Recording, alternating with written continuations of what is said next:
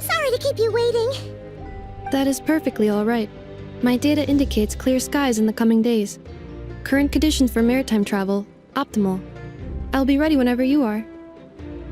But are we really gonna set off without telling anyone again? Funny you mention it. You'll never guess who Paimon saw on the way over. Hey! You didn't seriously think we'd let you leave without a farewell party, did you? No chance. Yeah, come on, Traveler. We've already made all the preparations. And most importantly, how dare you try and slip away without first paying your respects to the almighty Dragon Lord! A little bird told us you'd soon be leaving for Krai. So, we asked Paimon to give us a heads up before the date of your departure. You sure it's not time to think about changing that little habit of ours?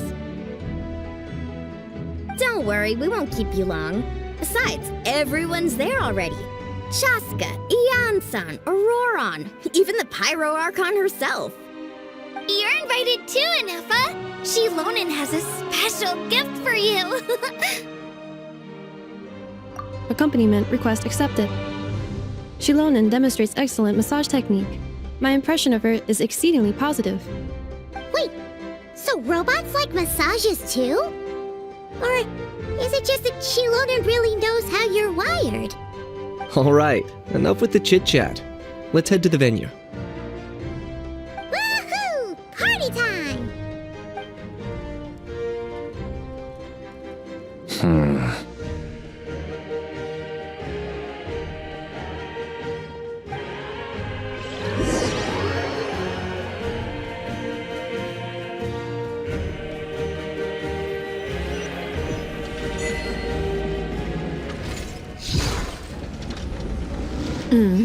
Spit it out, then.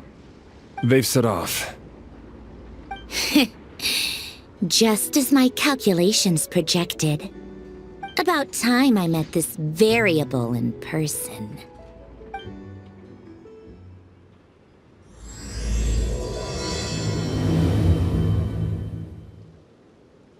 You know, every time we head to a new nation, there's always a point where it suddenly dawns on Paimon. This is it. The next chapter of our adventure has begun. This time, it was the moment she realized she just polished off the very last of her Saurus crackers. Should have stocked up better at the farewell party. In other words, Paimon has marked the geographic coordinates from 2 minutes and 40 seconds ago as the boundary between Natlan and Krai. This deviates somewhat from the official coordinates stored in my database. Paimon meant more in terms of how it felt on a psychological level. Anyway, what about you, Traveler? When did it really sink in for you? Huh, that actually kind of makes sense. What about you, Anefa? Come to think of it, maybe we should be asking the other way around. So, when you came over to Natlan, what was the moment you felt like you'd left Krai? In that case, probably when my sensors could no longer detect the moon's power. The moon? You mean, that one we can all see in the sky? Negative. I was referring to...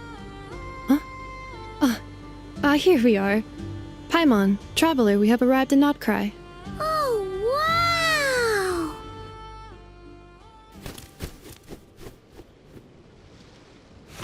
Paimon, Traveler, welcome to Krai.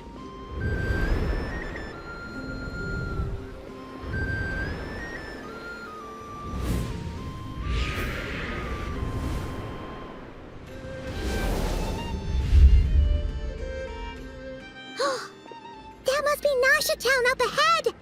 That's the place you were telling us about on the way over, right?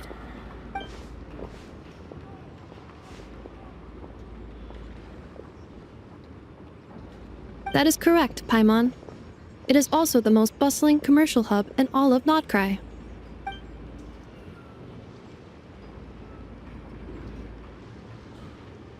Oh, sounds like the perfect place to start trying out all the local specialties.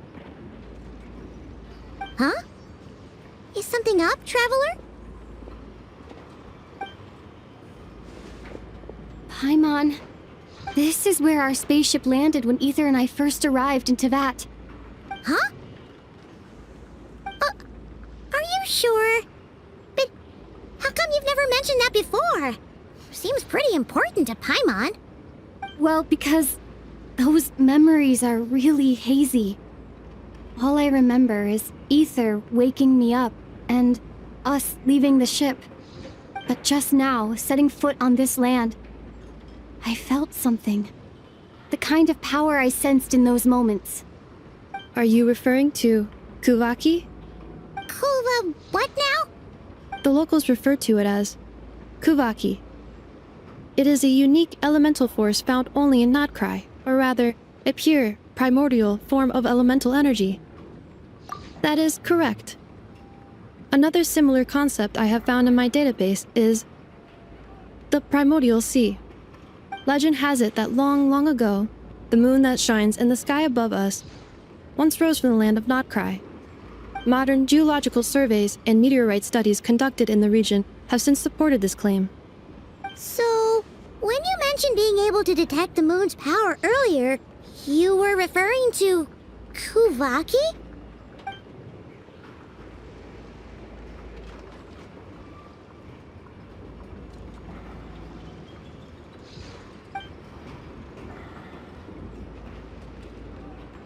Wait, Traveler, you're saying we might actually find your spaceship here? Do you still remember where it landed? Krai is surrounded by the ocean. In other words, it could have been anywhere along its coastline. Negative. Description still lacks sufficient detail to pinpoint target location. Hey, it's okay if you can't remember everything right away. After all, it's been a really long time. Let's just do what we've always done and keep searching as we explore. Besides, what have you got to fear with your sidekick Paimon still here? I'd be more than happy to help you out as well. Our pleasure. Anyway, just knowing that your spaceship's here in Krai surely counts as a big step forward, huh? Like we've crossed another boundary? Paimon couldn't have put it better herself. You sure are a quick learner, Inefa.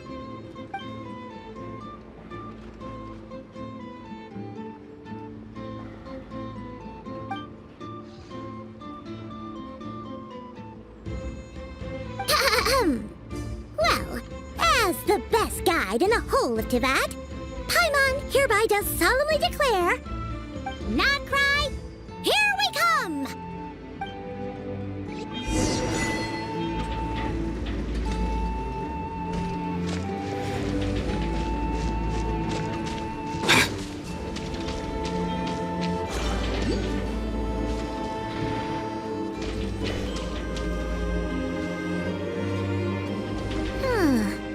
It just occurred to Paimon, if we were looking to put out a missing spaceship commission, or to learn more about Krai, wouldn't it make sense to drop by the Adventurers Guild?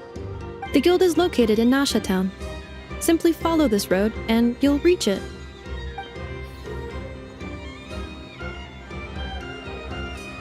Huh? What in Teyvat is that? Looks kinda like a Sealy, floating around in the air like that. That is a kuhenki, a species unique to the land of Krai. A Kuhenki? Does she have something to do with the moon, too? Indeed it does. According to the Frost Moon Scions, the indigenous inhabitants of this land, the kuhenki, are said to be familiars of the moon goddess, leading those who walk in the moonlight's glow to things of great importance. The moon goddess? Don't all people here worship the Tsaritsa? Although Nodkrai lies on Snezhnaya's border regions, the people here have held their own unique beliefs since time immemorial. As I mentioned, everything in this land shares a deep connection with the moon and the sky above. The beliefs of the Frostmoon Scions seem to date back to the civilization of the angels. According to the documents in my database, even the 7 Archons did not exist at that time.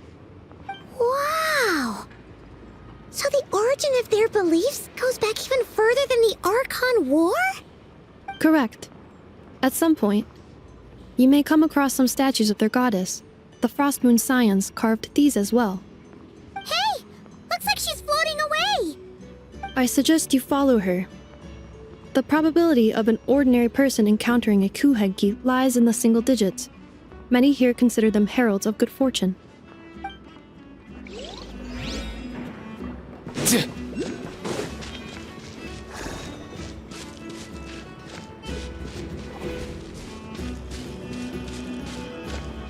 Mind the wind.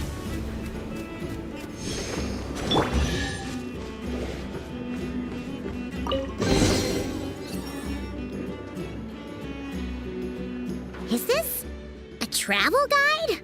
Huh. It actually led us to something useful.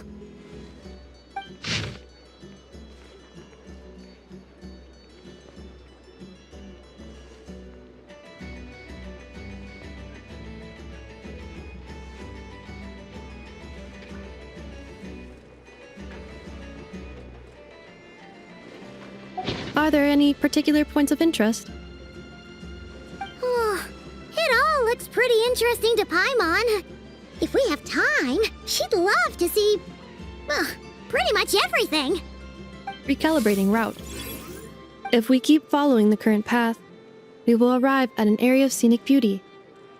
From there, we will be able to identify both the Adventurers Guild and several must-visit specialty stores.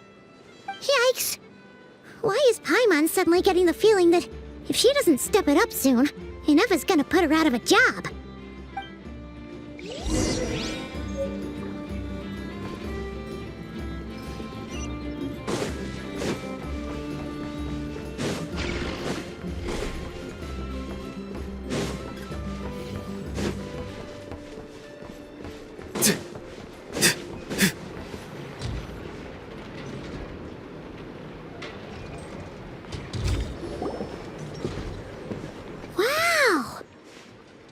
Town actually looks pretty big from here. Feels a bit different than Paimon imagined, though. Which aspects in particular deviated from your expectations? Well, Paimon keeps hearing people describe Nodkrai as an adventurer's paradise.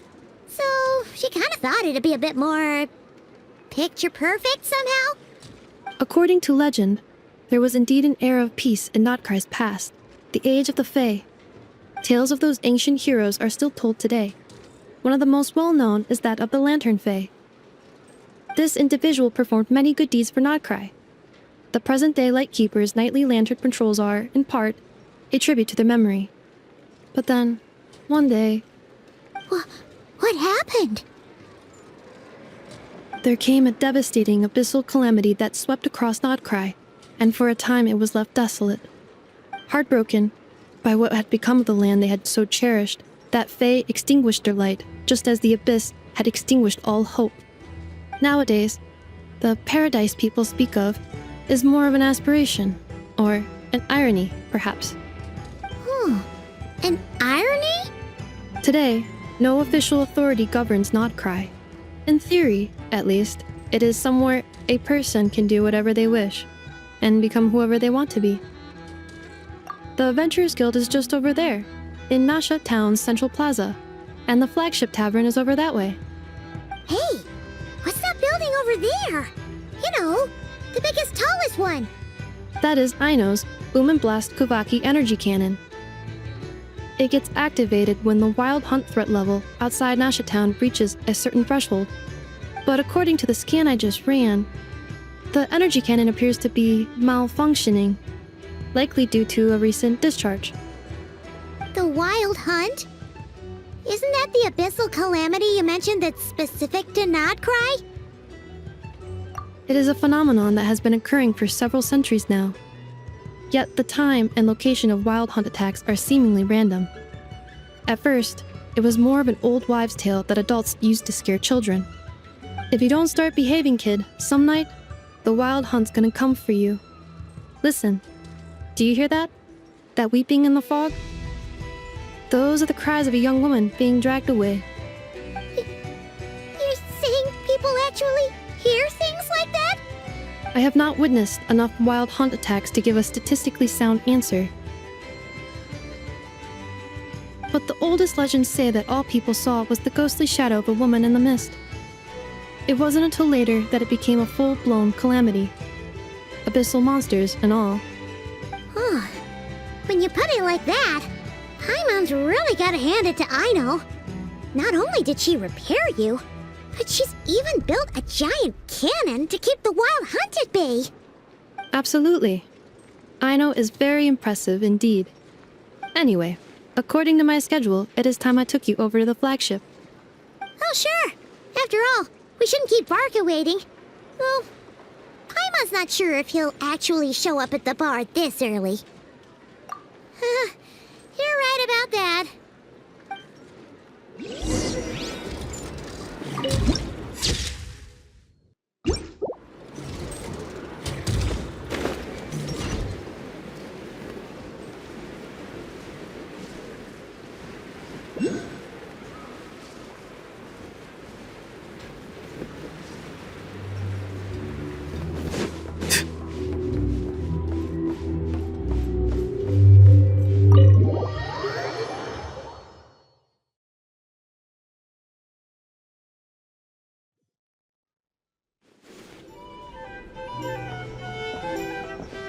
Here we are, the flagship. Varka told us to meet him here in his letter, right? Let's see. Varka? Varka! No matches, I identified. Huh. So he isn't here after all. Oh, guess we never did actually say we'd be arriving today. Hey, why don't we go ask the owner? If what they say is true, Varka's drinking prowess must have left quite the impression.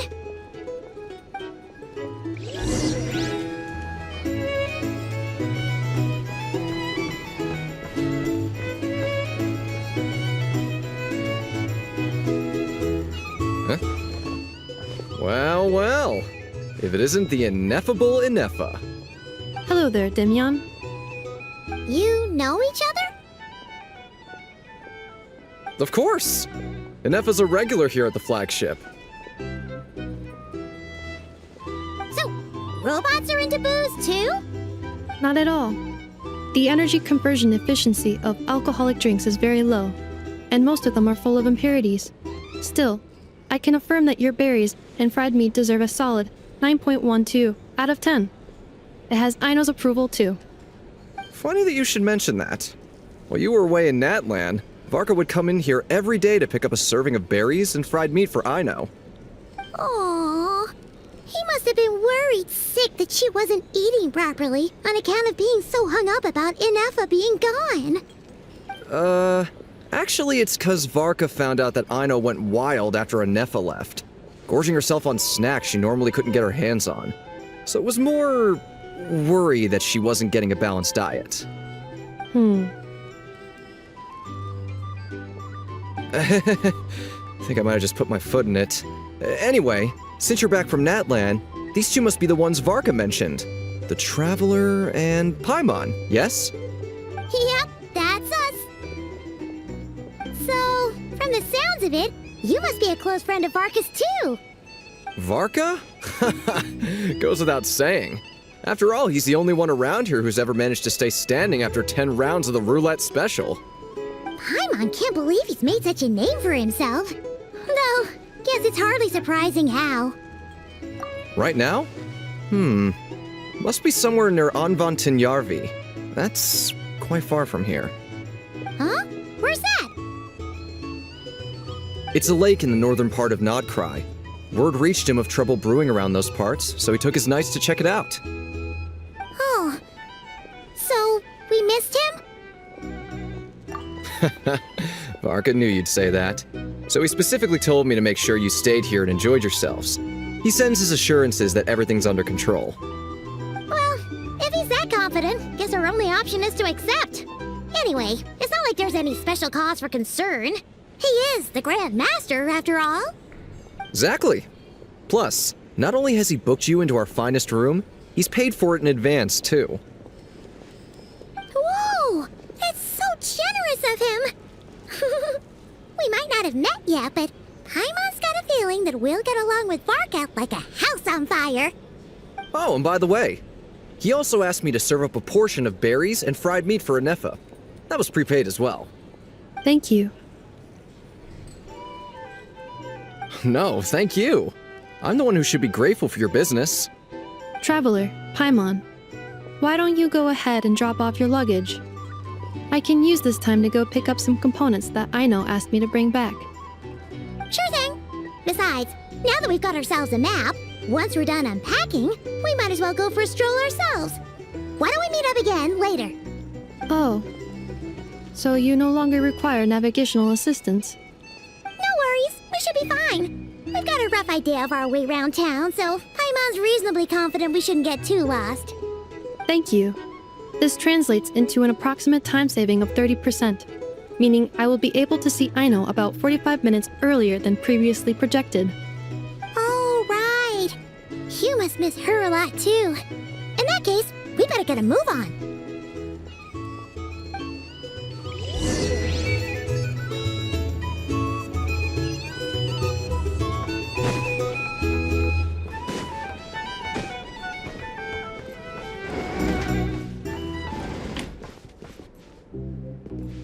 It's so noisy here.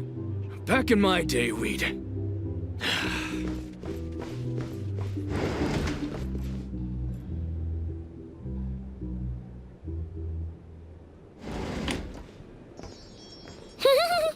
Feels pretty nice having someone sort out our food and lodging for us, huh? But is this really the flagship's best room? It's pretty big, make no mistake, but it looks a little worn out. You mean it's got something to do with Krai's history? Oh, that makes sense. But what exactly was this calamity?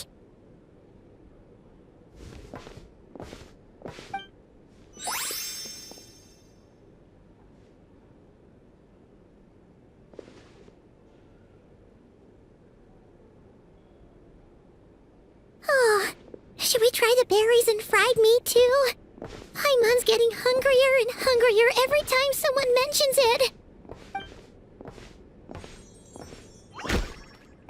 Oh, sorry about that. Paimon wasn't watching where she was going. Please, there's no need to apologize. If anything, I'm the one who should be sorry. Clearly, I shouldn't have gotten lost in my thoughts in the middle of a hallway. Wait a sec. Are you staying in the room next to ours? Ah, quite the perceptive one, I see. First things first, allow me to introduce myself. My name is Kirill Chudamirovich Flintz, but please, just call me Flintz. Whoa, that's an impressively long name for sure. Ah, is that so? Names like mine ought to have been fairly common in Snezhnaya, at least in the past. Would I be correct then to assume that the two of you are travelers in this land? Yep, you sure would be. Paimon is Paimon, and this is the Traveler. We've been to a bunch of nations already, but we only just arrived in Krai today. What a rare honor it is to meet such worldly travelers. Are you here for travel too? If only I had the time to spare. No, I'm just staying the night. Oh, so you're here for business? That's certainly one way to put it. I'm a ratnik of Krai, normally stationed near the burial grounds to the north. My sole cause for being here today was to repair this lantern of mine.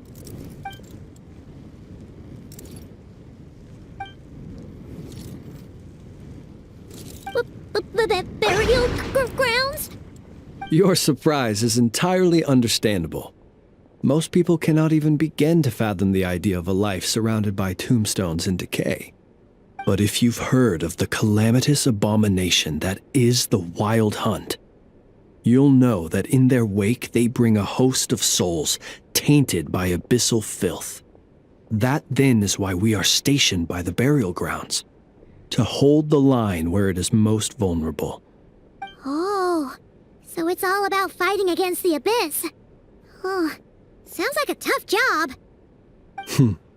I thank you for your concern. But in truth, I've long since grown used to it. In fact, I like to think it rather suits me. If anything, I'd say I prefer the peace and quiet of a graveyard to the hustle and bustle of urban life. Paimon sort of gets it now. But even so, she's still pretty sure she could never get used to living in a graveyard herself.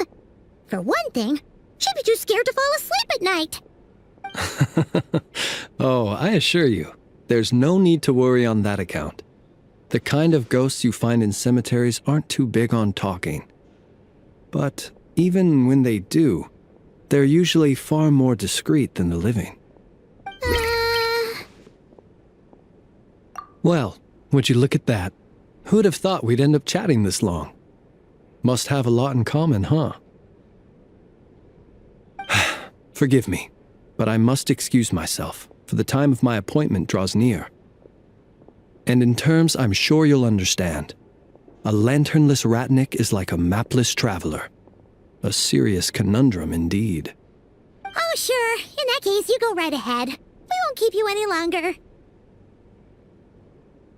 Not at all. Should the opportunity present itself, I'd gladly continue our conversation another time. You're always welcome to come visit my grave. The grave I stand watch over. Your visit would bring much-needed light to that place of final rest. Right. Well, if we get the chance. Then allow me to wish you a traditional ratnik's farewell. See you by the graveside. Ugh. Jeez. What a weirdo. Not to badmouth him at all. In fact, he seemed pretty cultured, but at the same time, kinda spooky? Must be all that time he spent around graveyards. His lantern? No, not really. You mean, 'cause it was broken? Huh. Guess you've always had a nose for stuff like this. If you're worried, you can always ask him the next time we cross paths. Hey, don't you start spouting all that weird stuff too.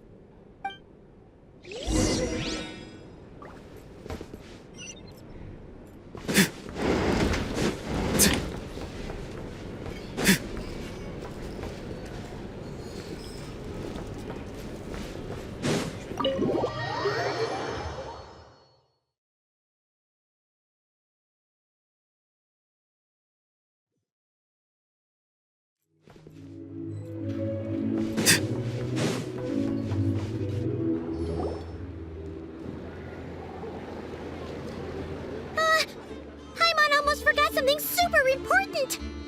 Were we gonna go try out the berries and fried meat? But now, heading all the way back to the flagship feels like such a waste. Please, accept today's boon. Come night or day, may the blessings of the moon goddess shine down upon you. Huh? What's going on over there? Wait, free food? Wow, the people here are so nice! Quick, let's grab some too. Paimon's super curious what their food tastes like. Moonlight illuminates the path before you, travelers from afar. Huh? How'd you know we were travelers? Just now were a song the birds in the sky, singing of your wanderings. You are no ordinary guests, it seems. The birds and the...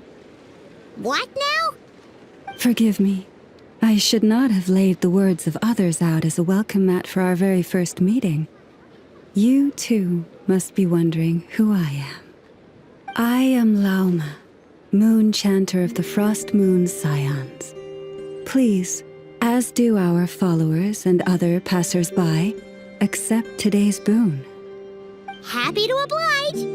Paimon's name is Paimon, and this here is the Traveler. Thanks so much for sharing your yummy food with us. We'll take one each. Think nothing of it. These fruits were the finest we found, delicacies gathered in the wake of the morning dew. It is my hope that partaking of them may lift your spirits to heights anew. The finest you found? Wow! That sure is kind of you, but wouldn't you want to keep those for yourselves? The first fruit of the harvest must be placed upon the moonlight altar, not as an offering to the gods, but as a spark for lost hunters. For it is the blade of the starving that darkness most easily corrupts. As perhaps you have already heard, we Frost Moon Scions revere and worship the moon goddess. We believe that together, virtue and compassion are the shining light that will lead us all out of the long, dark night. And now, with tides of haughty Fatui swarming into Nodkrai, driven by greed and greed alone, more than ever before, we must all unite under the banner of virtue. Ha! Look who it is again. Those unsufferably kind-hearted Frost Moon Scions. Got enough for us too? That's right! 2 servings each! We're starving over here! The Fatui! After what you've been doing to our sacred statues, how dare you even show your faces! Wilhelmina, bestow today's boon upon our guests. You hear that? No slacking now. We'll have the very best you got. But, my lady, they... Please, you two, accept this meal. But remember this. Kindness is the first lantern left to guide those who stumble in ignorance. Come again? Let me finish. But should they still refuse to follow the moonlit path, then by our frosted blades shall we show them its shadow. You! Hey, look who it is. Tch, whatever. Just you wait. We'll be coming for you next. Huh? Where's the meat? Who wants to eat this garbage? Those stooges really are the worst. Ever since they came to Nodkrai with all their weird equipment and built that so-called experimental design bureau, our lives have been turned completely upside down. Judging from how they reacted just now, it seems the Fatui already know who you are. Well, we have gotten in their way in pretty much every nation we visited, so we're probably at the top of their blacklist by now. I see. Then, on behalf of the Frost Moon Scions, I thank you for the goodwill you have shown us. Because if they had gotten ahead of themselves just now, I'm sure you would have stepped in to help. Just as the birds and beasts put it, your arrival heralds joy to us all. Besides, for a weary traveler far from home, what better respite than to bathe in the moonlight? You will always be welcome at the Frost Moon Enclave, the place we call our home. May we meet again in the moon's gentle glow. These are delicious! So refreshingly fresh! Those 2 Fatui wouldn't know a good thing if it came up and bit them on the shoulder. Looks like Inefa isn't done with her shopping yet, and the Adventurers Guild is still empty. Where should we head next? Good idea! Wouldn't want to let the Kuhenki down, after all. Let's see. Okay, Paimon's got our route all figured out. So, all that's left to say is, don't fall behind. This is Nuts and Nuts. It's mostly a fruit shop, but there's a crafting bench too. This is the Speranza, one of the travel guide's recommended restaurants. All the waiters here are kids. This is the Vesnici Prolicha greenhouse. Apparently, their flowers are all made of metal, so they'll never wilt away. And this is the Rossum workshop. If you ever need a weapon made, this is the place to go. And over here, they've got a super tall observation deck. Whoa! Take a look at that! You can see really far out into the distance. That way's north, and that looks like something built by the Fatui? And then over there to the west, that must be the place Lauma mentioned, where the Frost Moon Scions live. So, what'd you think? Even if Enefa kinda stole her limelight earlier, this just goes to prove that Paimon's own tour guiding skills aren't too shabby either, right? She sure is!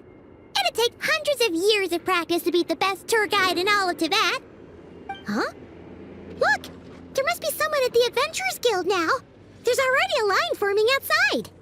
Looks like we'll finally be able to ask about your spaceship. Oh, or was there anywhere else you wanted to stop by first? Where? Which one are you... Oh, now you mention it, Paimon's noticed it too. Ugh, better not be who she thinks it is. Anyway, where we go first is completely up to you. Either the Adventurers Guild, or that suspicious-looking shop. A word of warning, though. If we step into that shop, be sure to keep a very close eye on your Mora.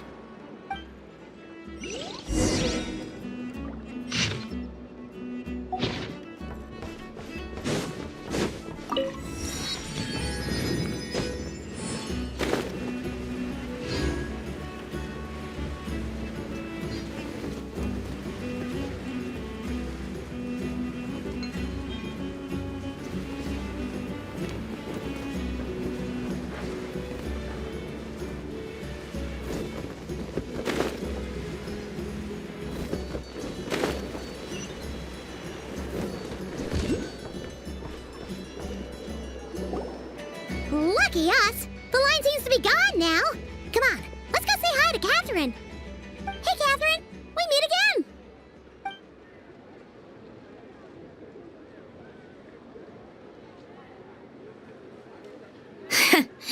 How ridiculous. Huh?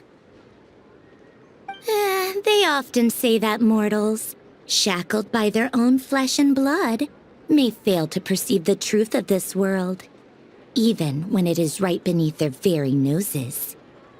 Yet I had not expected to have the pleasure to witness such heights of absurdity firsthand.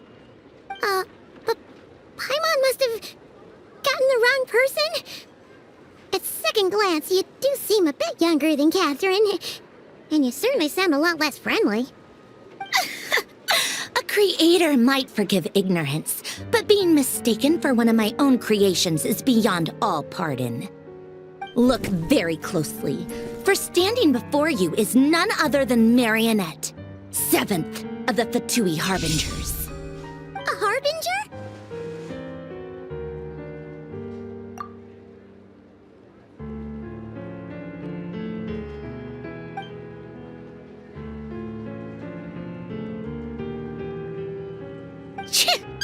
Today's encounter is merely a courtesy call. A friendly warning, if you will. You interfered with my work once before, with that little robot. I let it slide. After all, it was nothing more than a distraction, a side project at best.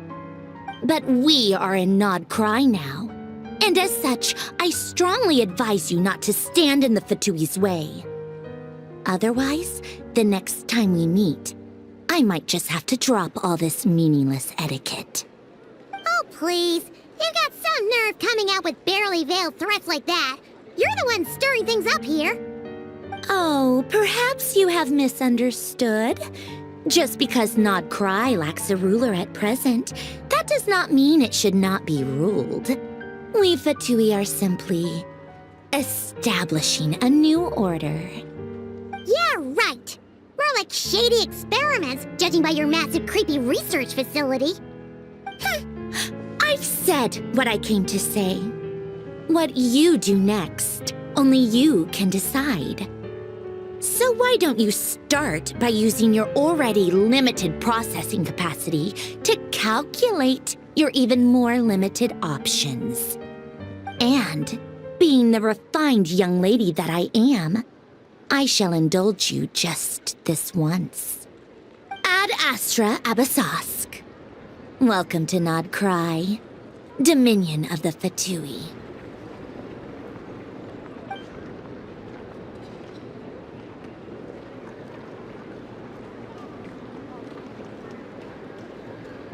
Ugh!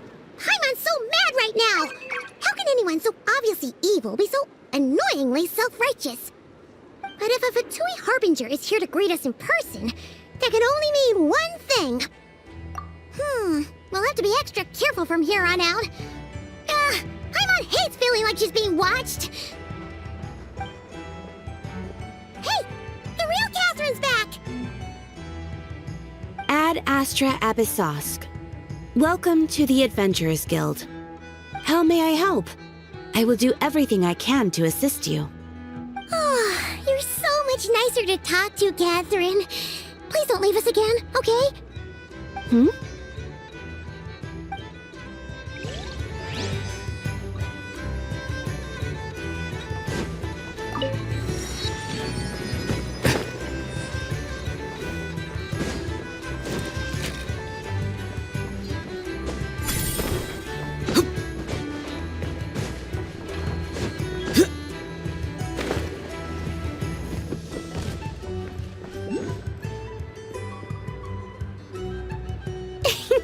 Please, here you go. And if you ever need anything else, don't forget to make the great Lord Sangama Bay your first port of call. Oh dear. So it is the real deal. Of course it's the real deal. Everything you'll find here is 110% real, meaning every one of my deals is as real as a deal can... Wait a minute. Well, if it isn't my two most valued clients! And with no small thanks to your munificent patronage. Come. How could you just sneak into Nod Krai like this without telling your dear Lord Sangama Bay? If I'd known earlier, I would have made an absolute pulled out all the stops to ensure that your boat ride over was as comfortable as humanly possible. Thank the Archons we didn't tell you. Oh, come now! You know as well as anyone how impeccably and conscientiously above board I am when it comes to doing business. Well, regardless of whether that's true or not, the main issue here is that we had no idea you had a branch in Nod Krai. A clever merchant always has a backup plan, or two, or three up their sleeves. As the saying goes, a rabbit with many burrows fears not the hunter's arrows. A merchant with stores galore hears no debtors at the door. Since you're both here in Nod Krai, would you care for some of my finest local souvenirs? Whatever you're looking for, I have it. Or if it's Sumeru you're missing, I've got that covered too. We literally just arrived.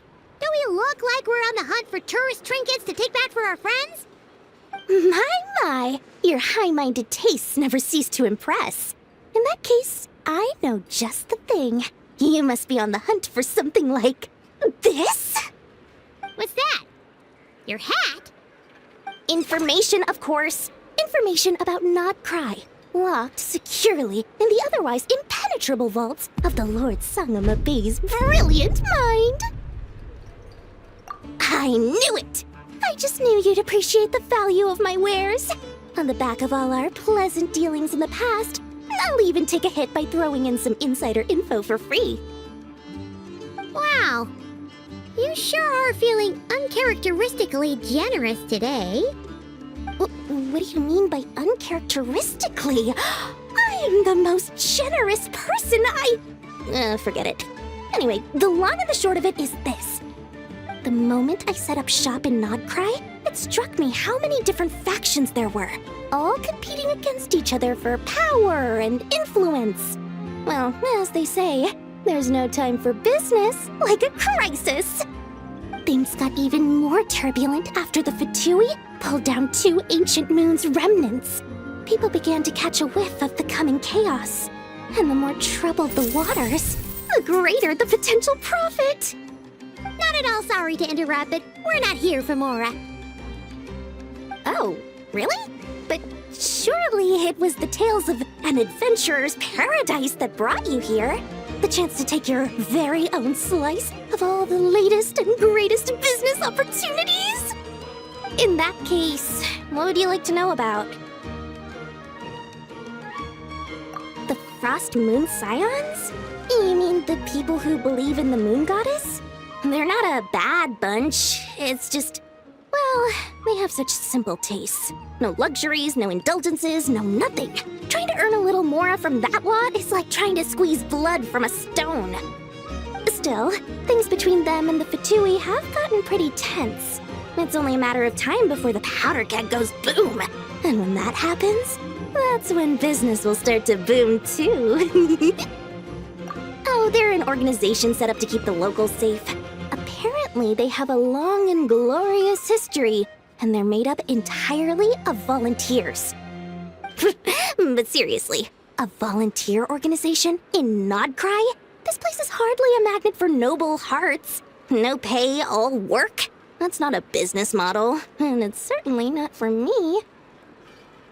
Everyone knows they're here for the Ancient Moon's remnants, but no one's sure why they pulled them down in Nodcry of all places. Anyway, they've been acting mysterious enough, but if you ask me, that Kuvaki Experimental Design Bureau of theirs up north hides secrets wilder still. That bunch of booze-loving monstatters? Ugh, don't even get me started. As fellow Outlanders, I thought they'd be easy pickings, but somehow, every single one of our business negotiations wound up at the flagship. I've done plenty of deals with heavy drinkers before, but those guys? I never once made it to the contract signing before blacking out. I'm getting flashbacks of the hangovers just thinking about it. What now? A spaceship? Nope, never heard of anything like that. Don't you two get involved in any big business here without so much as a heads up, you hear me? At the very least, consider letting me in as a key investor. Oh, I almost forgot to mention. Sooner or later, you'll no doubt end up doing business with some other merchants in Nodcry. And someone's bound to mention a place called the Curatorium of Secrets.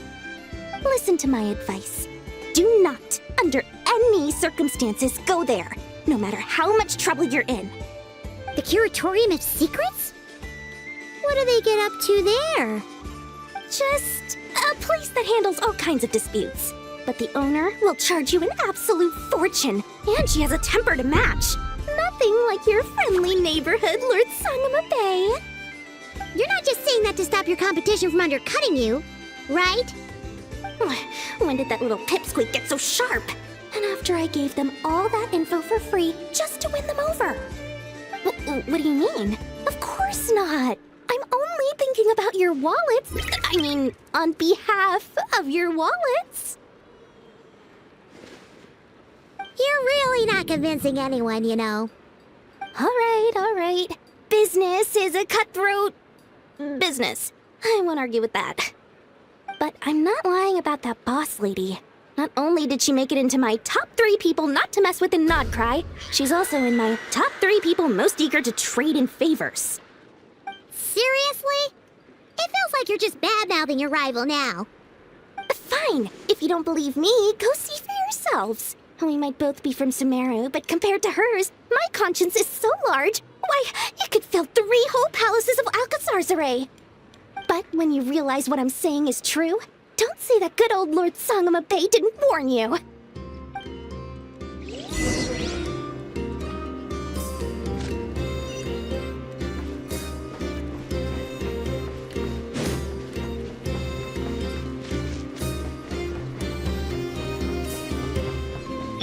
Let's go!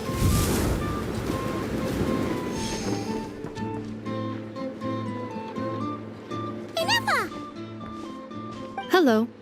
I was just about to start tracking your whereabouts. Did you manage Aino asked for? I did. What about you? Do you need me to navigate or introduce any more places around town? Not for now. We've seen most of it already. We probably need some time to process everything we've learned, though. Any progress with the spaceship? No. Catherine came back just now, so we asked her, but even she hasn't heard a thing. One possible explanation is the vast stretch of time that has elapsed. Additionally, given the limited resources available in Krai, it is entirely plausible that the wreck was scrapped for parts, or even mistaken for a pile of broken machinery. Aw. Understood. In that case, why don't we go ask Aino together? After all, she was the one who salvaged me, ancient dragon technology and all. If there really are any unusual parts floating around Krai, there's a high chance they've passed through her hands at some point or another. Good point. And since you keep mentioning her, we're curious to meet this whiz-kid mechanic too. Understood. Then I'll handle navigation as before. ETA at the Clink Clink Krumkake craft shop. 34 minutes ahead of schedule.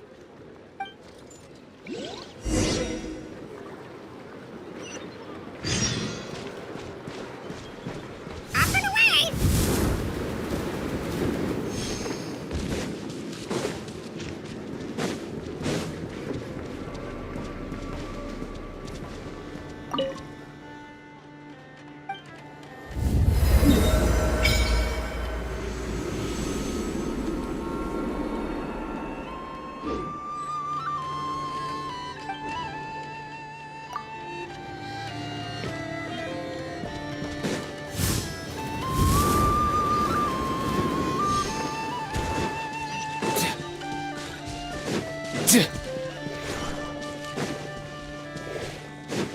Let's go! All set, bro!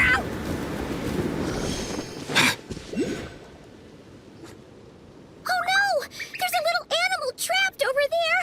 Let's go help it out! Huh? That's weird. Why isn't it responding? The tides of Kuvaki affect everything in Krai. So much so that many creatures have evolved a kind of dependency upon it, growing stronger or weaker as it waxes and wanes. This little animal must have been caught here unprepared. So you're saying we need to use Kuvaki? Paimon will leave it to you guys then. Don't be scared! We'll get you out of there soon!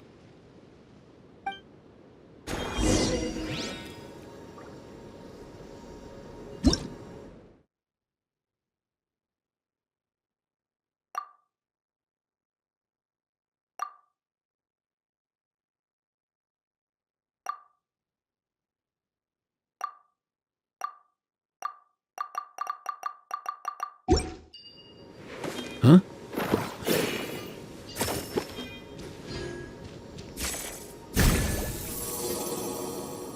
Oh! It worked! Off you go now, little one. Don't go getting yourself caught again.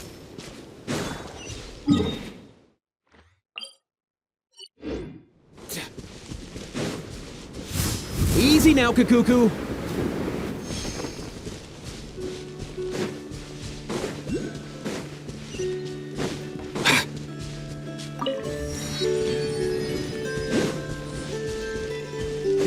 Mind the wind.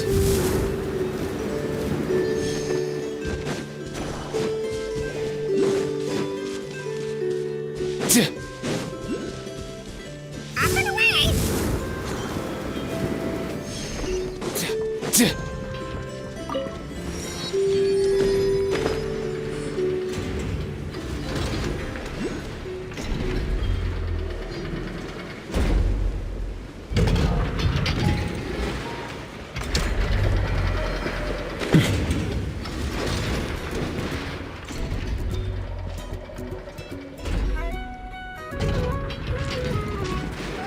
Here we are.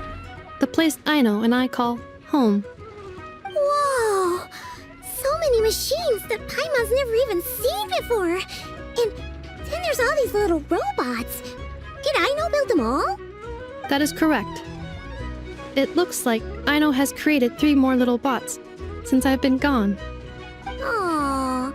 Well, you were gone for quite a bit. She must have missed you. I missed her too. I want her to see what I've become.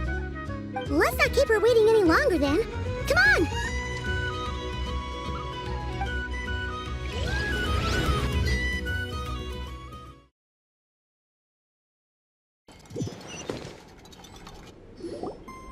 I know. I'm back.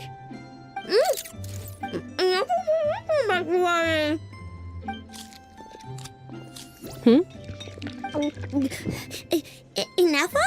You're back significantly earlier than I expected. Like a whole 30 minutes at least.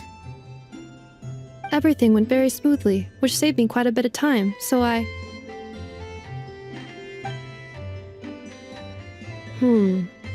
I know. Could you turn around for a moment? I know. I've been on my best behavior the whole time you've been gone. She's got chocolate all over her mouth. I know. While I was away, did you strictly abide by my tailor-made snack intake schedule? Oh, of course I did. 1 whole cake, 1 crumb cake, and 1 pack of chocolates a day, right? It was either a cake or a crumb cake or a pack of chocolates per day. Oh, shoot. When did you finish the snack stash I left for you? Literally just earlier today. Let me just go run a scan on that. I meant today, a week ago. And then you restocked an entire week's worth on your own initiative? 2 weeks worth.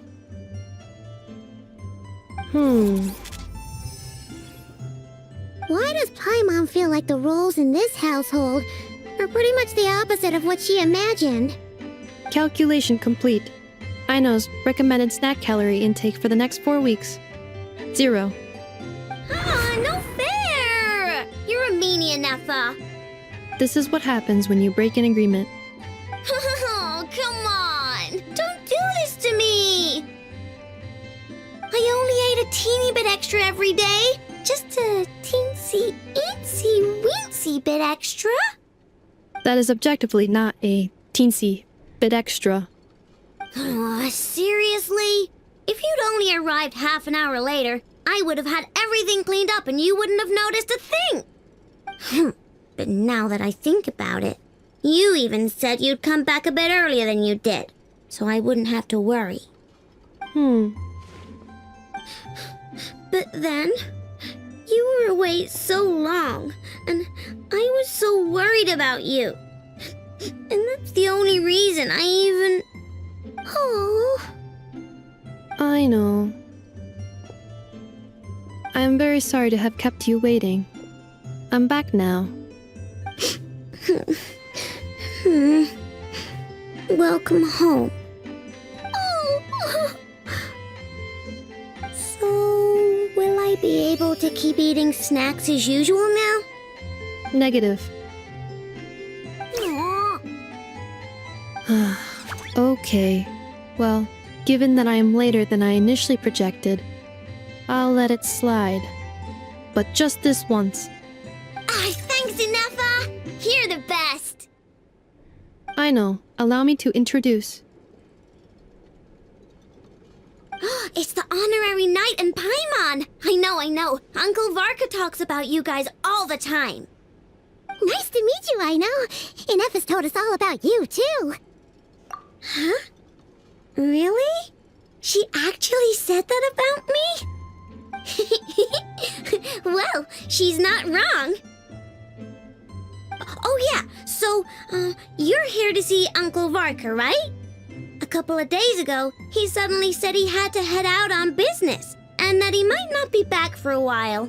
He asked me to let you know if I saw you. Yeah, we heard about that at the flagship. Did he say what he was doing? Nope. Just told me to take good care of you guys and make sure you feel right at home. Oh, shoot. Please, take a seat.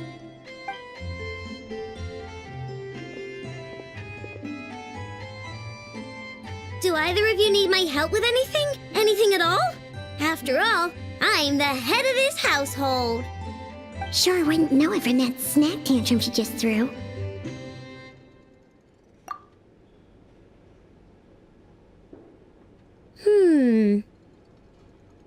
A spaceship, huh? From outside to that? Exactly. So, ring any bells? No. Oh. You sure? Nope means nope. Never seen the slightest trace of it. More specifically, by nope, I mean, I've never seen a single piece of tech in all of Krai that might have come from out of this world. Not in any new machines or in any old ones either. Huh. What Aino means is that your spaceship almost certainly has not been disassembled nor repurposed as parts for other machines. Oh, so that's what she was getting at. Yep. I've taken apart pretty much all the fun stuff in this city at one point or another, but I don't recall ever seeing any components that were anywhere near that special. So, either your spaceship crashed somewhere it's never been found, or someone did find it and then hid it really, really well. But who would even do something like that? Beats me. Maybe someone who thought they could stash it away for a rainy day. Just like how I sometimes hide snacks in the...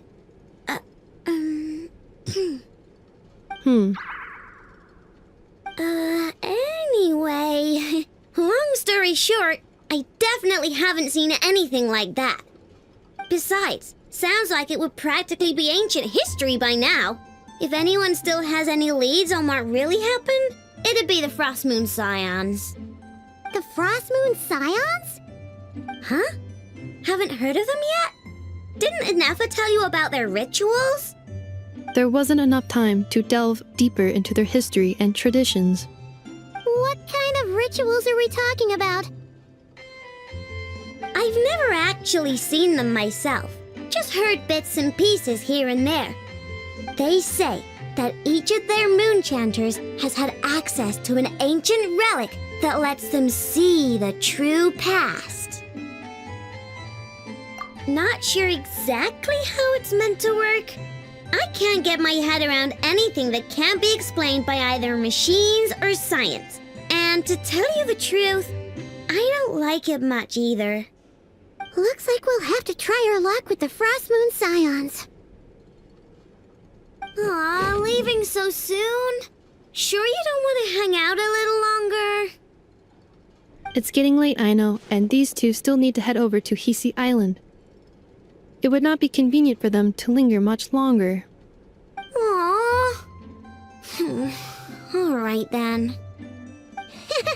Don't worry, we'll be sure to drop in on you as often as we can. Really? You promise?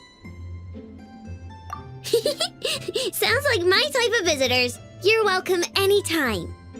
I'll be staying to look after Aino today, so I won't be going with you. Hey, don't sweat it. We'll find our way just fine. I'm glad to hear that.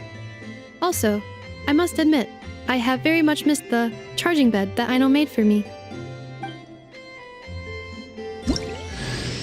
Oh, are you here to play with me?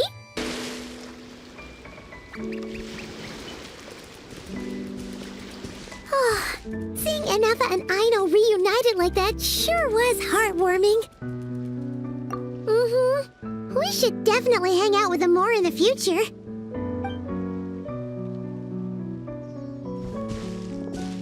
Speaking of homes, we must already be close to where the Frost Moon Scions live. The vibe here feels different, just like the scenery.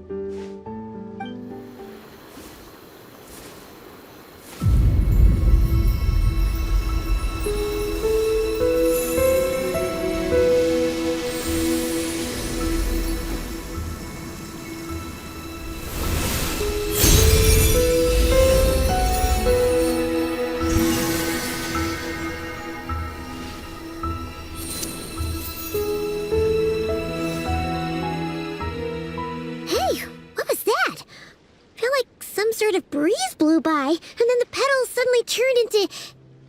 Huh? Is that a Kuhenki? She looks different from the ones we saw before.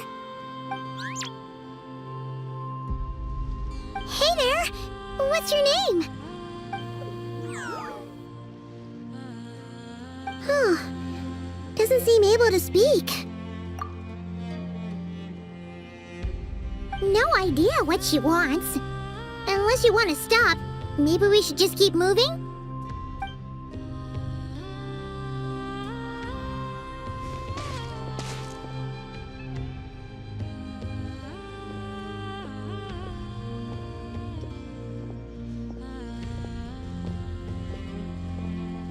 She's following us! Go on. Go on now. We've got stuff to do. Best you find someone else to hang out with.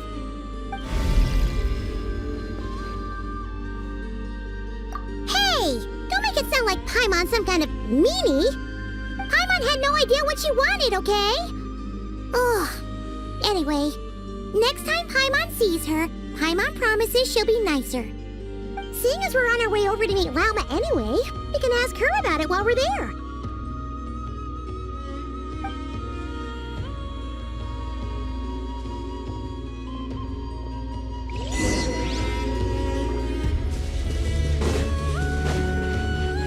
Off and away!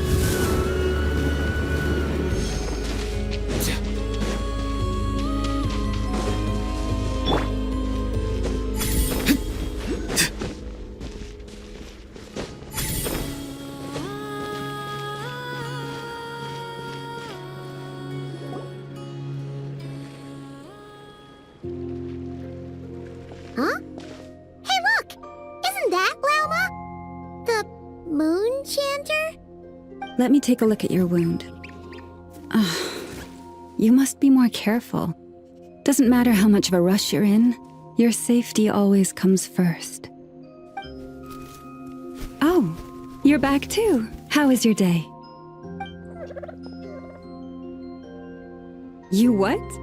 Those two Fatui? The ones who were causing trouble in Nasha Town? You went to teach them a lesson? And you put that in their food? You naughty little thing! How could you do that? They didn't notice. That's not the point. You mustn't do that again, okay?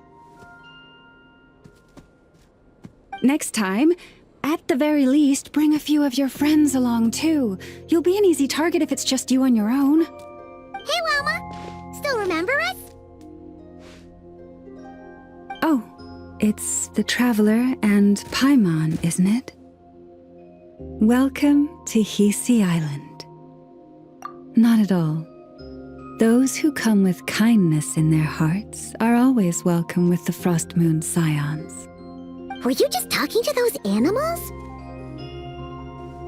I was indeed. The Frost Moon Scion's bloodline is unique, for throughout our history, there have been many among us who could communicate with all living things. What was that? Oh, is that so? She says she was trapped in a plant earlier, and that you were the ones who rescued her. She wants me to thank you on her behalf. Oh, it was nothing. Barely lifted a finger. If you both are free, why don't you join us at the Frost Moon Enclave for dinner? Consider it a small token of thanks for your kindness. We'd love to! And actually, we had something we wanted to ask you anyway.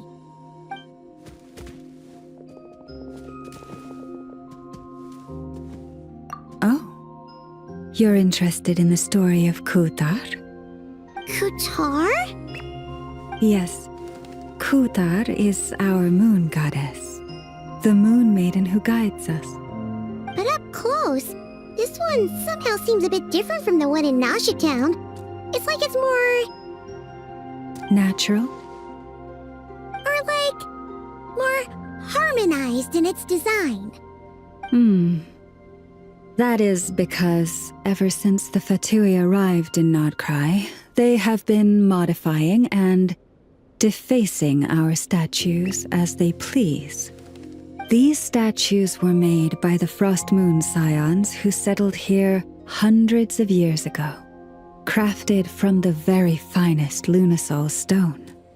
Not only is this stone exceedingly rare, but it also brims with Kuvaki. I suppose the latter must be what caught the Fatui's eye.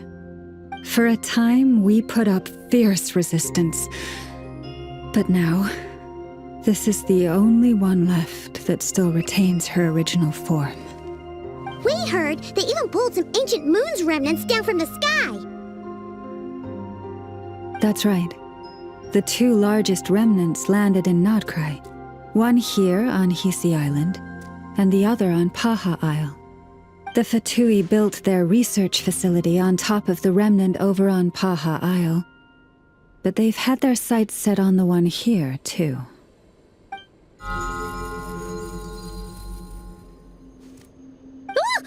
Oh!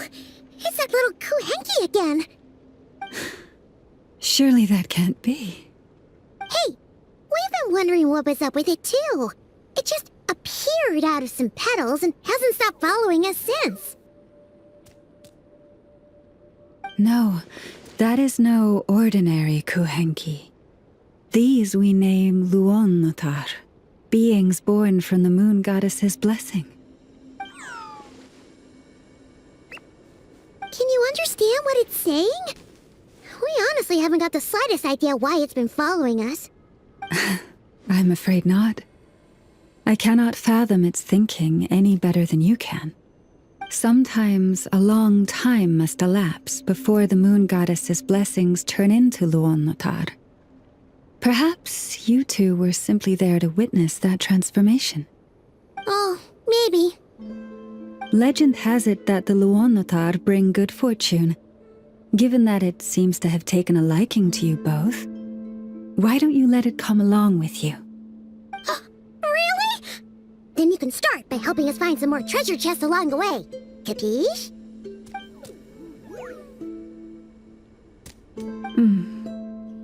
Twilight approaches. If you would hear more of the moon's story, then let us make our way to the Frost Moon Enclave.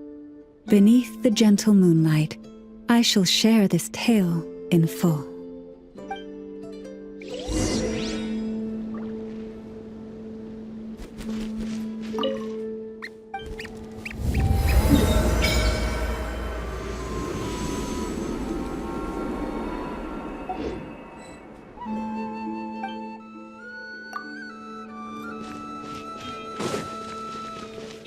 Mind the wind.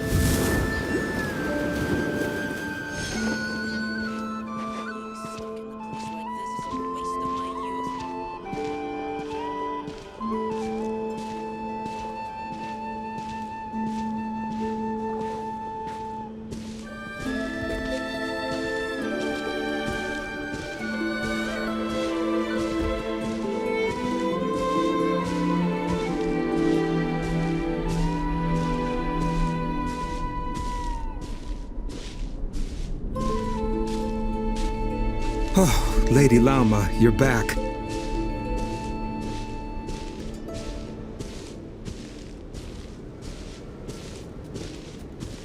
Come day or night, may the blessings of the moon goddess shine down upon you.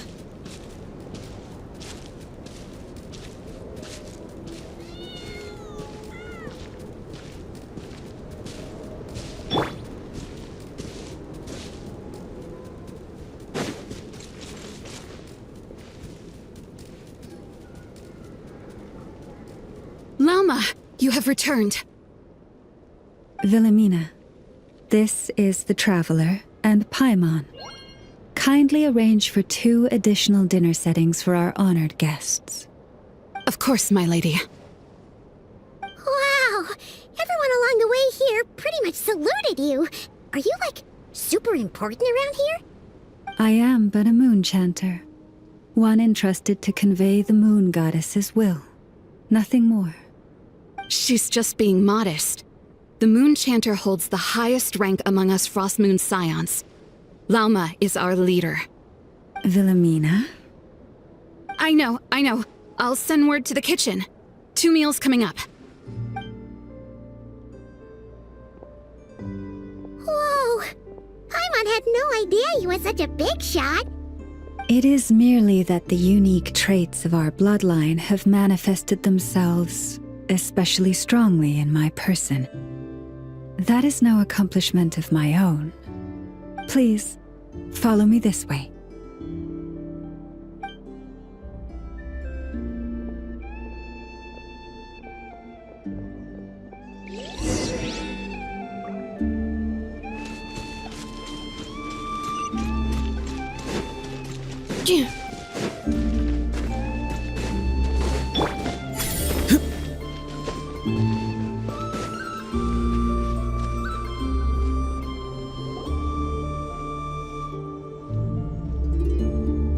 Even to this day, I am still trying to piece together the many fragments of our past. It is a story not only of the Frost Moon Scions, but also of the moons themselves. A story of the moons? Yes. We Frost Moon Scions are the last descendants of the ancient golden realm of Hyperborea. Its former glory may have faded, but what remains is a memory uniquely ours. In the distant past, Teyvat had not just one moon, but 3.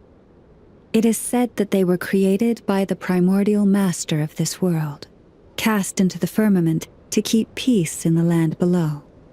Firstborn was the eternal moon, largest of the 3. Legend has it that it was her immense Kuvaki that gave rise to the ocean tides.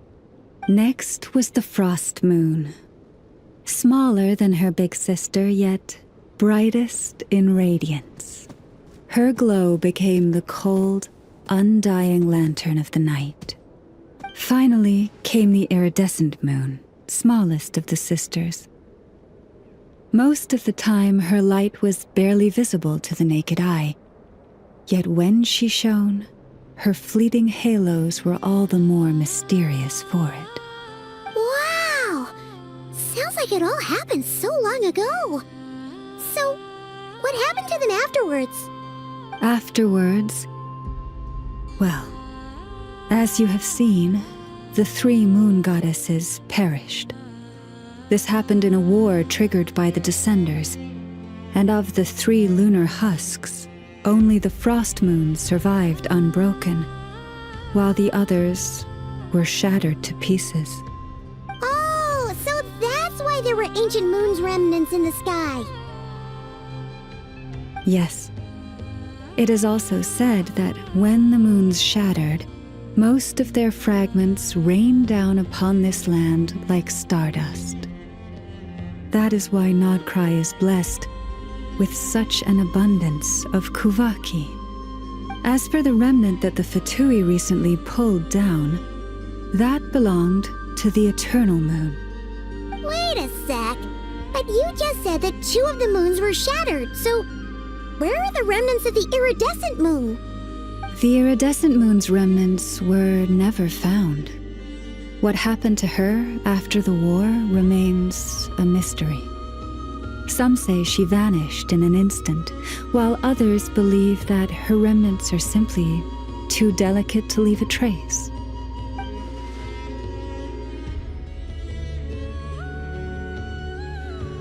Yet, though the era of the 3 moons has long since faded into legend, successive generations of Frost Moon Scions have always passed down a prophecy that one day the moon goddess would return. And in the end, that prophecy did indeed come to pass, though not quite. Lady Lauma! Lady Lauma, are you there? Cappy, what is the matter? Lady Lauma, it's my daughter, Karina. Her illness. Take me to her, right away.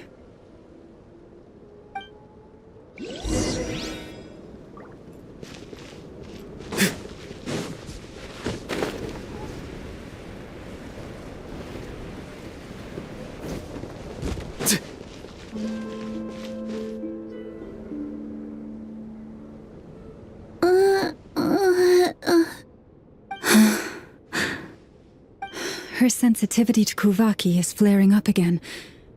After her last treatment, did you follow my advice and seek medical help in Nasha Town?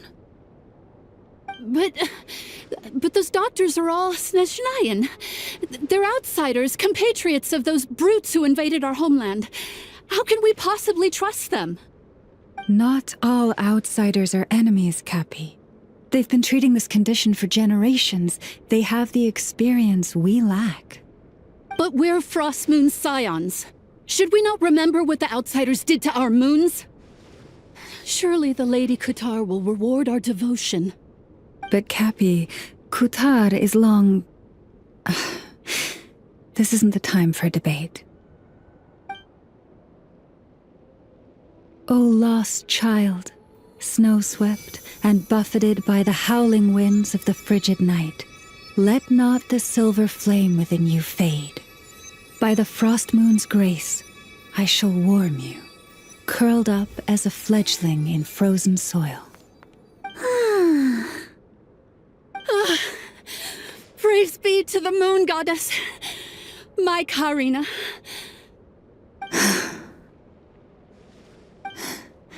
Remember, she must take powdered laka berries daily. It will ease her symptoms.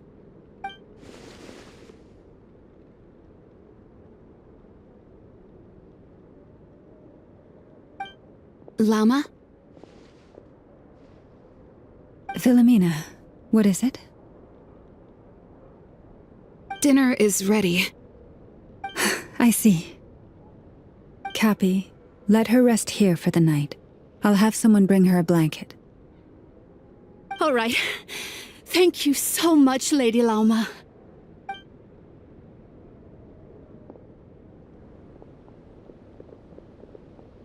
Will she be all right?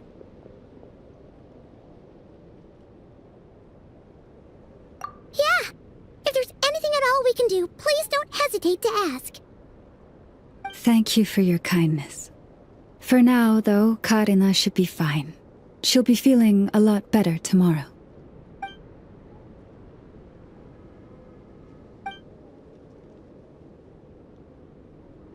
Please do not be worried. Come, let us head to dinner. I believe you still have some questions for me.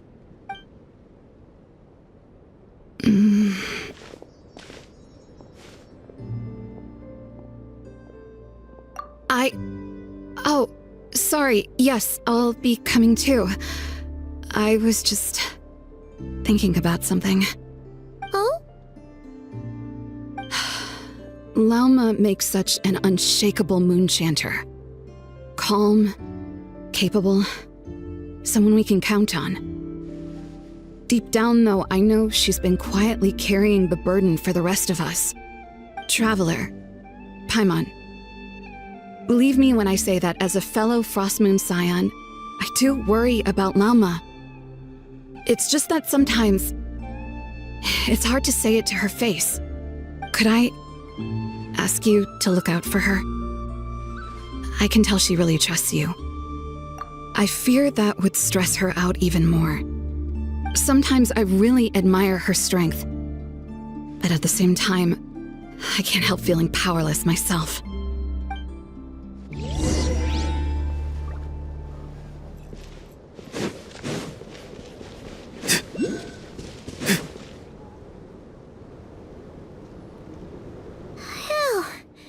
Paimon's so full.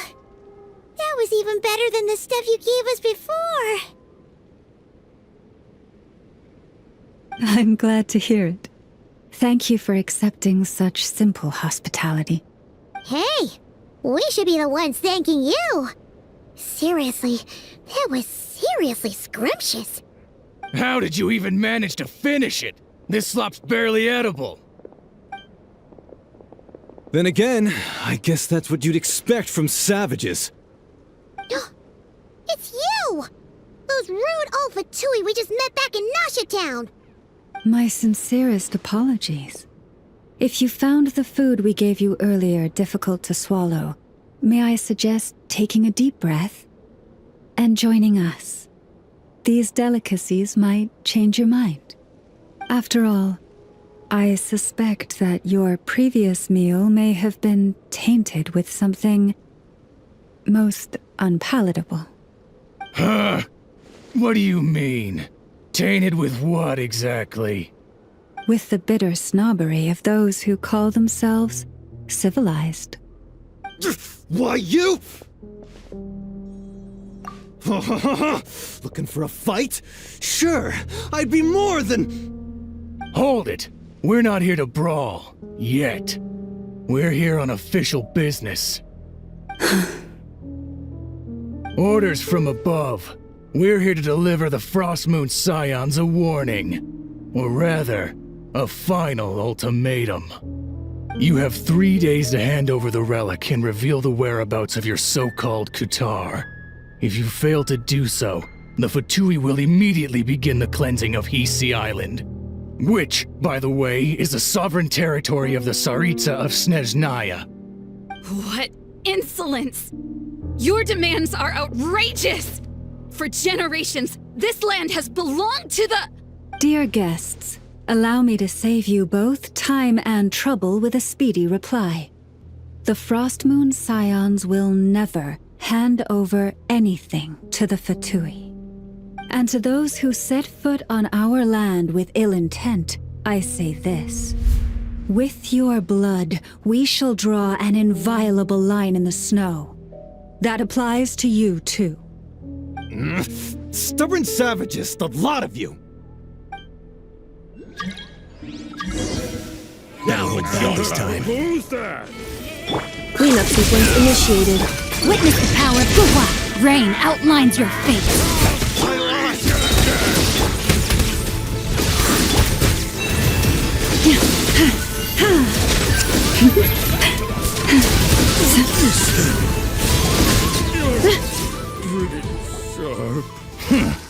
You'll pay for this.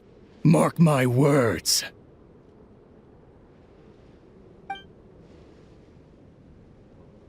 Hey, if you're so tough, get back here and put him up! Huh.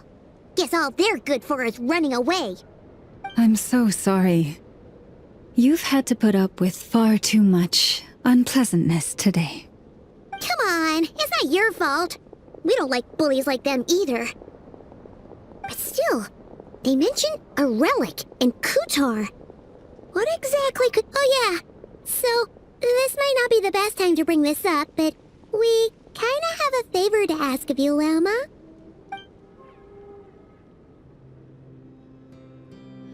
I see. So your questions concern the sacred relic too. Please, do not hesitate to speak your mind. Unlike those insolent intruders, you walk in the moonlight with open hearts. You stood by us when we needed your help, so it's only right that I return the favor.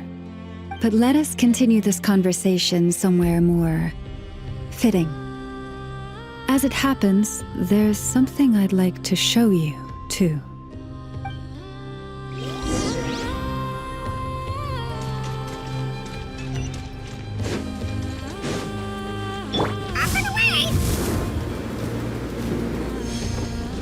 Whoa! Now that's one huge statue! This is the statue of our goddess, the Moon Maiden Kutar.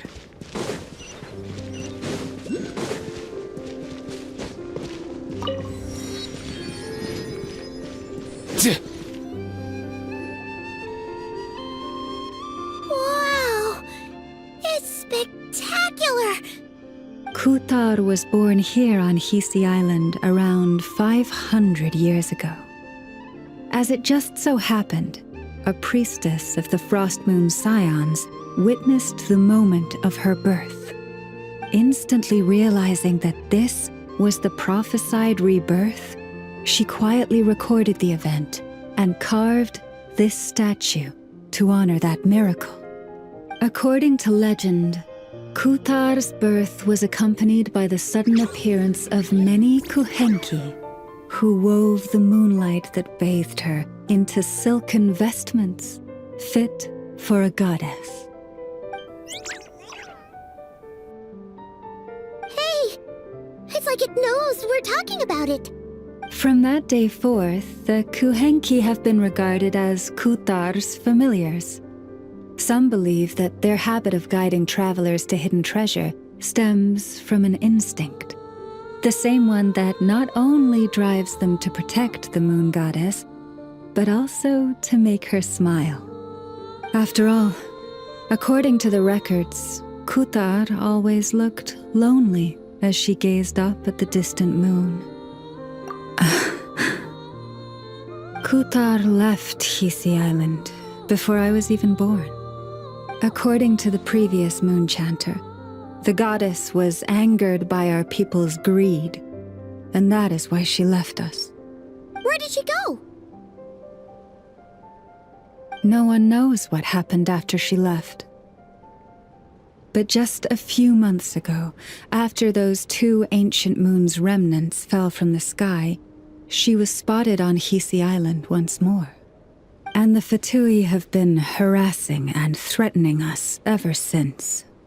Judging from what they've said, our moon goddess is actually their missing harbinger, Columbina, the damselette. The damselette? But isn't she number 3 amongst the Fatui harbingers? So she's actually the moon goddess. Why would she join the Fatui then? That too is a question I've struggled with. But even at the best of times, understanding other people's choices is difficult, let alone those of a goddess. Plus,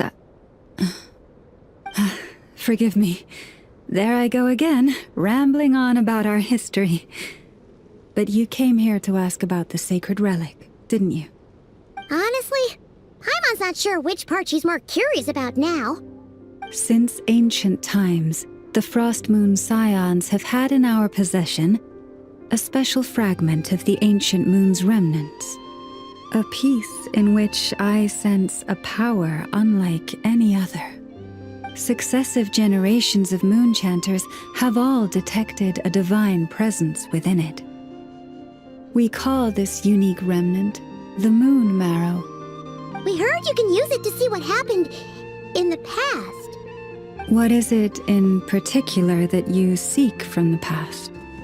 Well, basically, to cut a long story short, the traveler here is actually from outside of Tibet. Oh.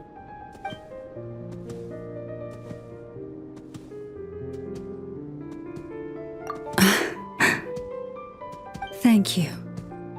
Your honesty is a sign of your trust, both in me and the Frost Moon Scions. Unfortunately, though, I won't be able to use the Moon Marrow to shed light on your past just yet. Our people revere the Moon Marrow as a sacred relic. I'm only permitted to retrieve it from the secret chamber in which it is hidden once a year, on Moon Prayer Night. Oh, really? So, when's the next Moon Prayer Night? Judging from the tides this evening, a little less than 2 months. Huh? Does that mean the date changes every year? The ceremony is held on the night when the moon is closest to Tevat. This is also when Nodkrai's Kuvaki reaches its peak. Only then can the seal on the secret chamber be lifted. Oh, guess we've got no choice but to wait. I am truly sorry that I cannot help you sooner. But, as the Moon Chanter, I swear that I will do everything I can to help you find the answers you seek. Think nothing of it. After all you've done for us, you deserve nothing less. Who'd have thought today was only our first day in Nodkrai? Feels like so much has happened already. If I may be so bold, what does family mean to you?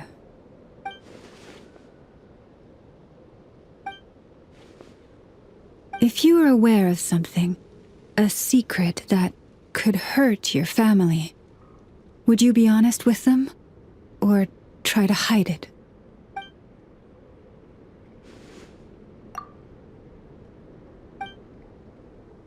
I'm so sorry. That was a I guess. I've just never met anyone with a story quite like yours before. It's getting late, and you two must be rather tired too. Would you like to stay the night here on Hisi Island? I can— Oh, that's all right. We've already got a room back at the flagship as it happens. Speaking of which, if you ever need us, feel free to come knocking. Do you need me to show you the way back? No worries. It's quite a way, and you should get some rest too, Lauma.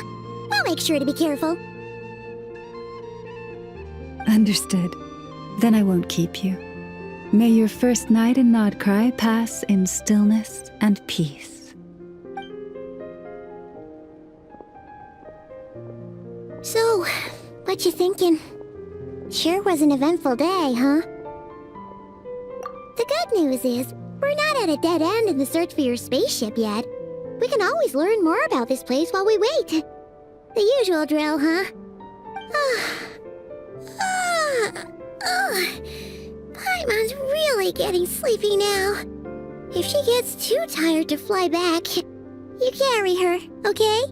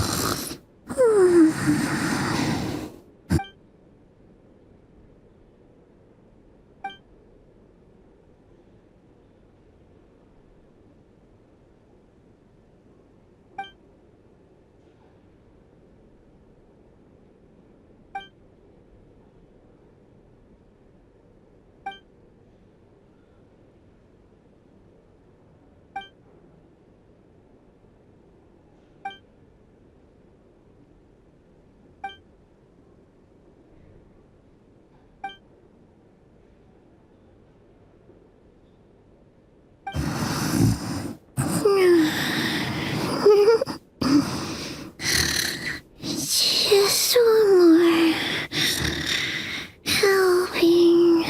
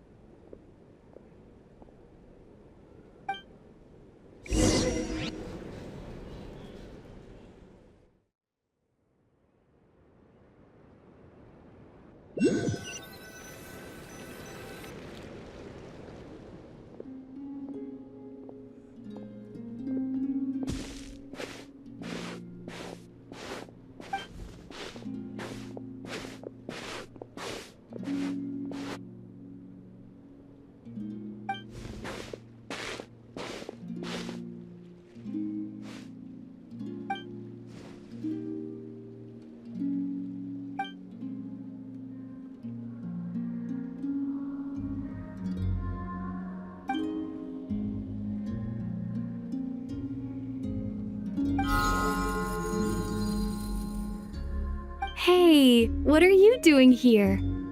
Oh, these flowers. I remember. When you first appeared, there were flowers like this all around you.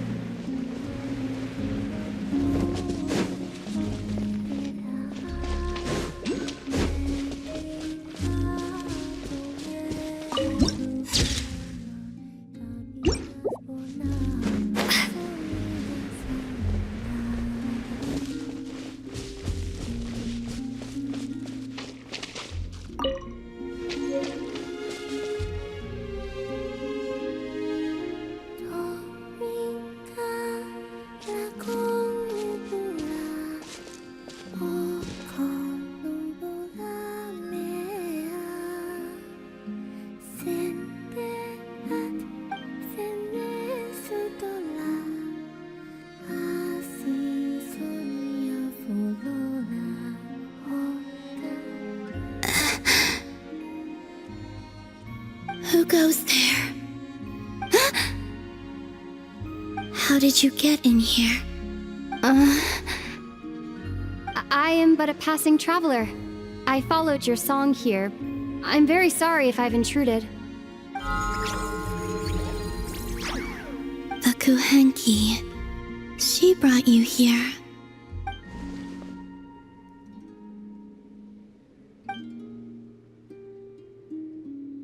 May I ask, are you the one they call Kutar? And the harbinger that the Fatui referred to as the Damselette? The Fatui? Are you here at their behest?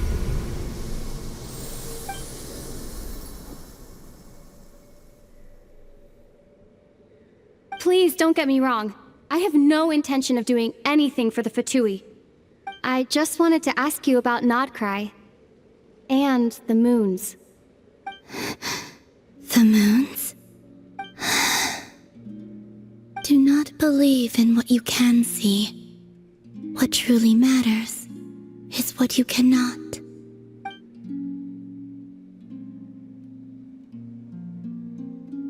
What do you mean?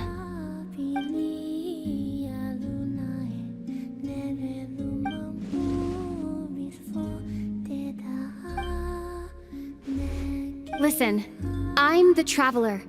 I'm on a journey through the nations of Tevat. Hello.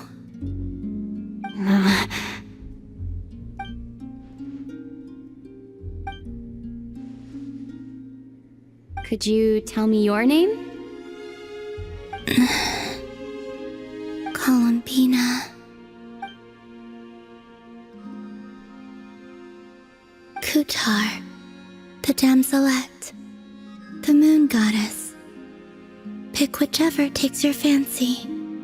I do not know my own name.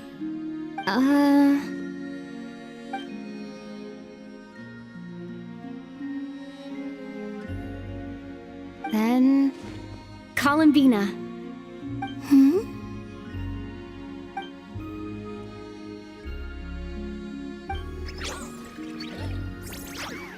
This Kuhenki, this Luanatar, did you bring her into being? Come here, little one.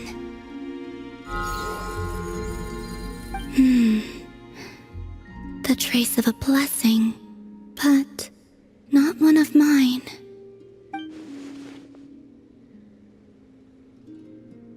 People always assume I can do many things. Assume I have done many things. But I haven't. All I ever wanted was to.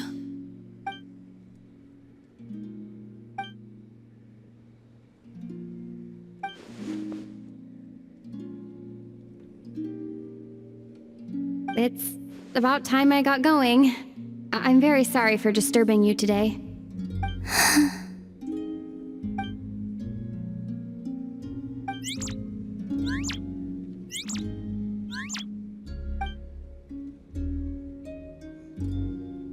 Columbina, that Kuhenki... Oh, you're leaving?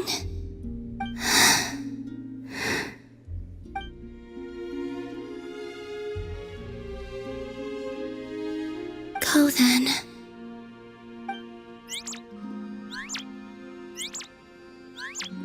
Goodbye. Take care. The moon can be treacherous.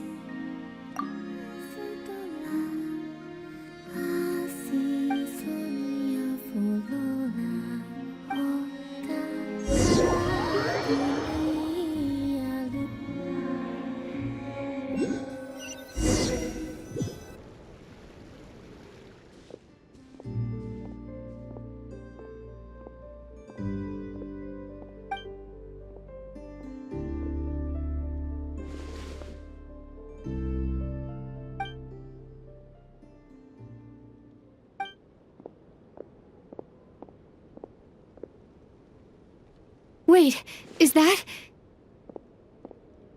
Ether?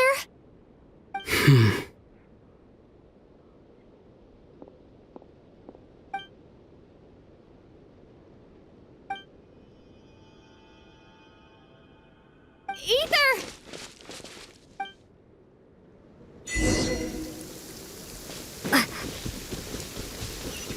Ether!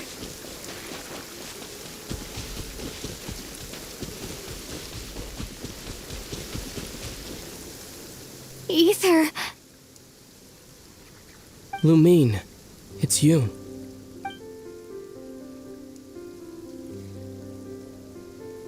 Why are you here on Hisi Island? If I told you I was here in search of the Frost Moon Scion's sacred relic, what would you think?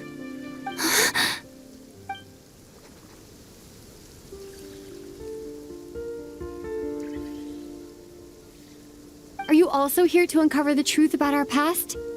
That's right. What happened to us in the past? How we came to Tevat? Why our spaceship crashed here? There are things I want to know too.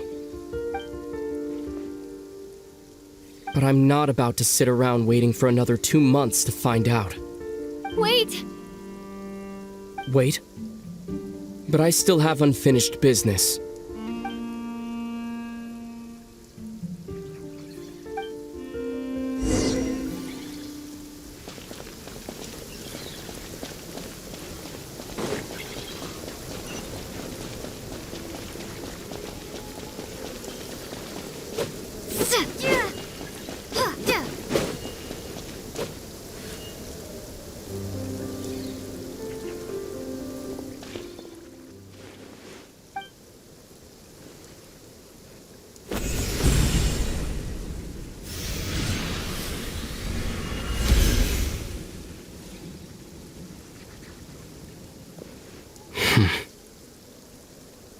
Hold on a second. What's wrong? That's the Frost Moon Scion's sacred relic. We can't just... Use it to get to the bottom of all this? We should at least get their permission. You barely even know her. Yet already you hold that moon chanter in such high trust. What do you mean? She told you that the seal can only be broken on Moon Prayer Night, when the flow of Kuvaki is at its peak, yes? You heard all that? Watch this. Huh? But... Get it now? She's been stalling for time.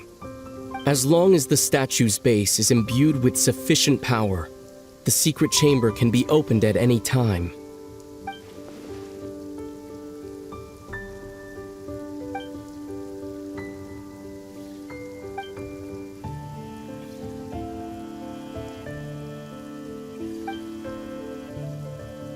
Is it such a sin when I don't put all my cards on the table for you, but not when someone else is doing it?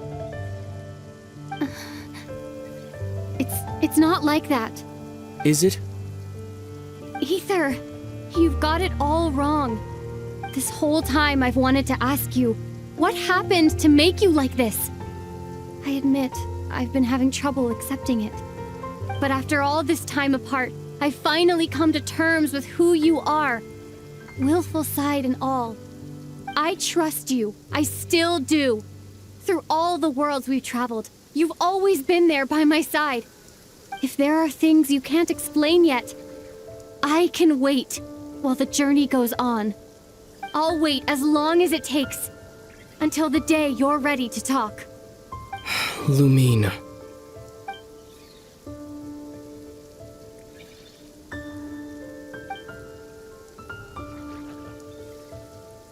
I'm not looking to borrow the moon marrow simply because of our past. It holds answers about the very origins of Tevat. I've always believed that if you want the truth, you have to see the whole story for yourself. I'm not asking you to trust me, Lumine. Just don't try and stop me. If this choice weighs on your heart, then let me go in alone. Forget this meeting ever took place. A bit late for that now. But maybe this is the chance I've been waiting for all along. even if it fades with the morning light. I want to go with you. You sure? Yeah. Then let's go.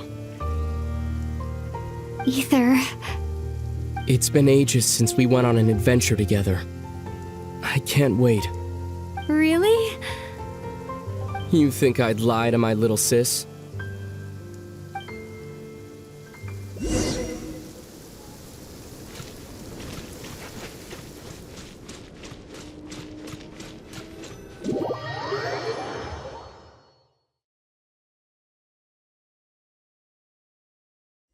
From what I understand, the path ahead is likely to be full of trials and challenges. A deterrence against intruders, and a test for those who truly seek entrance. Nah, I doubt the two of us will have any problems. I agree. Still, if we get separated, things could get tricky. Best we move together and watch each other's backs. Even the sound of your footsteps takes me right back. As a warrior, as a traveler, as my little sister. Looks like this is the first trial.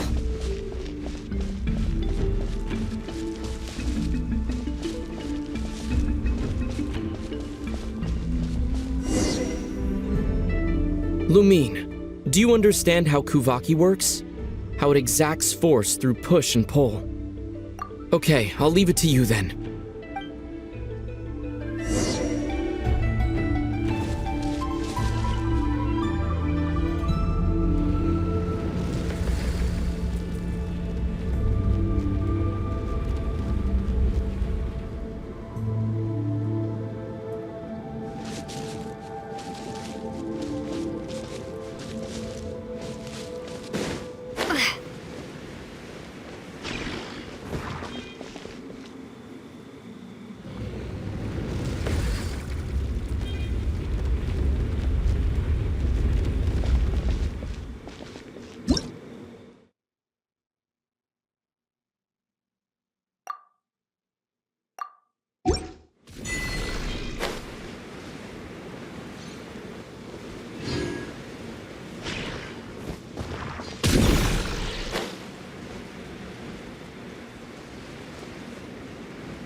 This should help Ether get across.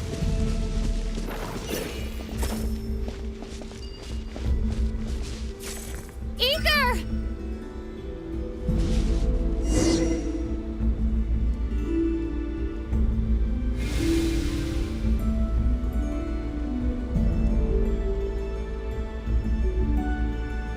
We make a pretty great team, huh? Just like the old days.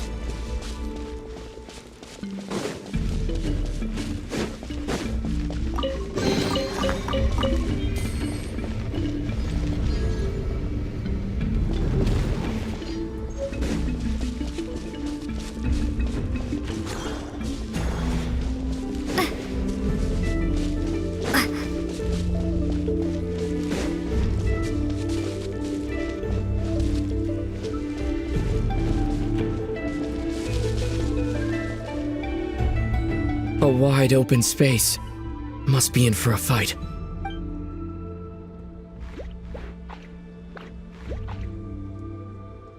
Was that it? What a letdown.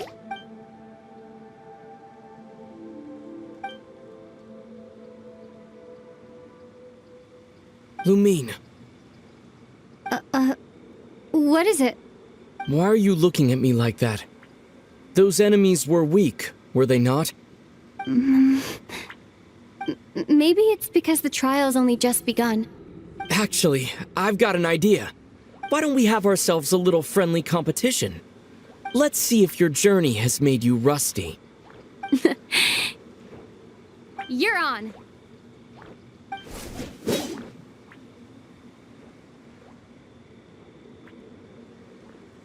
I won't lose to you, Ether. If memory serves, I used to come out on top more often than not.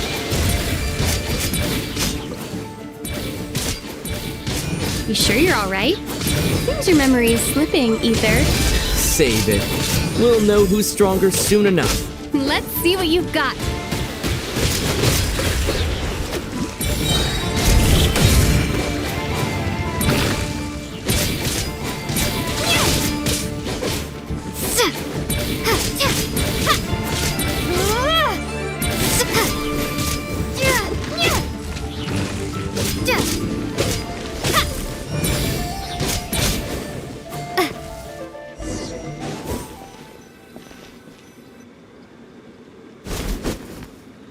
Fine, you win.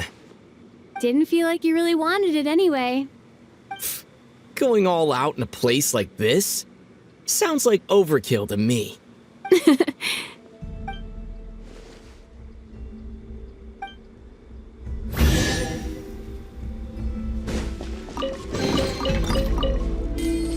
Let's keep moving.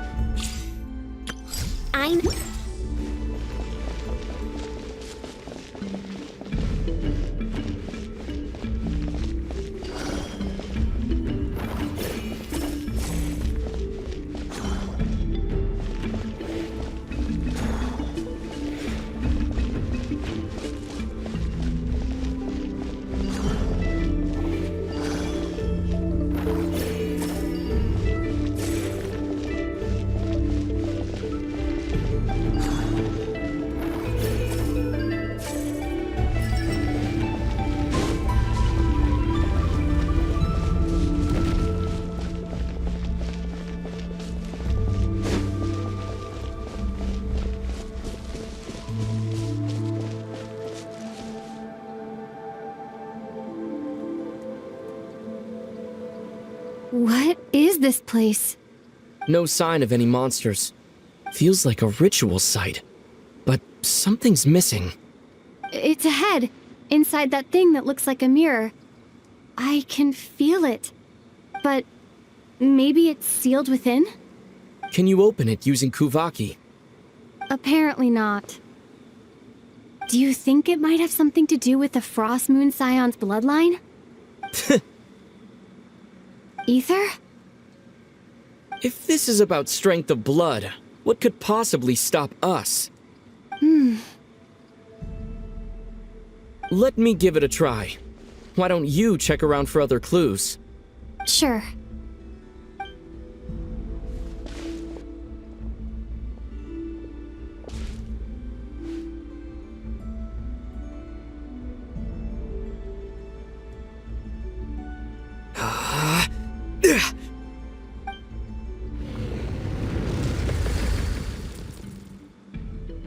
Found it.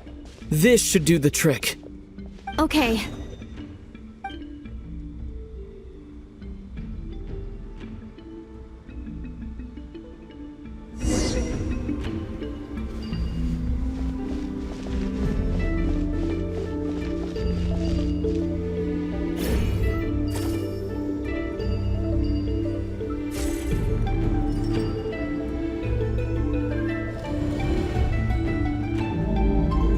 Yep, that got a reaction. That's one down.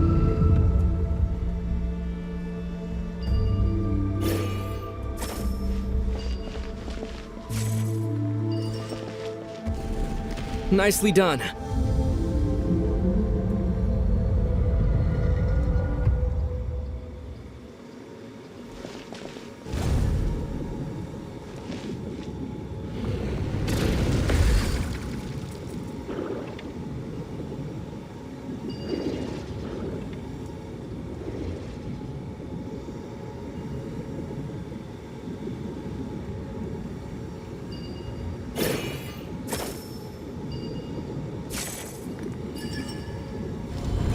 You've got this. One more to go.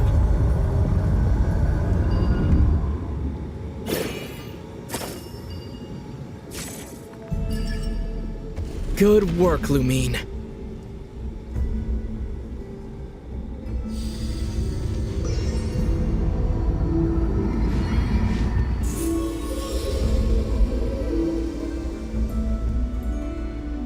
The door's open. Come, We must be close.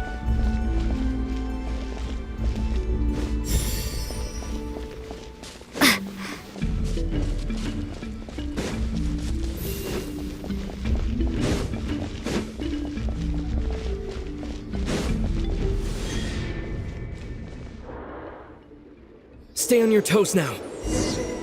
Have you considered that I might be the more experienced between us? Is that so?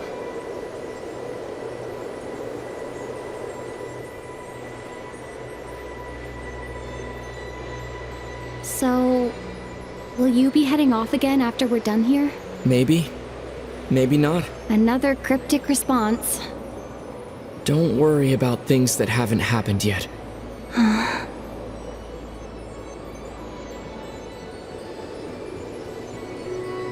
At the end of all this, what do you think we'll find? Whatever it is, we can handle it. What about the end of our journey? That's not something we need to worry about right now.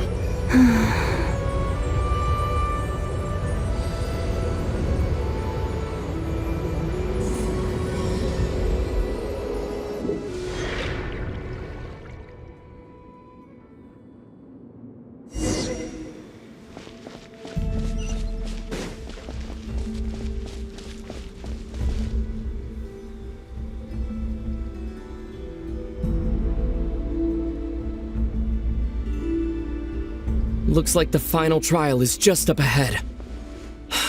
Ready for battle? When have I ever not been? What's wrong? Going on an adventure with you side by side, it's been so exciting. But at the same time, it just feels surreal, I guess. Maybe because it's been so long. You know, this is only the second time we fought together since the day we both woke up in Teyvat. Maybe that's it. Lumine, let the light of our blades come together once more, just like they did in the past. Ether. This is a night of miracles, an adventure that belongs to us. Let's not weigh it down with worries and regrets. This is our adventure.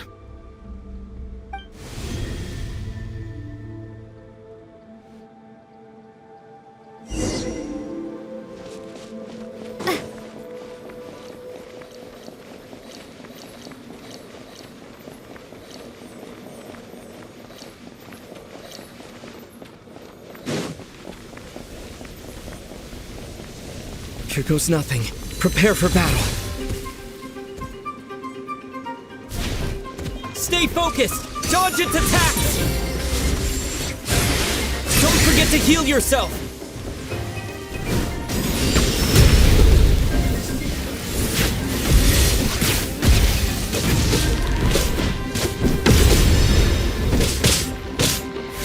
Now's our chance!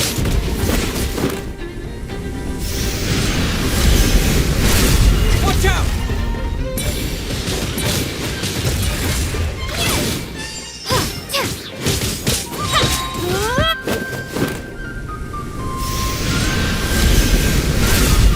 Time for the finishing blow!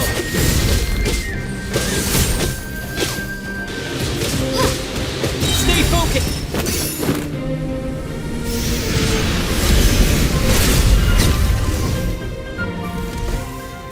It's over. Nicely done. Flawless execution. Couldn't have pulled it off without your backup. Not too shabby at all. As for what you were saying, yes, I should have come to see you earlier. Or at the very least. Spent more time with me, going on adventures like this? Something like that. Instead of just running off and expecting you to follow my trail. Wait a sec. That's not an official apology, is it? That goes without saying. Come on, time to claim the treasure we came for.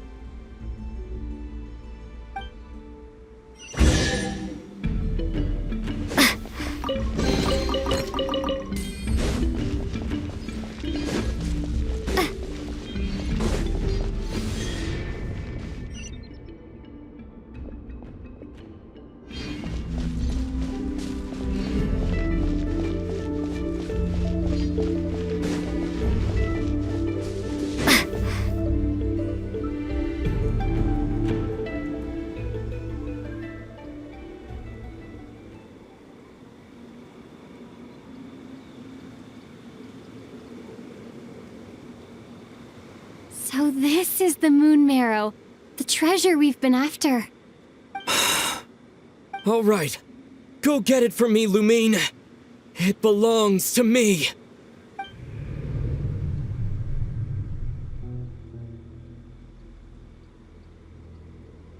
What's wrong, Lumine? After everything we've just been through, you still don't trust me? Don't you want to know the truth too? Just like I do? Rest assured, I'll share the truth with you afterwards. Now go, bring it to me.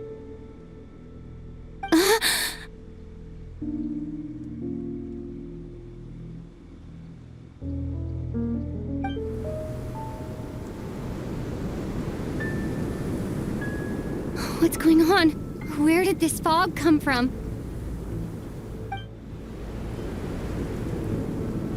Ether!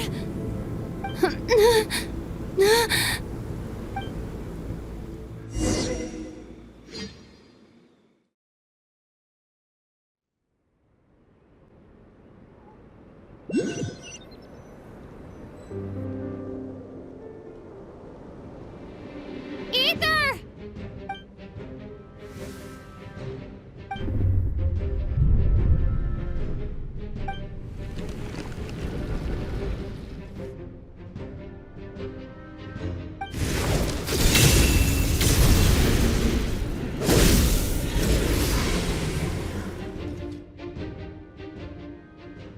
Ether! Huh? Huh? What are you doing here?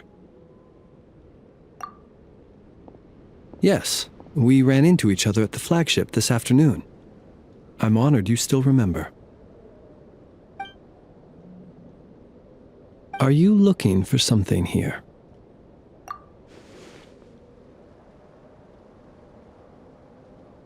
And you just happened to end up surrounded by the Wild Hunt. Sorry, I did not intend to come off as pointing fingers. Indeed, perhaps our courses of action do not differ so greatly. Not exactly. We Lightkeepers are accustomed to patrolling at night. A long-held tradition, you understand. I was just passing by when I noticed that the Wild Hunt had struck. So I simply did what I am duty-bound to do. As a matter of fact, I just saw someone leaving in quite the hurry. Was that your companion?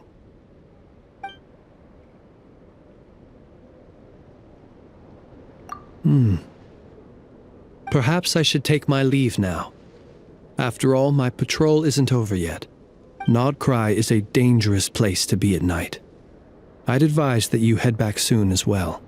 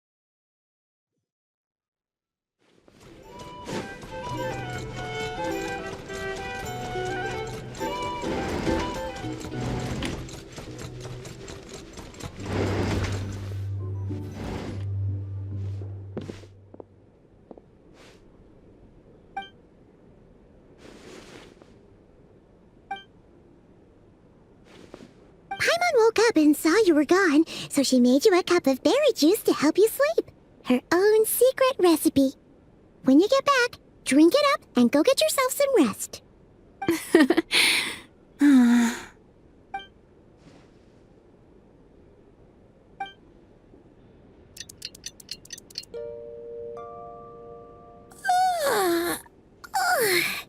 Good morning? If now still counts as morning. When did you get back last night? Did you sleep well? Good to hear. So, where'd you wander off to on your midnight stroll? Anything interesting to see in Krai at night? Oh, really? Come on, don't leave Paimon hanging. All alright. Guess we'll have to feed your stomach before we feed Paimon's curiosity. Let's go grab something to eat while we talk.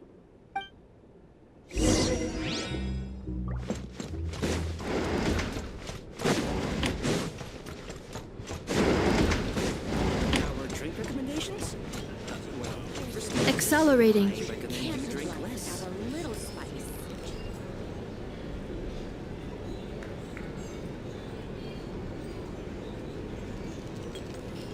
Phew!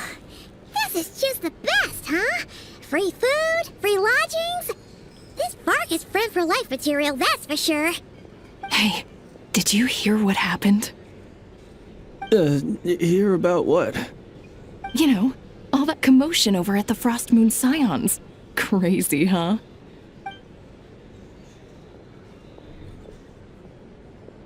Huh? What happened? See what I mean? Completely oblivious to what's going on around you. The sacred relic of theirs. It's been stolen. Hey,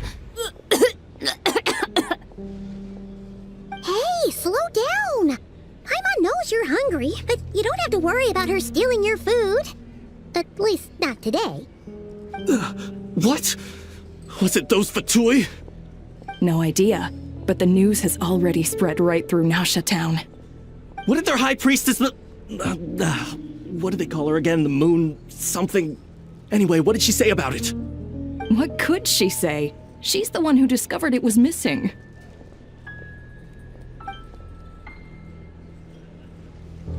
She was in Nasha Town first thing this morning, hoping to launch a joint investigation with the Voynich Guild.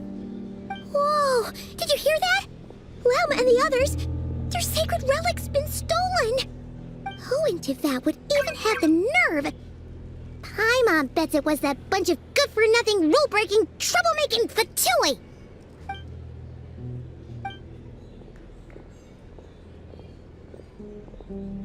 Huh?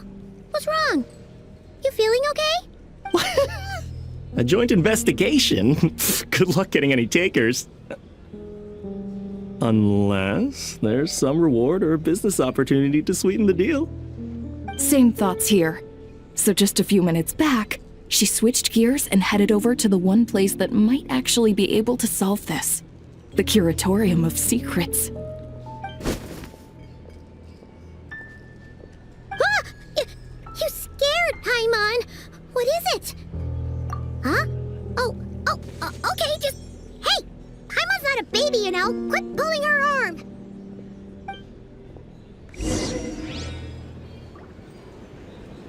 A drink?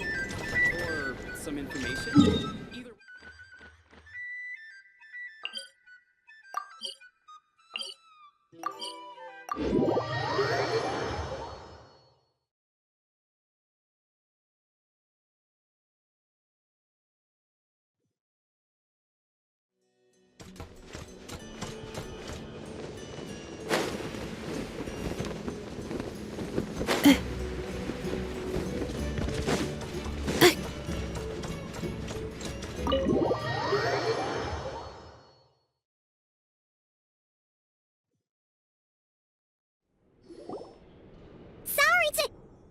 Huh? There's no one here. But didn't they just say Lauma came this way a few minutes ago? No one except for a cat watching over the front desk. Excuse meow? Are we supposed to check in here? No idea what that means. Is this Lauma's personal receptionist or something? Pretty sure she'd be the only person who could actually understand it.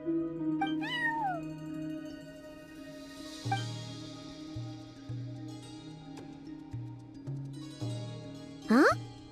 It's heading into that room! But why not?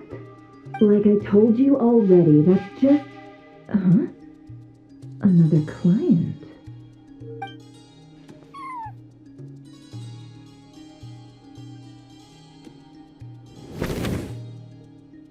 Ah! So, you were in this room the whole time? Something I can do for you? Traveler. Paimon. Oh, you're acquainted then? Yes, they visited Hisi Island yesterday. We had dinner together.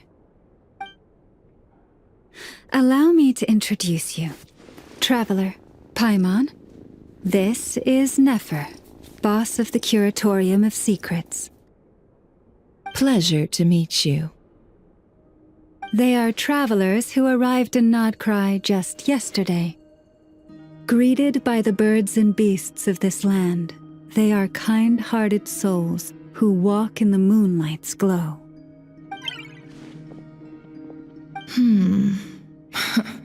Interesting. Thank you, Lauma, but you need not have introduced them. They are great heroes, renowned throughout the nations beyond our borders. Oh, really? Do not forget, I deal in information. Just because most people in Krai pay scant attention to foreign affairs, that does not mean the same goes for the Curatorium of Secrets. They're the heroes everyone was talking about before.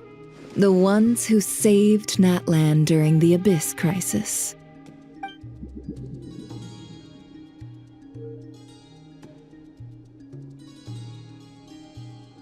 I see. We Frostmoon Scions seldom leave our domain, so I had not heard of your heroic deeds. Please, forgive my ignorance. It's no big deal. We were hoping to keep a low profile anyway. If we had to list all of our titles and good deeds, we'd be talking till sundown, and then some. Huh? What's wrong? Still not feeling great?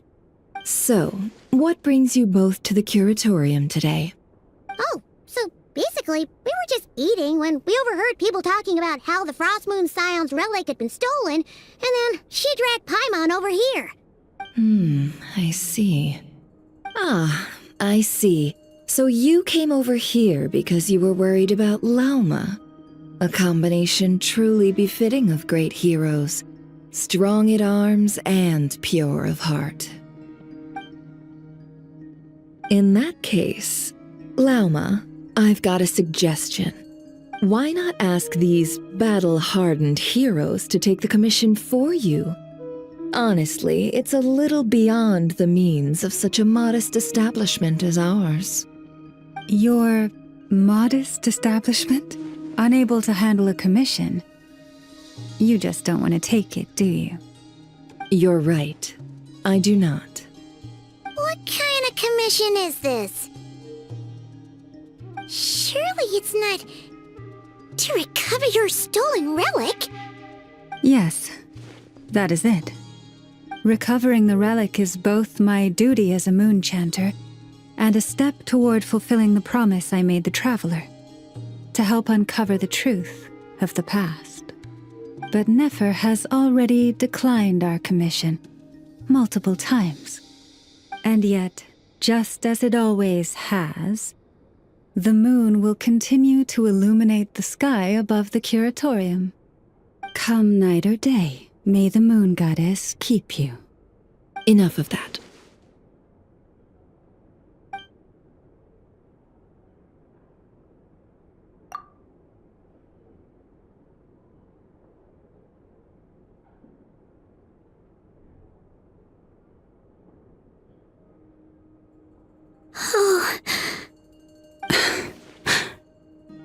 So, according to her, she never came into contact with the relic. So she suspects her brother may have taken it. I understand. The Frostmoon Scion's secret chamber has remained hidden from the world for generations. But the reason outsiders are forbidden entry is not only to prevent theft. Within the chamber lie ancient trials, challenges designed to test the worthiness of those who enter. To intrude without rightful cause is a most perilous act indeed. So please, don't be too hard on yourself. The fact that you made it through those trials proves your right to stand before the relic. To put it simply, the moon marrow itself has deemed you worthy. No. Your honesty tells me everything. You never sought to take the moon marrow for yourself. As for what happened at the end, I suspect the chamber's protection mechanism may have been activated. Among those who entered the final chamber, there was either someone with impure intent, or else an abyssal presence. The Abyss? Perhaps that's why, then. Either way, the moon marrow was taken. And I believe you. So the problem remains the same. I need to recover our relic. See? Didn't I tell you it would all work out in the end? But before everyone starts celebrating, forgive me for asking just one more thing. Are you absolutely sure your brother took the relic? What do you mean? Weren't they the only ones inside at the time? Who knows? Think about it. After your brother broke the seal with abyssal power, what was to stop someone else from following you in there? In theory, nothing.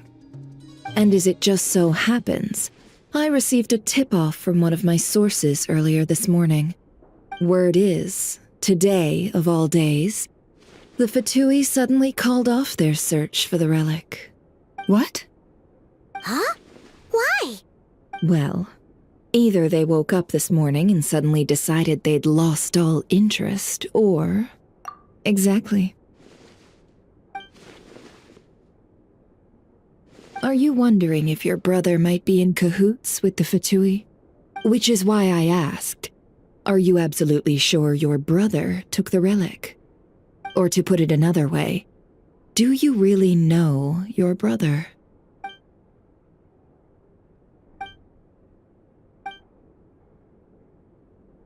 In other words, it's highly likely that the Fatui already have the moon marrow. So, basically, all we need to do is find our way into that Fatui research facility, and we should be able to get to the bottom of this, right? Congratulations, you've found your answer. Looks like the curatorium won't need to lift a finger this time. Well, Lauma, there we are. On behalf of our long-standing cooperation and the great hero by your side, I'll waive your consultation fee. But you're really not planning on helping us? I think I've helped more than enough already. If we're to stand any chance of infiltrating that facility, we'll need the help of a specialist. Just so you don't get the wrong idea, let me make myself crystal clear. The Curatorium of Secrets has always striven to abide by a policy of strict neutrality. We do not take sides with any faction in Krai. I cannot help the leader of the Frostmoon Scions sneak into a Fatui facility. That would make me their enemy. When one of their harbingers asked me to help them infiltrate your territory, I gave them the same answer. No. All right, I understand. But I do have one final request. I promise it's my last. It had better be. No matter who it is, I want you to help us persuade the next person who walks through that door to join us. What is she up to? You're that desperate for help? What if it's a member of the Fatui? It doesn't matter. You're welcome to tell them everything, even about our plans to infiltrate the Experimental Design Bureau. All I'm asking is for you to say one thing, just one thing to help persuade them. If you do that, I promise I won't ask you for anything else. Made up your mind? Fine. Fine, I'll play along with your little game. Besides, as long as I'm not personally involved, no one can accuse us of taking sides. I'm back!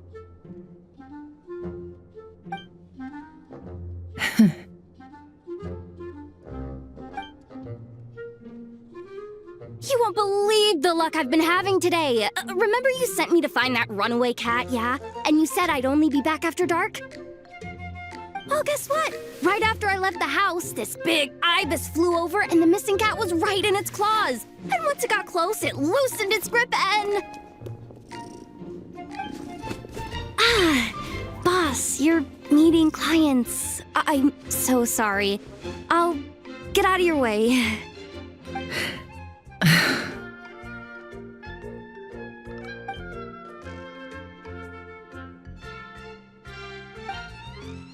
Yehoda, dear, come here. Huh? Me? Is something the matter? Oh, hi there.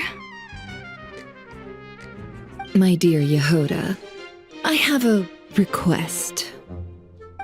Yikes! Why does the boss sound so scary? Did I do something wrong? Would you be so kind as to accompany these 3 delightful clients of ours and help them infiltrate the Fatui's Kuvaki Experimental Design Bureau? What is going on here? Boss usually just says things like, hey, go do this, or you, go take care of that. Why is she being so scarily polite? And wait a sec. The Fatui's research facility? That's basically a death sentence. Made your mind up yet, my dear?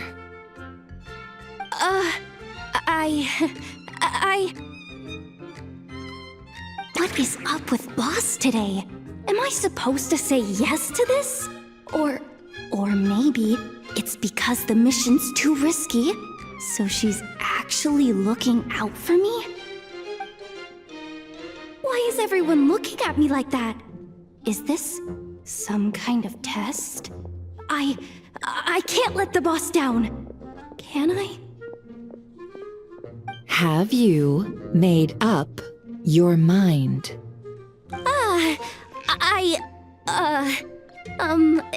That's... Sure, why not? Really? You really don't mind helping us? Huh? Oh, yes. I mean, no. Of course, I guess I do. Oh, thanks so much! We owe you big time! On behalf of the Frost Moon Scions, too, thank you, Yehoda, for your help. What the? Seriously? What just happened? Why does the boss look so fed up? Oh no. Was I supposed to turn them down? All that mentoring, time spent teaching her how to deal with different factions. In one ear and out the other. Never. You got what you wanted. You promised that was it. I know this goes against your principles. I won't forget the favor. Trying to get me to change my mind now? Of course not. I just wanted to say thank you. So, thank you. Yehoda, we'll leave the planning to you. Let's discuss the details elsewhere. Huh? Oh, okay. Oh, what have I gotten myself into? Oh, by the way, Yehoda, before you go... What is it, boss? You're fired. Huh? Effective immediately. As in, this exact moment. The curatorium will take you back, of course, but only once you've completed this commission for our 3 clients. What? Is there some issue? Well, here's the upside. Without me taking a cut from your commission, you'll earn more. Seriously? Can someone explain what's going on here?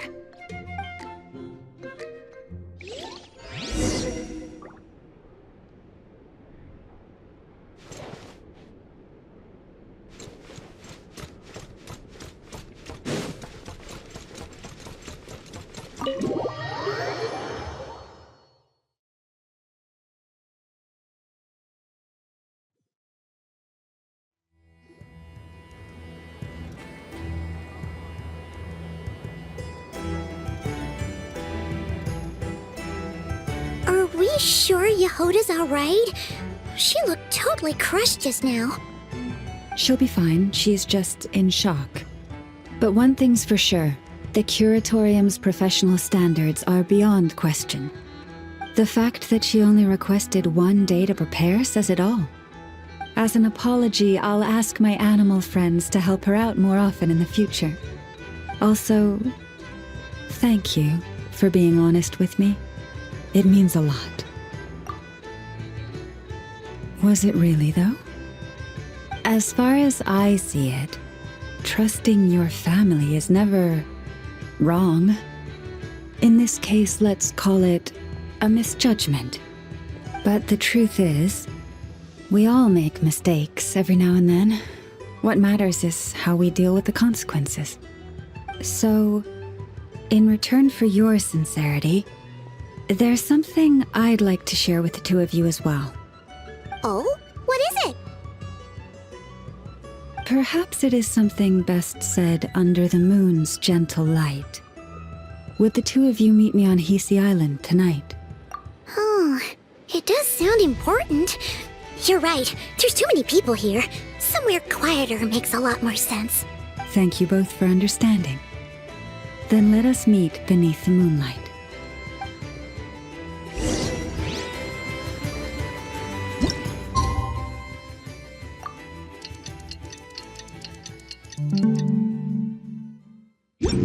It's about time, and the moon's already up.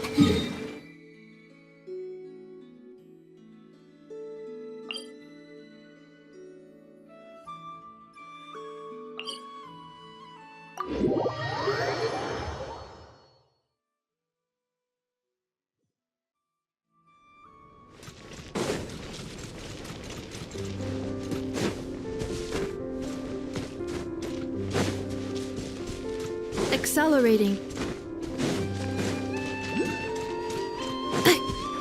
Accelerating.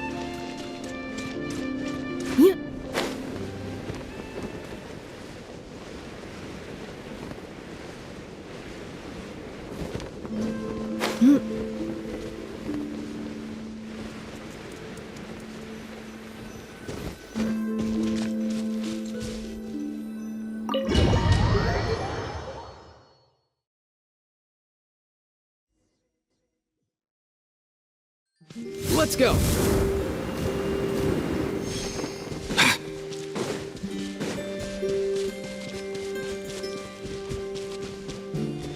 Mind the wind!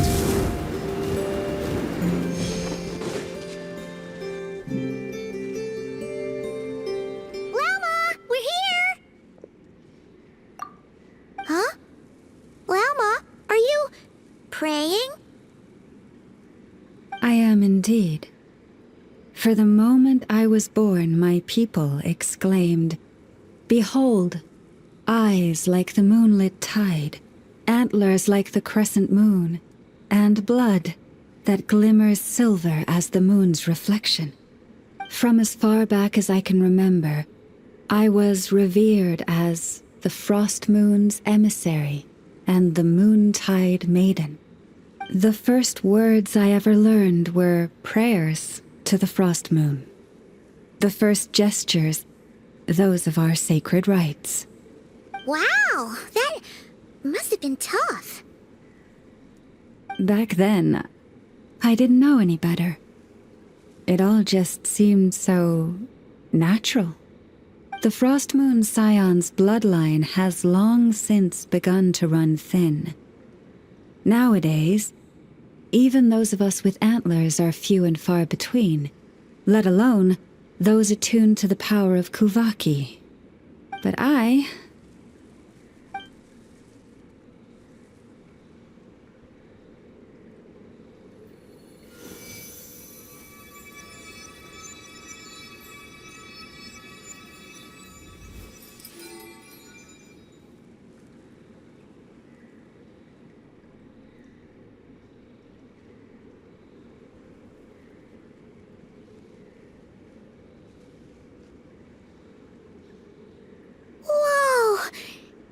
Antlers are so pretty.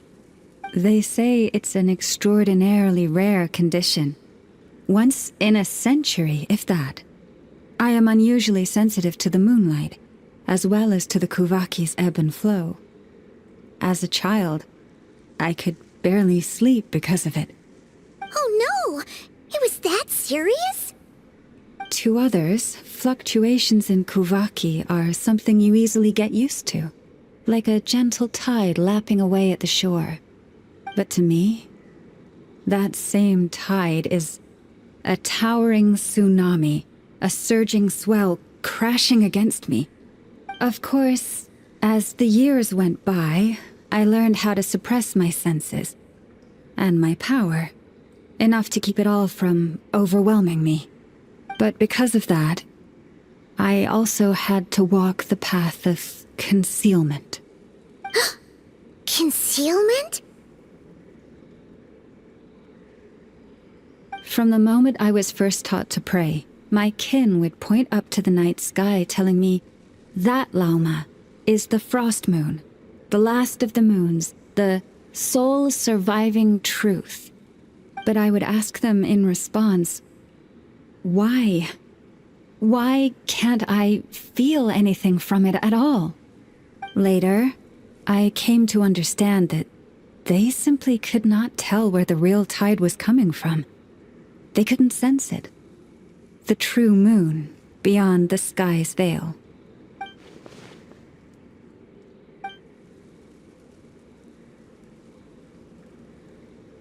The moon is false. I reached that conclusion long ago. But there was no one I could tell. Not a single soul. At least, not until now. Am I the one who's wrong? Is it the moon that is false, or my own senses? I asked myself such questions time and time again.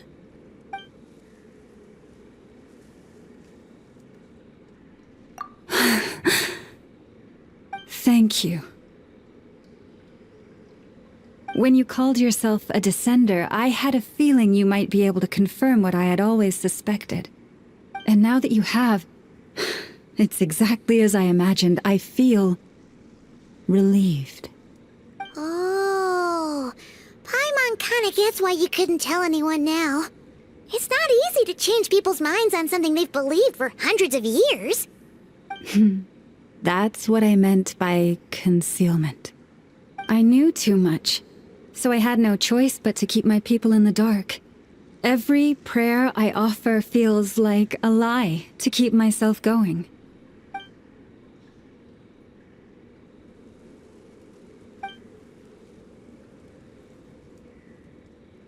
You've already met our Kutar, haven't you? Huh? When was that? And, more importantly, when were you planning on telling Paimon? Ah, no wonder. What did you think of her?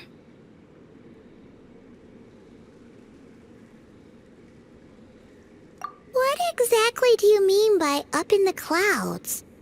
I understand what you mean. She is quite indifferent to the world outside herself.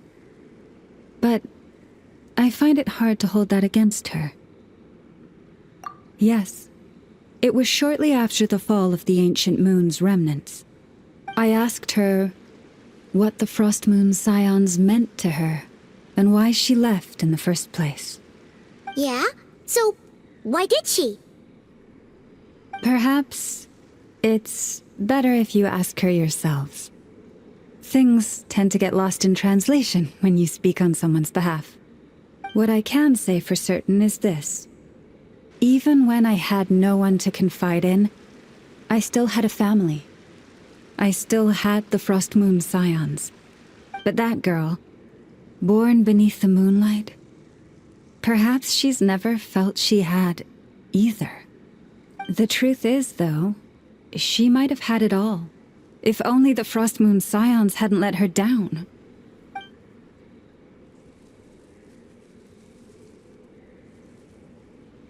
The Frost Moon Scions now walk a path of error. They offer their prayers to a false moon, and to a goddess who can no longer answer them. I want to change all that. But with the Fatui closing in on us day by day, the Frostmoon Scions must stand united, now more than ever. I just need to wait for the right moment. Lady Lauma! Lady Lauma! Cappy? Has Cardina's condition deteriorated again? Traveler, Paimon, we'll have to continue this conversation later. We'll come too!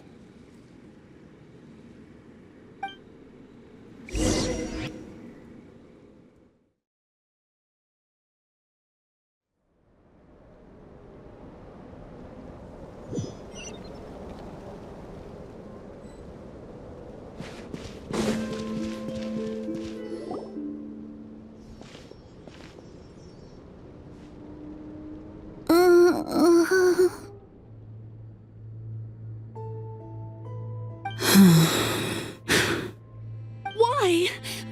Did I do something wrong? I've been praying to the moon goddess every day. Why isn't she getting any better?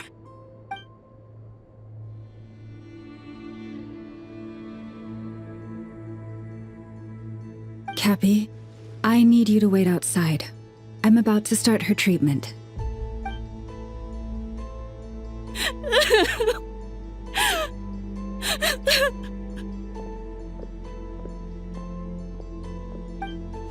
Is there anything we can do to help? Just don't be alarmed by what you're about to see. And please, don't let her mother see it.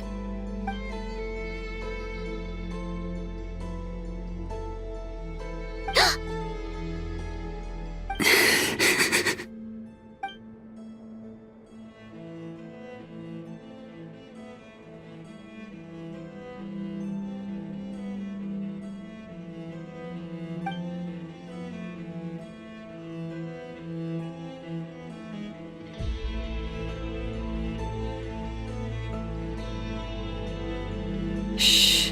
Please. Help me keep this a secret. She looks much better now. But, Lauma, was that? A medicine prescribed by a local doctor. For ordinary people, my blood has the power to counteract any adverse reactions to Kuvaki.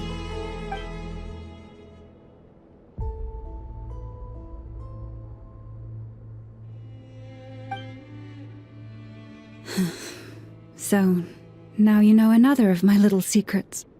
I had hoped to guide the Scions out of error before Karina's illness reached this stage, but clearly, I was too late.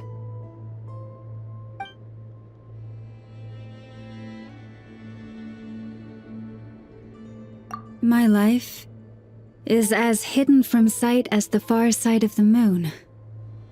Yet people only look to the bright side for guidance. If the day ever came when the two sides were reversed, could they truly accept it?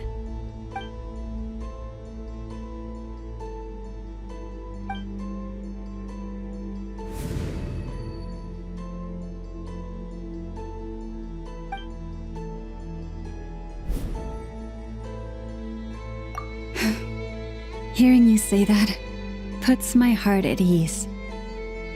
And if there's anything we can do to help the Frostmoon Scions, just let us know.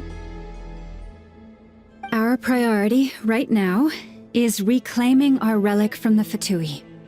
But I now understand that the day I will tell everyone the truth is no longer far off.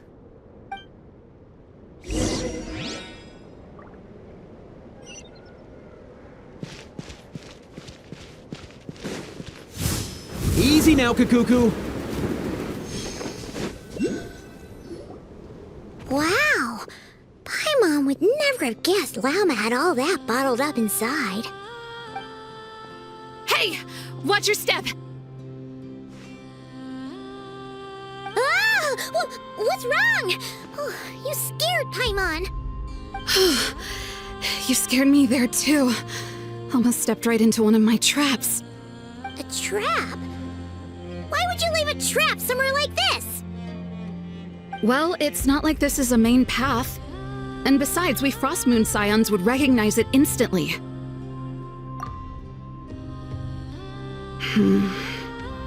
All right.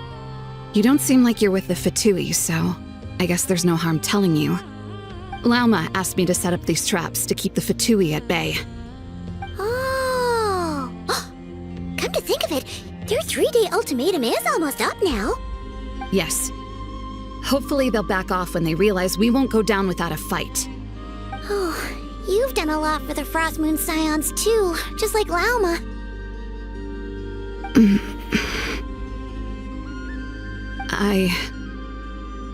Philomena?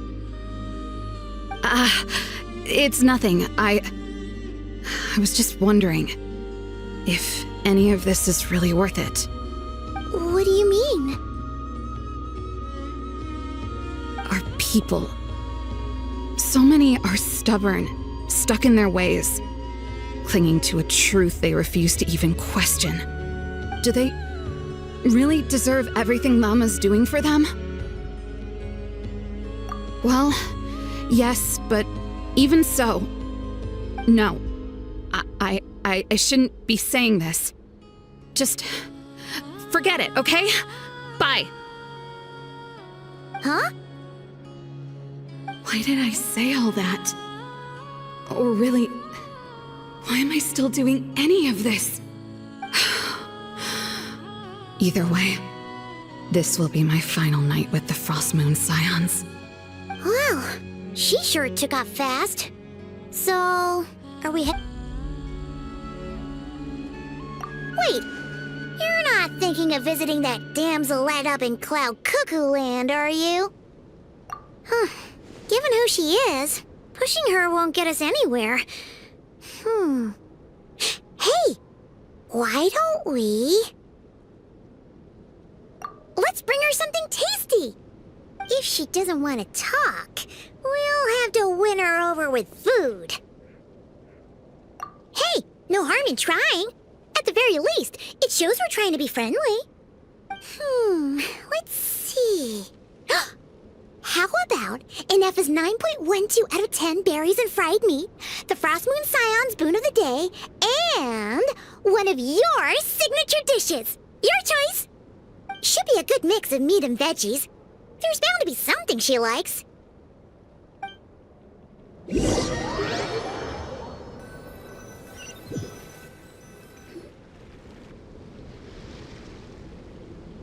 Alright, food's packed and ready.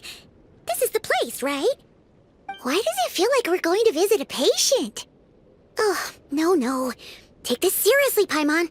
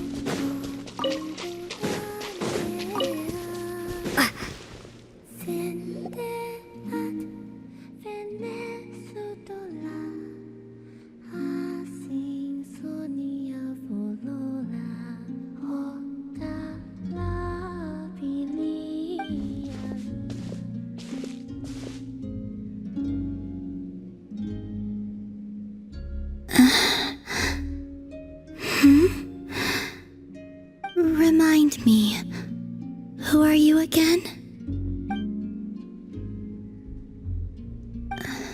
A different one floats by your side today. A different one? What's that even supposed to mean? Ugh, there goes Paimon's perfect conversation starter. Hi there! Paimon is Paimon, and this is the Traveler.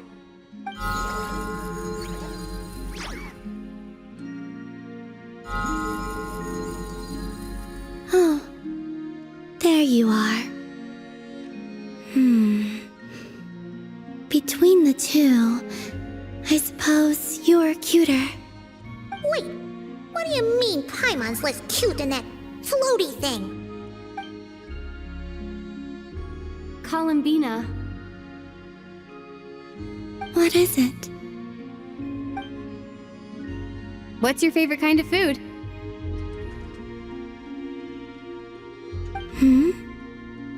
Is this a treat? Or an offering? Let's go with treat. Anyway, this is all the traveler's cooking, so please, help yourself.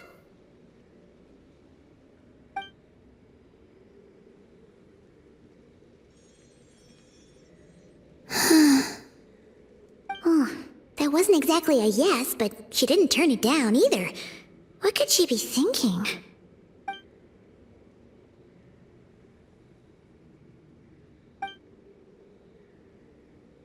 So, what do you want to ask? Hey, she's actually playing along! Quick, now's our shot. You know the moon in the sky isn't real, don't you? I know there is only one moon in the sky. It is simply that some can see it, and some cannot. What does it mean to you?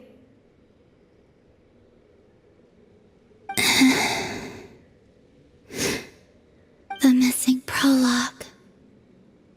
What?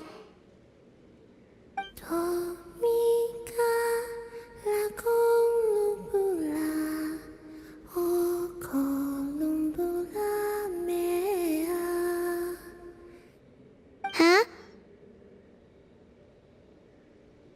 What does that mean? Isn't she going to explain herself? Can you tell me more about that melody? You were humming it last time too. It must be important to you.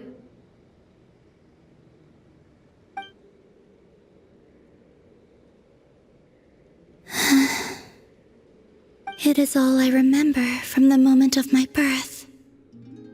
A melody. A few lines of lyrics. Like a lullaby from a foggy dream. Oh, so who was singing it? I do not know. I have nothing else. Just that song. Huh? And the Frost Moon Scions who found me. They had nothing either, but hope.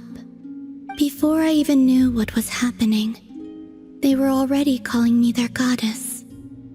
And I had no reason to decline. Like two lost infants unknowingly exchanged, I adopted their faith. And in return, they adopted me. But my adoption drops you into the story halfway through. What came before was scribbled onto the wrong pages, never even bound into the book. That sense of something missing only served to nurture their greed and doubt. And thus, I came to realize that this place was never truly my home.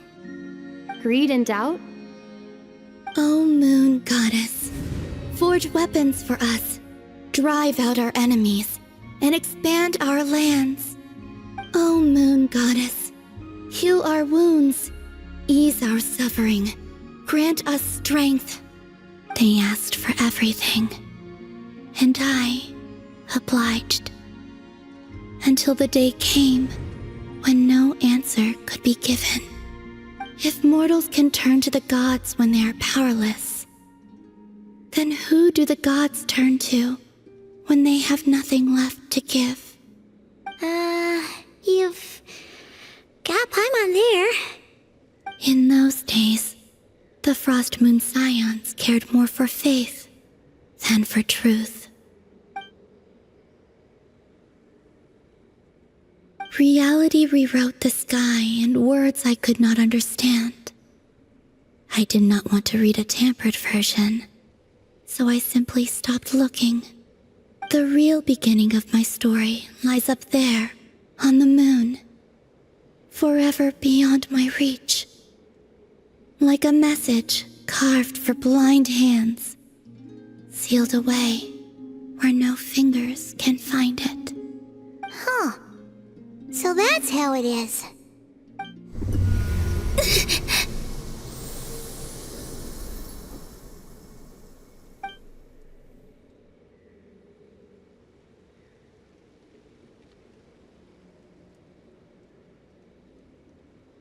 What's wrong?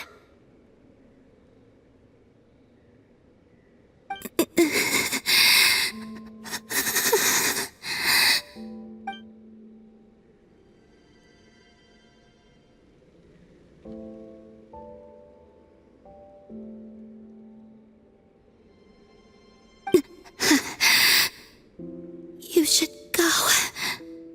What, now? But you really don't look well. Did something just happen? Is there anything we can do to help? No. Aside from answers, I have nothing else to give you in return. This is the price of running away from home a second time. Running away from home?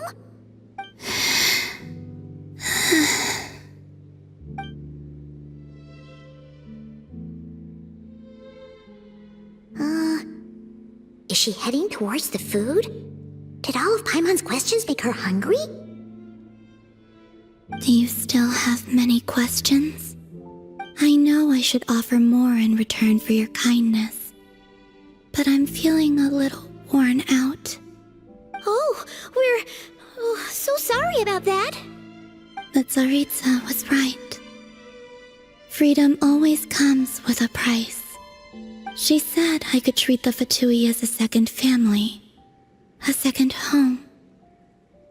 But in the end, they were no different. All they wanted in truth was my power as the moon goddess. I'd rather not dwell on such unhappy memories.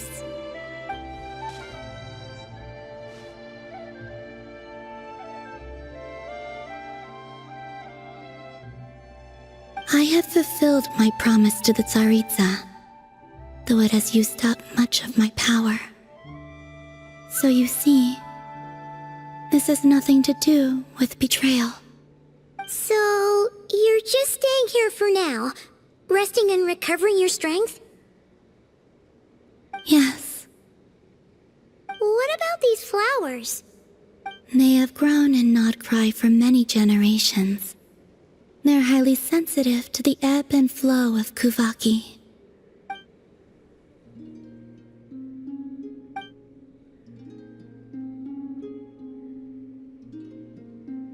At times, I thought about using that relic the Frost Moon Scions had hidden away. I could sense the power within it. But going out is such a hassle.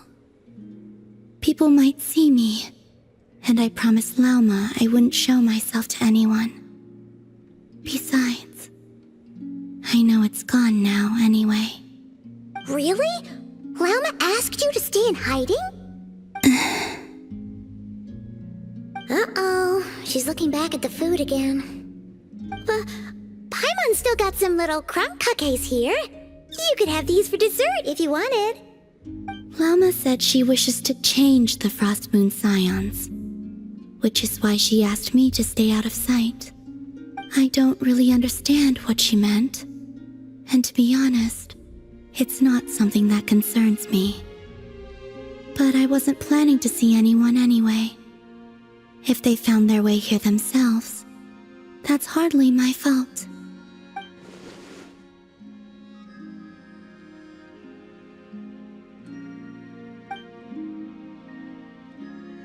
Lauma, the Maiden of the Grove. She is quite unlike any Frost Moon Scion I have ever met before. After hearing my story, she actually apologized for how the Frost Moon Scions treated me back then. She told us she feels like she's been living on the far side of the moon. Is that so? I actually got the opposite impression. She's been keeping her true power hidden away, afraid that people might be dazzled by its brilliance, and that they'd no longer be willing to look her way.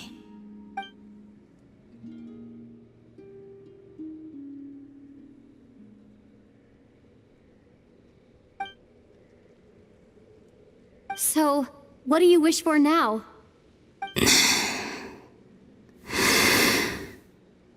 I wish to return to the moon, to the home where my story is written. Right now, that is all I wish for.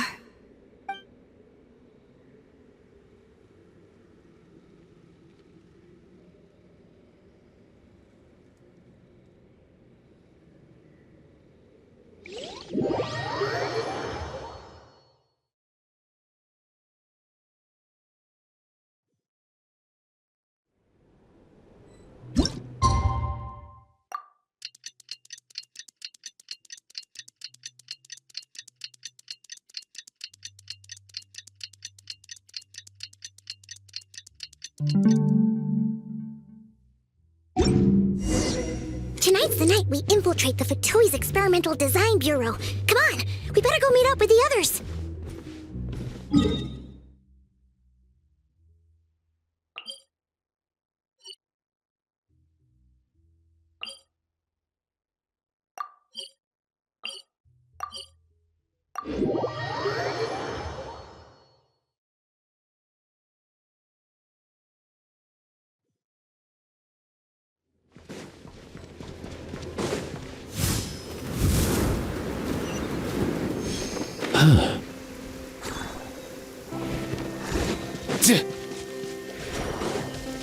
Watch out for when Kikuku shakes off. Let's go! Yeah.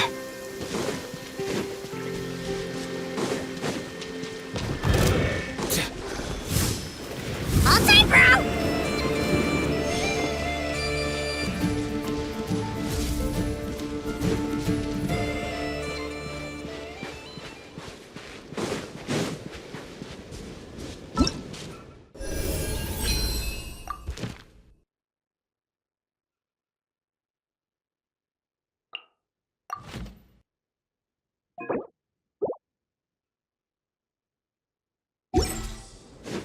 Mind the wind.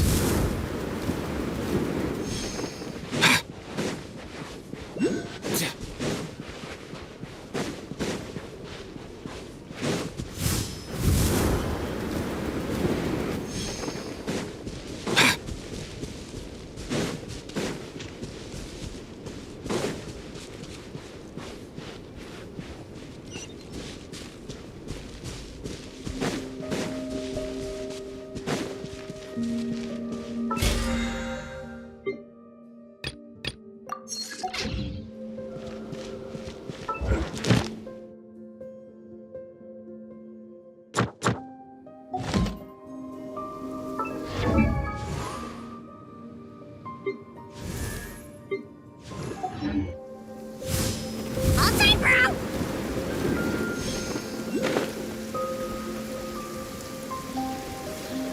Watch out for when Kikuku shakes off his feathers, or you'll get drenched. Although, actually, you're probably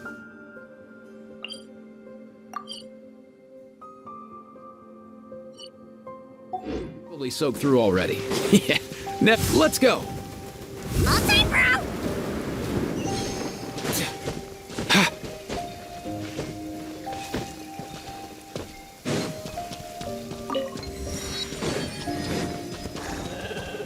Off and away!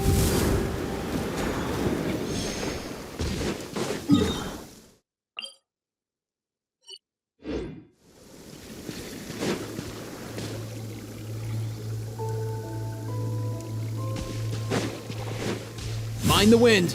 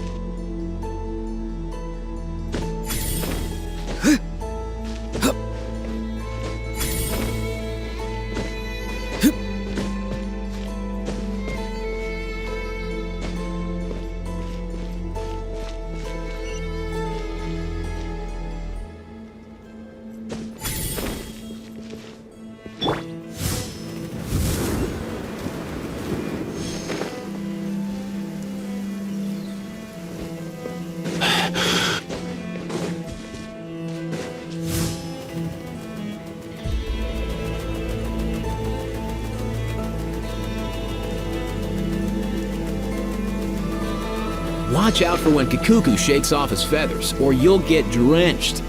Although, actually, you're probably soaked through already. Up and away! All tight, bro!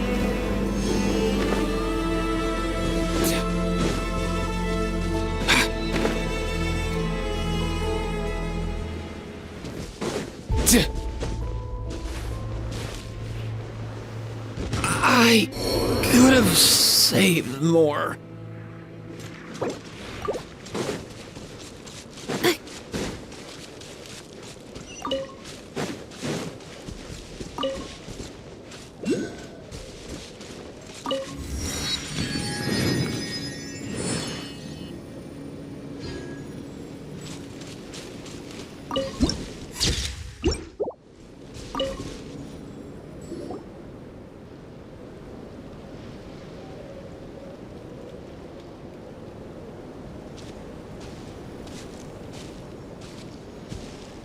Huh? How come you're here by yourself, Lauma? Where's Yehoda? I haven't seen her. Seriously? Don't tell Paimon she's ditched us on our first mission together. I don't believe so.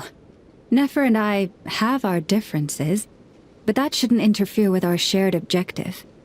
Recovering the relic is my duty. But as far as she's concerned, there's plenty to gain here too. In Nodkrai, it's common knowledge that the Curatorium has a nose for profit and opportunity.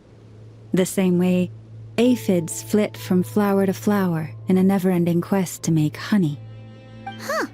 Sounds like you know her pretty well. Still, Yehoda sure is taking her sweet time.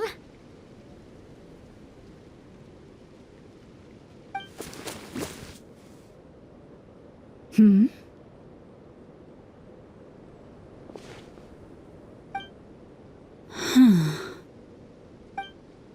I believe we may have misjudged and underestimated Miss Yehoda. Huh? What do you mean? As a former employee of the Curatorium, I'm confident that she possesses both professionalism and integrity in ample measure. Huh? Huh? What was that noise? The sound of a wavering conscience, perhaps? Ah! Whoa! Something just fell down. Hello, everybody! What kind of an entrance is that? Wait a second. Have you been hiding nearby this whole time? Yeah. I was just, scouting things out from up high. Darn it. How did Jane Doe even notice me up there? I can't believe I'd only realized I'd run out of smoke bombs this morning. What if something goes wrong inside? How am I supposed to make a quick getaway now? Thought I could just hang back and wait for the clients to get cold feet. But nope. Turns out they're all completely fearless. Don't they know how scary the Fatui are? Really sorry, everyone. Truth is, just as I was heading out this morning, I discovered I'd run out of a super important, completely essential, absolutely indispensable piece of equipment. So, what are we gonna do? Well, as I see it, there are two options. Plan A is we take a detour to Nasha Town to restock, though who knows if any shops will still be open this late. Plan B is we call it quits right here, disband the team, and I'll go home. My place is only like a 10-minute walk from here, so... Personally, I vote Plan B. Bada bing, bada boom! Maximum efficiency, minimal effort. Don't try to solve your problems by running away. Not a fan of either? Then I guess our only option is to fall back on Plan J. That's J for Yehoda, by the way. Why didn't you just tell us that was an option in the first place? come on. That would have totally ruined the surprise. Boss pulls this trick all the time, and it's always the clueless ones who end up praising her to the skies. Feels like he just threw shade at a whole lot of people. I have faith in your professionalism, Yehuda. You don't need those flashy tricks. Your abilities alone are more than enough to earn our respect. Huh. This Jane Doe sure has an eye for talent. Speaking of which, maybe it's time I started calling her something nicer? You really mean that, Jane? Lauma Doe? I do. I'll tell you what, it's not every day you get to work alongside such considerate clients. I have a feeling we're gonna make a great team. Plan J is this. We find our way in through the freight access on the facility's east side. It's tucked away from view, and security's lighter at night. I've prepared some special gadgets too, so we should be ready for anything. If we want this to go without a hitch, we'll need to work together every step of the way. So everyone, stick close behind me. Now that finally sounds like a real pro talking. Hey, you saying I didn't before? Kinda, yeah. You... Never mind. A top-tier treasure hunter like me never lets the naysayers get to her. All right, let's go over what we agreed on yesterday. The goal of infiltrating the Kuvaki Experimental Design Bureau is to locate and, if possible, recover the relic that the Fatui stole. We also need to figure out why they built the facility in the first place. I'm worried that they've set their sights on the ancient moon's remnants on Hisi Island too. Well, now that we've got a plan, time to get this show on the road.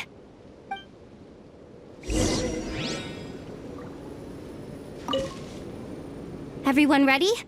Yeah? Then, all right then. Let's get this job done.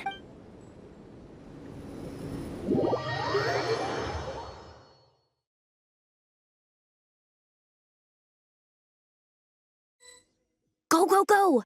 But make sure you stick to the side.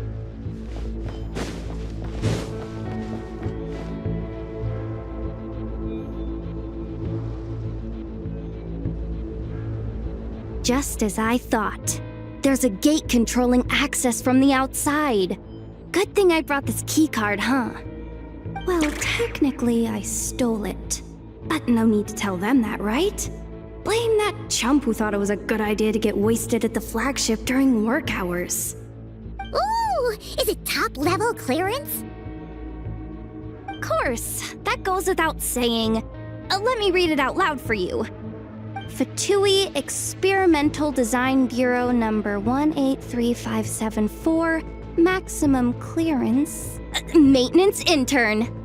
That doesn't sound very top-level to Paimon. Never underestimate interns. Even the most legendary of thieves started out as rookie pickpockets, you know? Besides, if it wasn't for this person's selfless generosity, we wouldn't be able to just waltz in like this, would we? Feels like you're trying really hard to change the subject. Allow me to teach you the first rule of treasure hunting. First and foremost, use every resource at your disposal.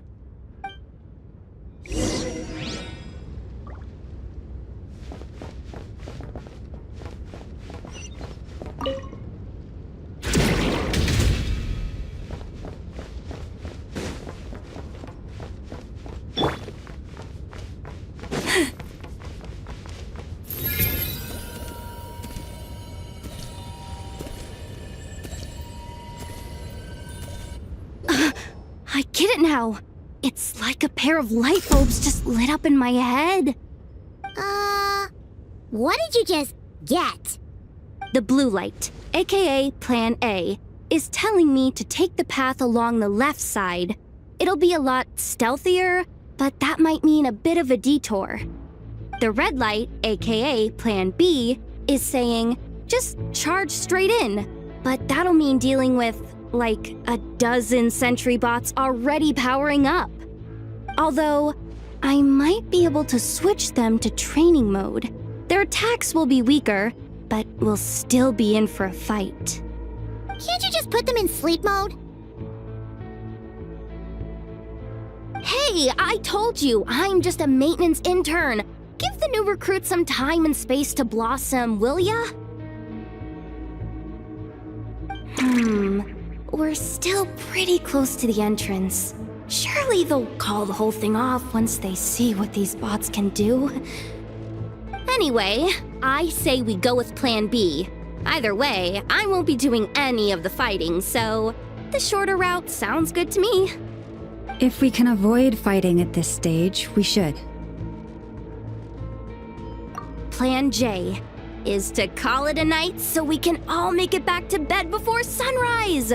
After all, the deeper we go, the more dangerous this is gonna get. So we might as well give up while we still can. Well, all right then. Just don't forget, whatever you do, don't let those recon bots spot you. Let's see. No kidding. Anefa told me about something like this before. I can't believe that dumb robot actually helped me out for once. All you gotta do is this, and the recon bots will be reassigned to another position. That way, when it's time to move forward, the path will be clear. Which reminds me, it's about time I taught you the third rule of treasure hunting. Go with the flow. What about the second one? You skipped that one. Huh? Did I? Oh geez, must have gotten them muddled again. I mean, the second rule is exactly the same as the first. Guess that's what you meant by going with the flow, huh?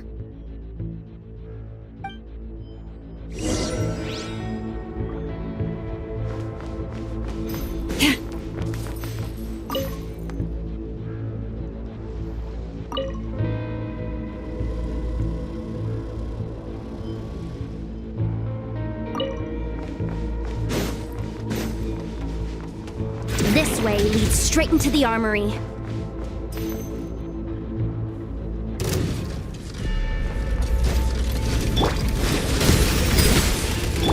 You poor lost lamb.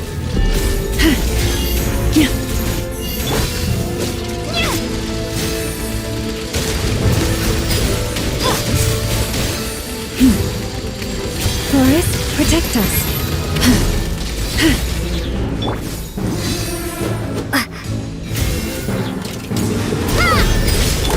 Oh, Forest, take my broken crown.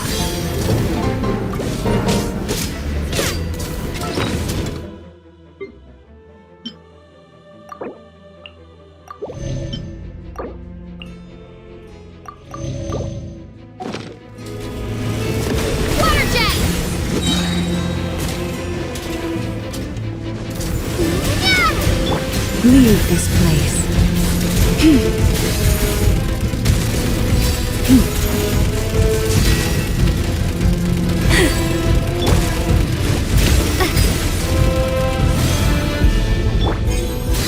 Forest, protect us.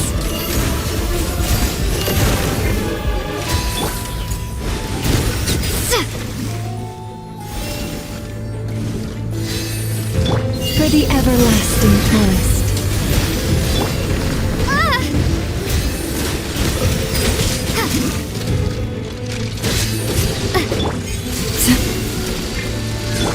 Bombs away!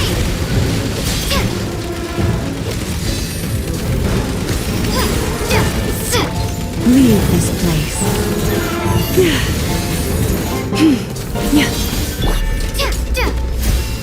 By the frost moon of old.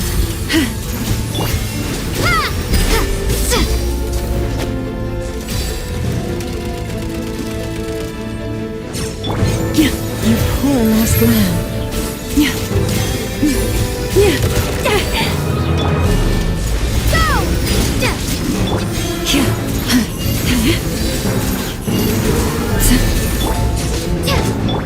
Forest, protect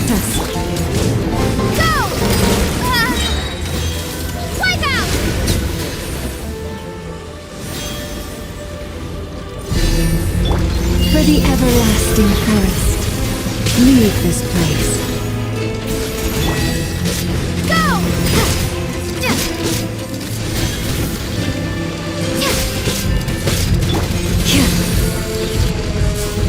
Forest, protect us.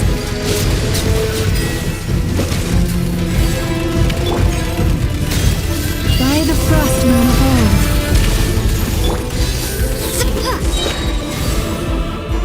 Bombs away!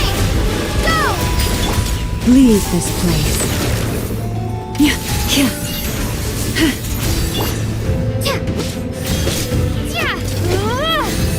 With one heart, we pray. Forest, protect us. A grave transgression.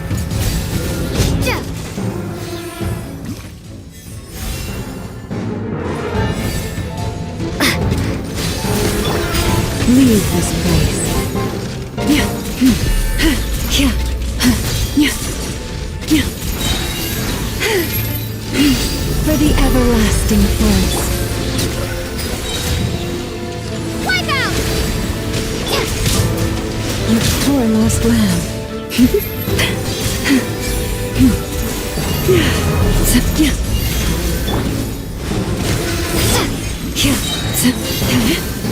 With one heart, we pray.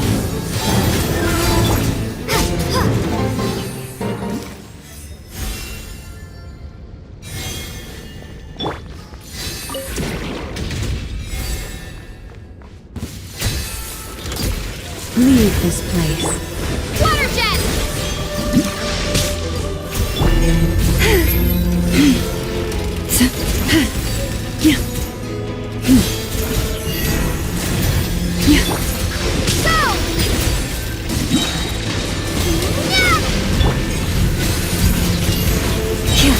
For the everlasting forest. Forest?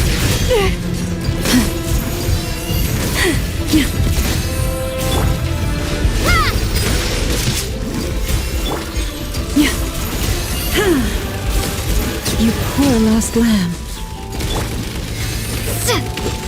Go! With one heart, we pray. Leave this place. Bombs away!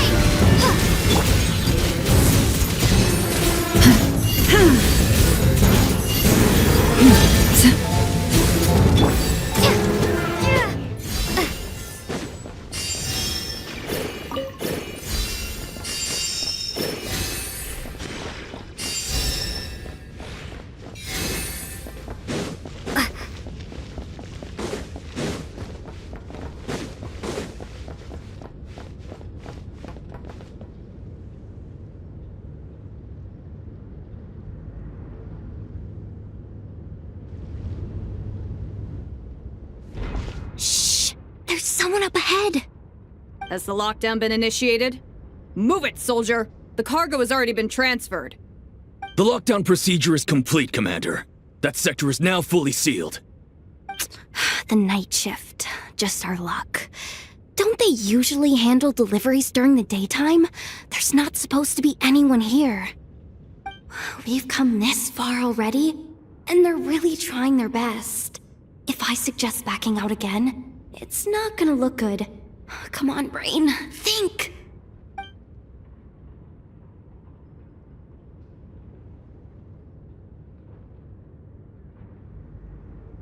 Got it! The freight shaft to the upper levels. We might have a shot there. Let me see. Huh? The recon bot in the middle's not responding? A double lock failsafe? We've been outfoxed. Stay calm. Stay calm. One step at a time. Let's just find a way across first.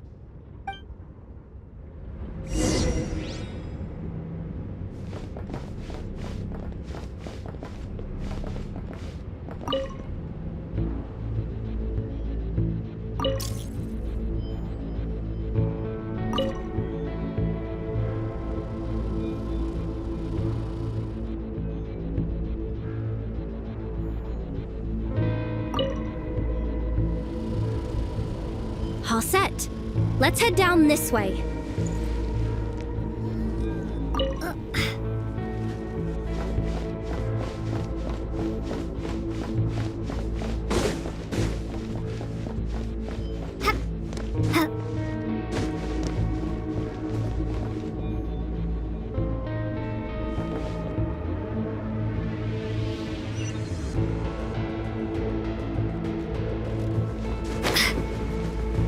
Hey! Another control terminal!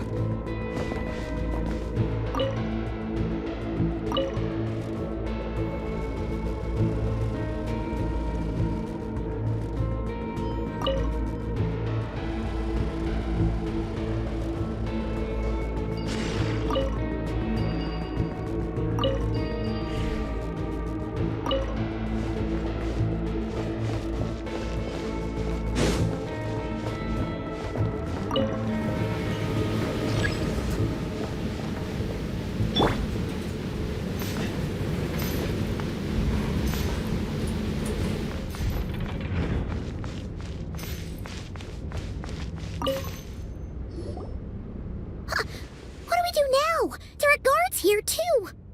Don't worry. Bots are way easier to deal with than people. At least their behavior is predictable. First, let's find a safe spot to land. Good. That spot shouldn't draw their attention. Let's go. Let me just try something. Maybe I can use the terminal to command them to move out of our way. Security verification? With 10 questions? Are you kidding me? You really trust me that much? Fine. I'll do my best. But just to be clear, if I can't answer a question, I'm backing straight out of the terminal. No way I'm risking triggering any sort of alarm. Come on, Yehoda. You can't give up now. Question 1. What is our motto? Oh, I know this one.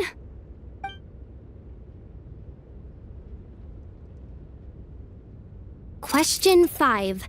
The name of the harbinger in charge of this facility.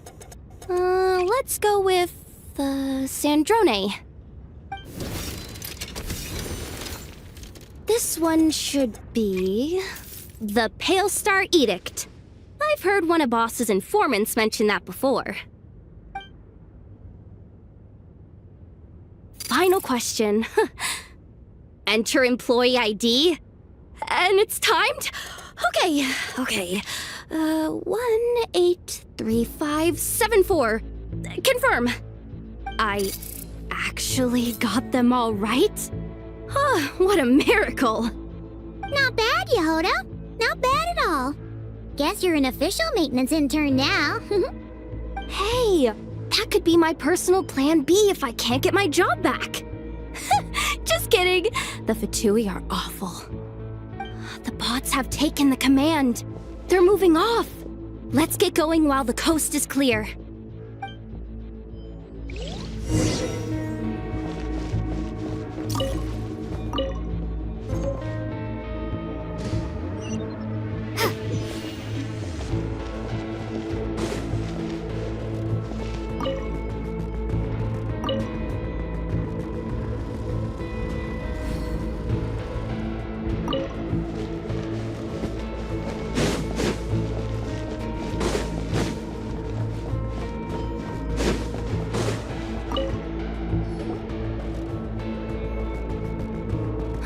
Didn't think they'd even cut off the supply of Kuvaki.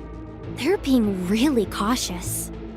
If we can somehow divert some emergency power into the system, we might be able to force boot this thing. What do you mean by force boot? How do I explain this? It's like dumping a whole bucket of water into an empty pool, so that the little ducky gets to swim around again. You should probably just ask Aino instead. So, We just need to find that bucket of water, right? Paimon thought your explanation was great. Kinda adorable. In a childish sort of way. Hey, you could have just skipped that last part. Here, bucket, bucket, bucket. Where are you hiding? Judging from the concentration of Kuvaki, over there. Wow, you can sense that, Laumado? That's incredible.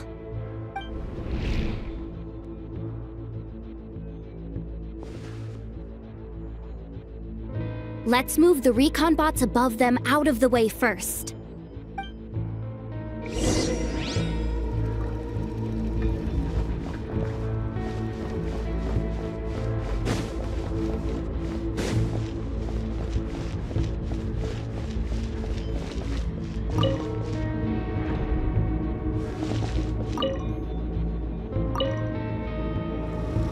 All right, that should keep the alarm from going off.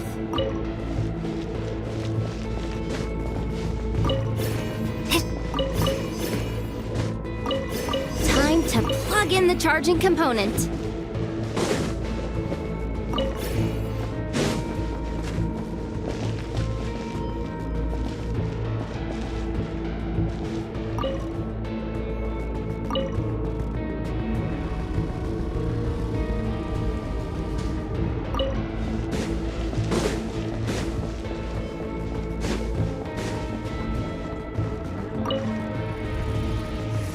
Running at last.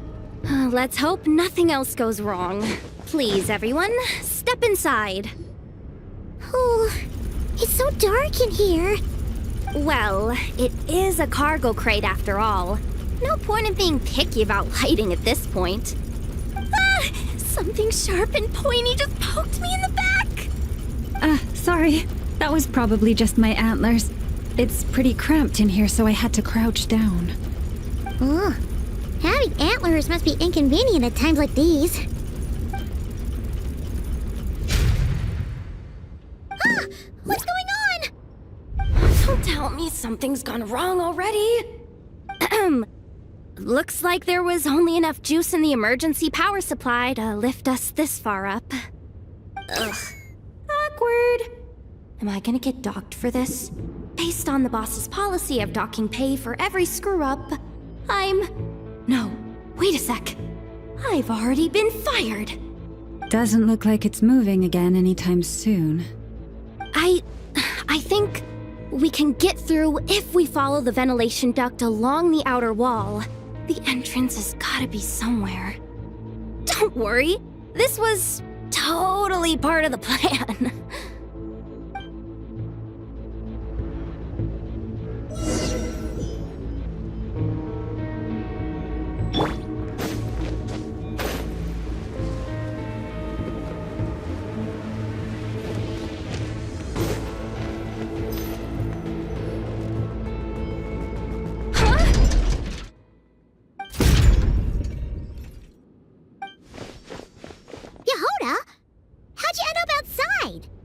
Looks like she slipped out at the very last second, just before the gate shut. Impressive reflexes, I must say. Though I'd expect nothing less from a former employee of the Curatorium. I'm so sorry. That was pure survival instinct. I didn't mean to ditch you. Anyway, you guys just stay where you are. I'll figure something out.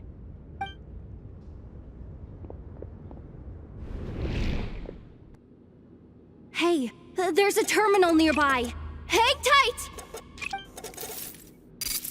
Can you hear me now? The duct security protocol has been triggered. The gate must have dropped when it detected a living presence. Wait, so we're trapped in here? I'm checking what I can do from this end. Watch out for the laser up ahead. What laser?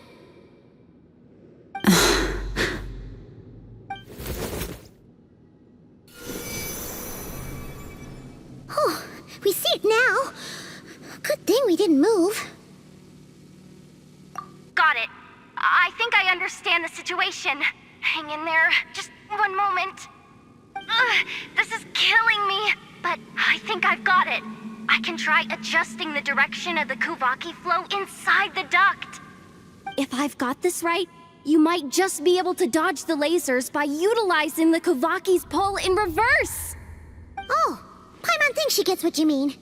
But I can't see where you are from here, so I'll need your constant input. Just tell me what to do. I'll follow your lead.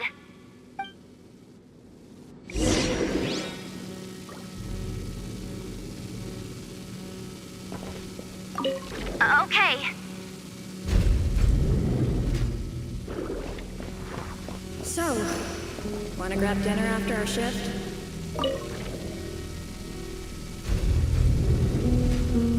How about the flagship? Too far. And besides, we're not exactly in with the locals. Like this, right? Then how about the staff cafeteria? Brimming with bright ideas, aren't we?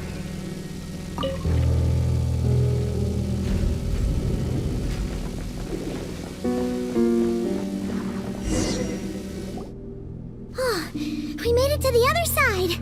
And all thanks to Yehoda. Well, but the gate hasn't opened. How's she gonna meet up with us?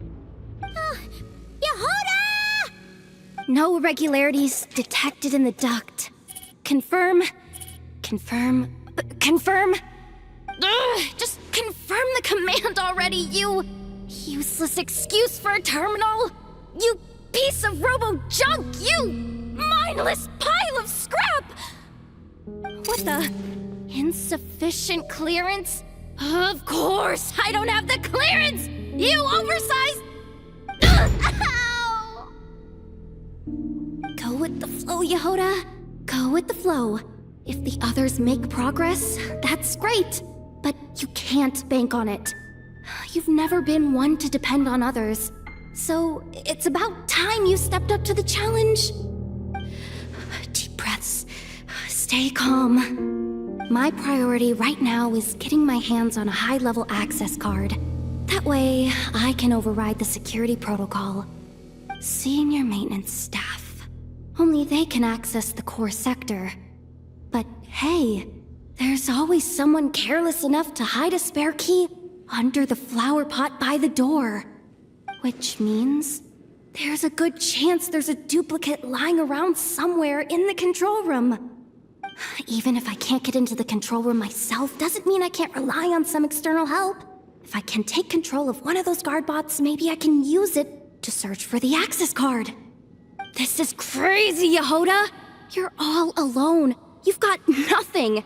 And yet, you're charging ahead like fear's a foreign concept. Maybe that's exactly why. 'Cause I've got nothing left to lose! Confirm! Am I a genius? Whoa, this feed's super clear. Oh, this is gonna be a piece of cake. Wait a second. Oh, this thing's not a guard bot. It's a janitor bot.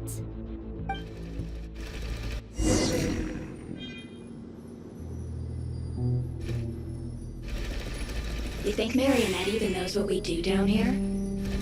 She seems to spend all day either holed up in her lab or out doing the rounds. It's still a mess over there. Go clean it up. Why? Planning to skim a little off the top? No, nothing like that. Just wondering if anyone would actually notice if we didn't show up from time to time.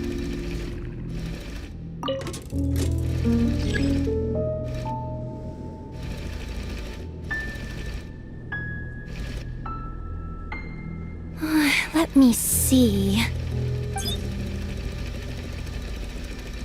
Ah, there it is! Hey! Why'd you stop? You haven't finished sweeping that corner. But, I can see the card from here. Ugh, guess I have no choice but to swallow my pride and stay in character for now. Sweep up the crumbs by my feet. Yeah, good luck with that. What are you gonna do when they ask for a progress report?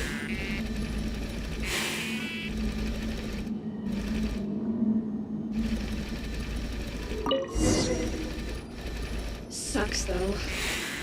Finally sent somewhere warmer than Snezhnaya. Yet we barely get to see the outside world. Gotten rid of the dust behind the door yet? Come on. Where's that bot passage when you need it? There! Oh, the terminal's just ahead.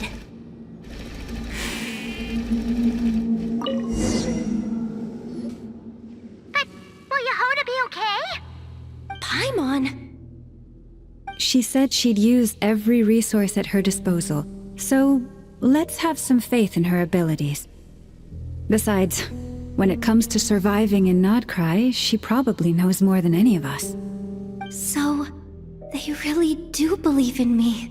But how long are we gonna have to stay here? Paimon doesn't want to get caught by the Fatui either. Does Paimon mean the two Fatui in that room? Let me see if there's a way to distract them. Wait, did you hear that? Huh? The alarm? What's going on? Let's go check it out.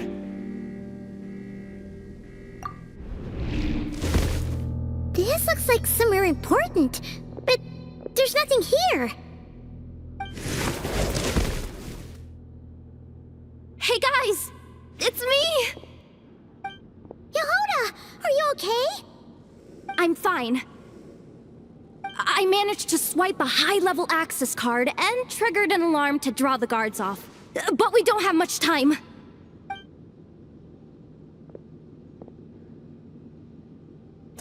All right, looks like we can control the elevator. Come on, hop in. Let's take it further down.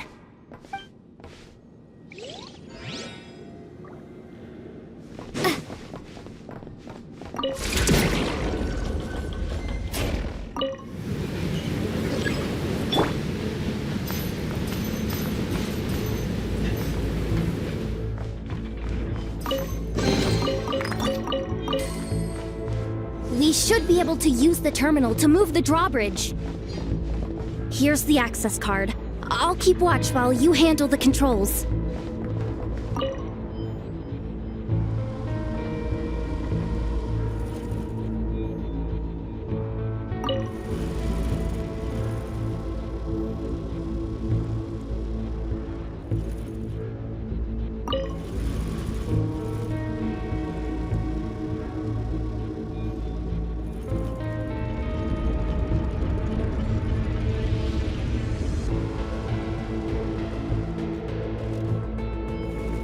All done. Let's keep moving.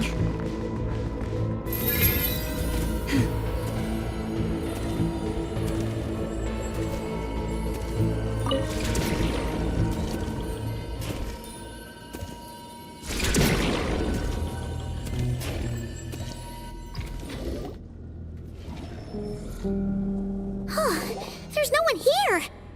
That's good news for us. Let's head inside.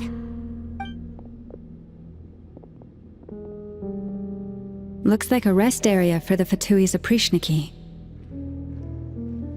Huh? The terminal's still on? Huh.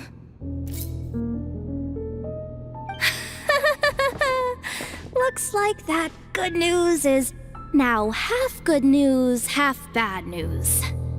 What do you mean? Well, it seems like that alarm I just triggered was so high level that even the guards in the rest area went to investigate. That's the good news, by the way. And what's the bad news? The bad news is that once they realize it was a false alarm, they're bound to circle back and check this floor. And then we're toast. So we've got to move fast here. If you need me to run a quick search, say the word. Analysis of Kuvaki extracted from the moon marrow suggests that its energy core bears some close relation to the power of the former Three Moon Sisters. It is suspected that there is a link between the Frost Moon Scion's hidden relic and the shattered remnants of the Eternal Moon. Come on, none of this is important right now. Just tell us where you hid the darn thing. Access denied. You do not have permission to view this data? Even with a high-level access card? Who does have permission then? Good idea. Pulling it right away. Wow. What's with that huge hollow structure down below? That might just be it. Secluded, out of the way. Exactly the sort of place they might be keeping the relic. 264 pages! What is this? A novel? Can we just skip to the end? I'm flipping through it as we speak. Kuvaki. A weapon. Seems like the Fatui and Snezhnaya are trying to harness the power of the Light Realm to build some kind of weapon. The target of which is... Seriously?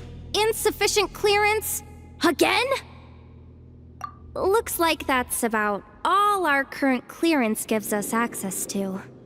Based on what we know so far, it seems like the rest must be hidden inside that massive hollow beneath us. I could sense something beneath the water down there. Something unsettling.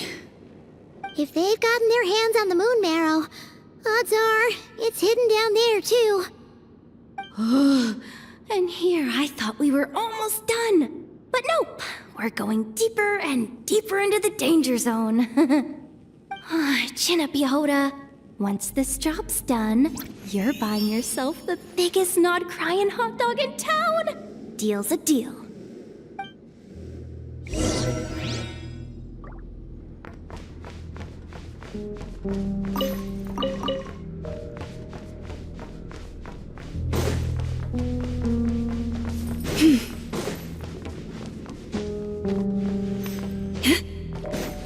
Receive my blessing.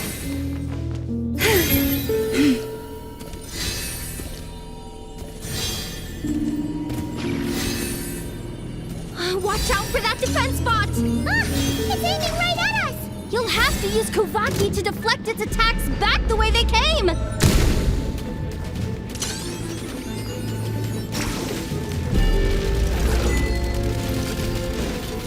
You poor lost lamb. For the everlasting forest.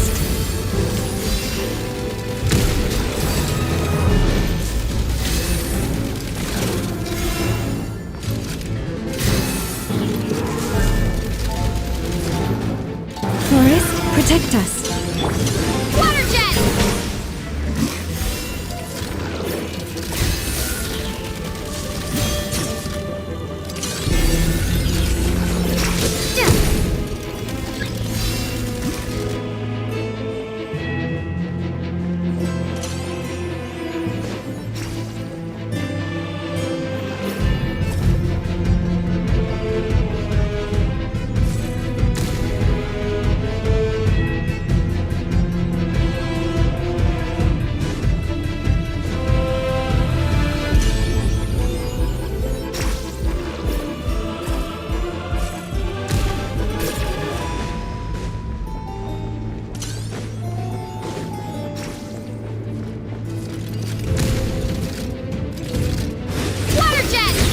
With one heart, we pray. You poor lost lamb.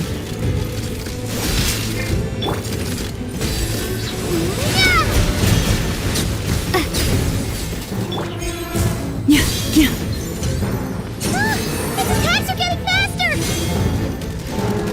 Almost there! We're almost there!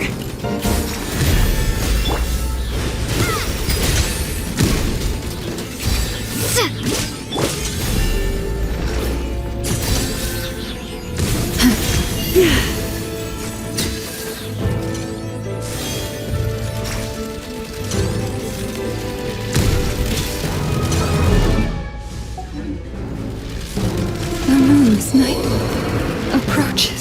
This is not the...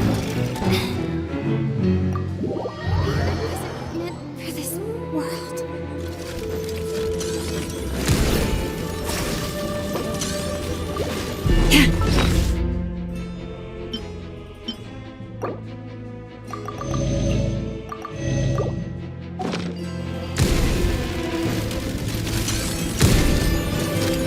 poor lost Water jet!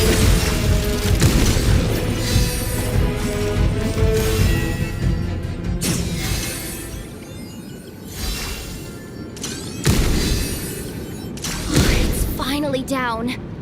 Quick, let's hurry down to the lower level before we're spotted.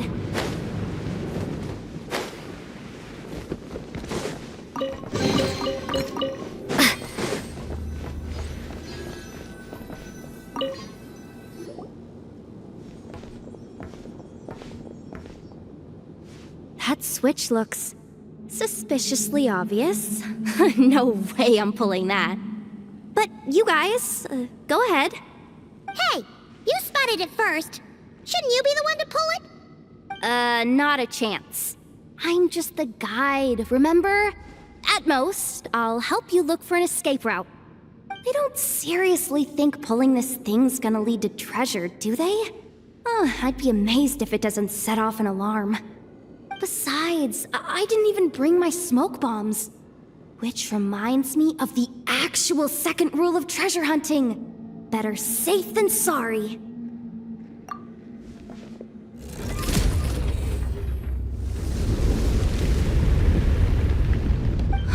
The ground, it's shaking.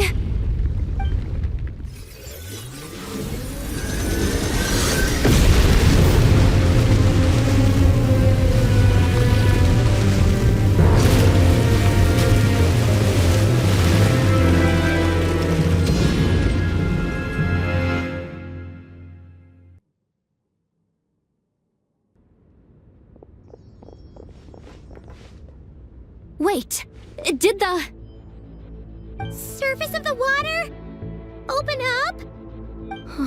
This is bad. This is really bad. I'm getting put on the Fatui's blacklist for sure. Don't worry, Yehoda. You've helped us so much. If they try anything, we'll protect you. Aww. Come on, I was just kidding. I'm tough, okay? Just haven't had the chance to show off my fighting skills yet. Me, afraid of the Fatui? Ugh, not a chance. I suspect the relic is hidden down below. Yehoda, your commission ends here. I am truly grateful for everything you've done for us. You don't need to put yourself in any further danger. I'm coming with you. This has nothing to do with the commission or the danger or whatever. This has already gotten way out of hand, so I'm coming too. End of story. Ah, she's blushing. Hey, zip it. Why'd you keep staring? Oh, you looking for a knuckle sandwich or what? Oh, come on, move it already.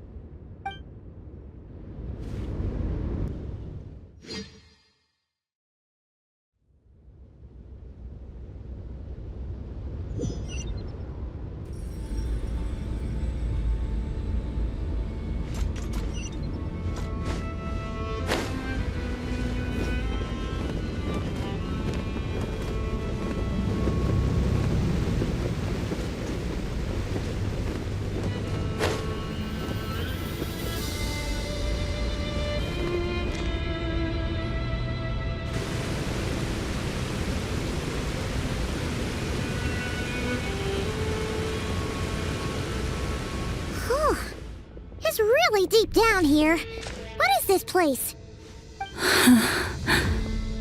We're standing on another fragment of the ancient moon's remnants.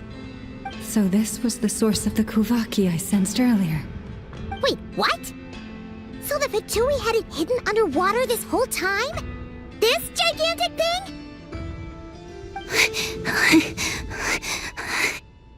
Yehoda, you've been kind of quiet since we got down here. What? Me? Have I? It's nothing. Really? We're doomed! How are we even supposed to get back up from here? Oh, my grappling hook's not nearly long enough. And if someone spots us here after all that commotion, we'll be sitting ducks! Oh no! That door's opening! Please don't say it's the Fatui! No, please, no! We finally made it here, and we're so close to getting the job done! I didn't risk my neck just to die before I've even had a chance to spend my reward!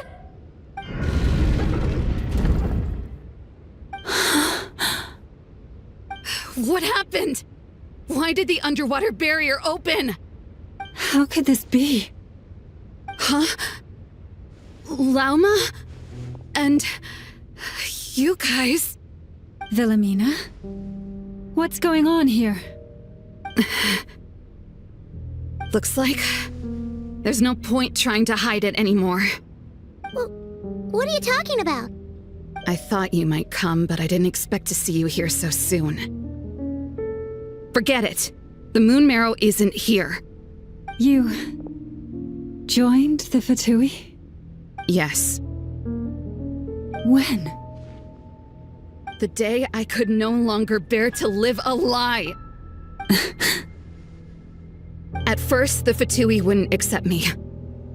But then, one of their harbingers noticed me and said she'd give me a chance.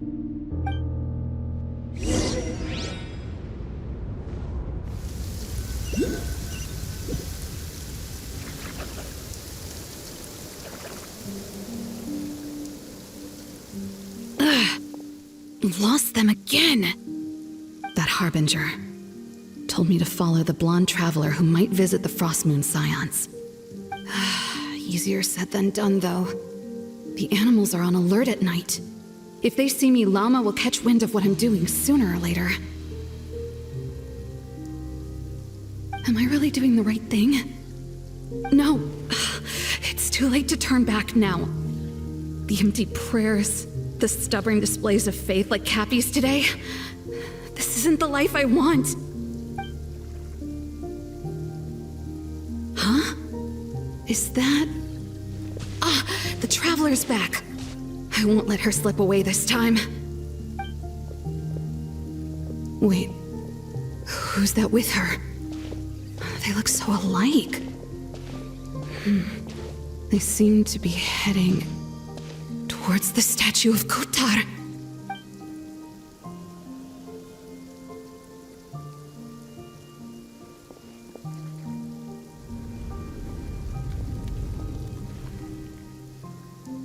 They've opened the secret chamber? But wasn't it meant to be sealed? Wait a second. The moon marrow! Surely they're not after the moon marrow. I'd better go report this straight to... Hold on. If they do actually make it to the final room, then maybe I'll be able to get my hands on the relic. The one thing the Fatui have been after this whole time. If someone's going to take it, it might as well be me. This could be my ticket to joining them.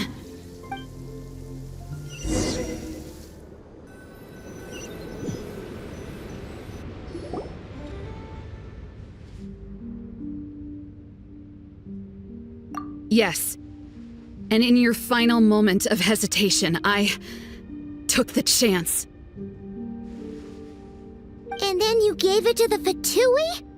But when we talked to you before, you seemed so genuinely worried about Lauma. Because I thought she was as fed up with the Frostmoon Scions as I was. We grew up together, Llama. I know you were chosen to be the next Moon Chanter when you were just a child. They never gave you a choice in that. I saw the look in your eyes when you were treating that child. That sense of helplessness. Surely you too must see that this blind, inherited faith of ours is simply holding us back. If our prayers are never answered, then why keep praying? Do they really deserve all of your devotion? Or are you trapped by the responsibilities they imposed on you? So those are your reasons for wanting to leave the Frost Moon Scions? Isn't that reason enough? When we pray to the moon, we do so to show our gratitude for the life it granted us long ago. It reminds us to strive for something higher within ourselves. But I know that's not what you want to hear. You're right, Philomena.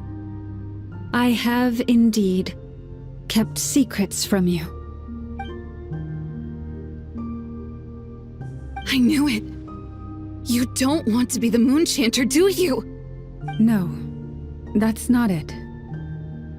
I'm talking about the fact that the moon in the sky isn't real. What? You're saying... Huh? I've completely lost the thread now. Oh, do we really have to do this here? What if a Harbinger shows up? Oh, I'm not cut out for fighting big bosses! The pain you sensed in me was the pain of hiding this truth. If what you're saying is true, then you already knew that the Frost Moon Scions wouldn't believe any of this. Why didn't you just leave like I did? You don't understand, do you? That's the difference between us, Philomena. I care about the Frost Moon Scions. They're family to me. It hurts because I care. And that's why I chose to hide the truth. But now I understand that was a mistake. My family deserves to know the truth. I shouldn't have tried to hold it all together with empty prayers. Are you trying to say that I only ever cared about myself? There's nothing wrong with that in itself. No one would have tried to stop you from leaving. But you did not have to stab us in the back like this. We've been spotted! I knew it. I just knew it. Oh, what now? If a Harbinger shows up, I'm out of here. No darned relic is worth dying over. Looks like I misjudged you, Llama. I didn't think you had it in you to stand up to your fate. Turns out, you are a great Moonchanter after all. But you were right about one thing. I haven't considered Hisi Island my home for a long time now. Bosses, time to go. I will change the Frost Moon Scions, Philomena, as soon as the new moon rises. Then I guess I won't be around to see it. Say, Llama, what happens to those who betray the Frost Moon Scions? May their antlers be shorn with silver blades, and let them be cast into the long night of unknowing.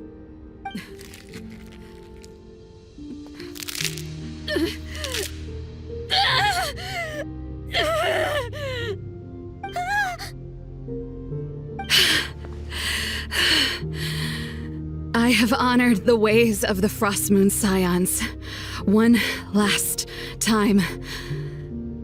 Think of it as a gesture of respect, Llama. There they are!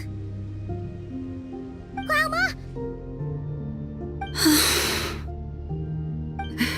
Marionette has the moon marrow. She went to Starsand Shoal. Don't flatter yourself now. I'm not trying to atone. I just don't believe you'll actually be able to change them.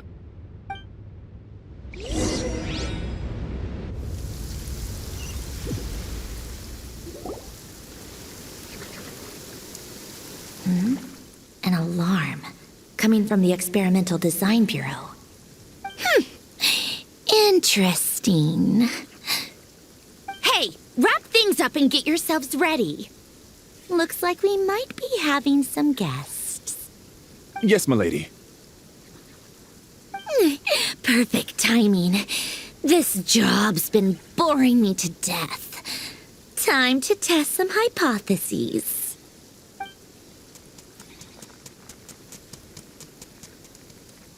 Bosses! I mean, esteemed clients. I mean, generous benefactors. Wait up! Come on! Sure you don't want to consider heading home first and coming back another day? Nasha Town's that way. You are aware that this is the way to... A little ahead of schedule, aren't you? Oh no, it really is a harbinger this time. Marionette. So you are here after all. Hand over that relic right now. It belongs to the Frost Moon Scions. You mean that thing your antlered turncoat brought us? Huh. I have never much cared for trophies given up without a fight. But watching you tear each other apart over it? Priceless. I'm not in the mood for warnings today. Ooh, how frightening. Had I a Trimble function, I'd have rattled off at least a dozen screws by now. Or perhaps I've just set my sense of humor parameter too high. Were you trying to be funny just now? You don't honestly believe you're a match for me, do you? Go on then. Let's serve our guests a little appetizer.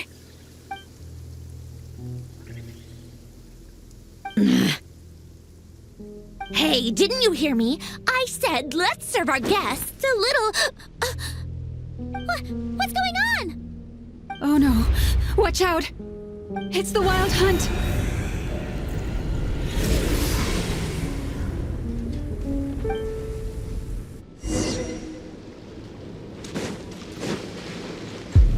Cleanup sequence initiated.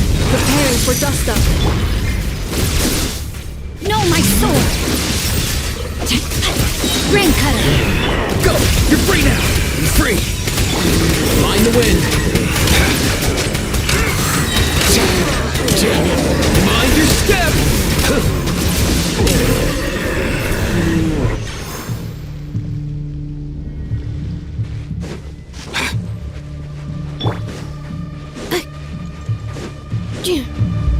Defensive mode engaged. Rain outlines your fate. Time to say hello.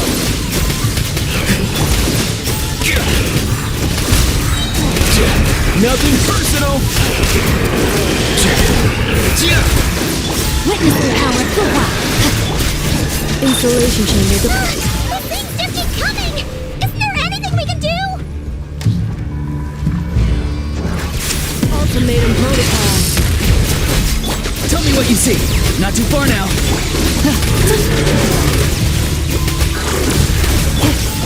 No, my sword! Time to act. Rain cutter! Come here, you little rascal.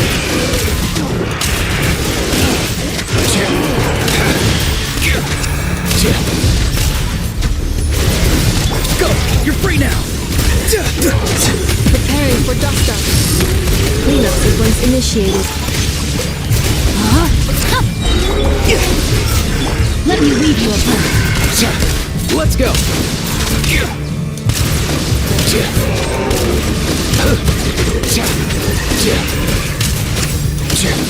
Here! You sacrificed to seal them away!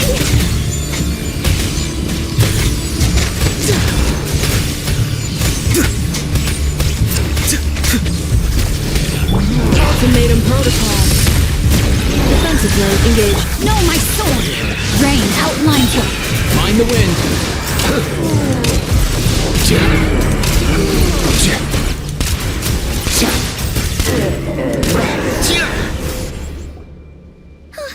Is that it? Oh, at least that's what the Lightkeeper's handbook says. Careful. It's not over yet.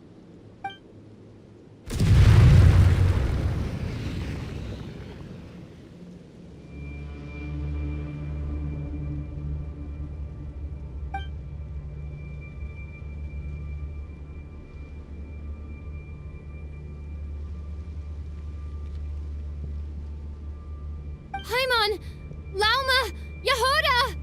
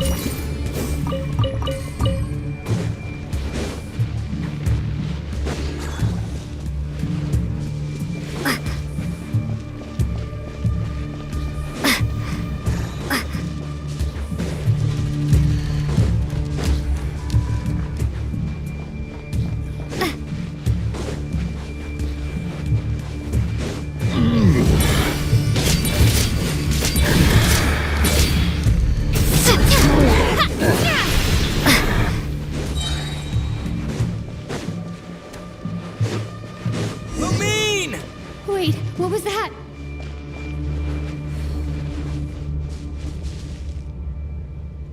Lumine, over here!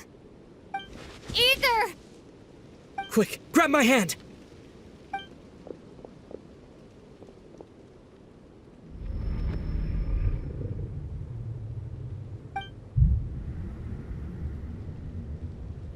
Lumine, what's wrong? Why are you here at all, Ether? What do you mean? If I may be so bold, what does family mean to you? Why were you after the moon marrow that night, Ether? Among those who entered the final chamber, there was either someone with impure intent, or else an abyssal presence. We can talk about that later. Tell me why, Ether.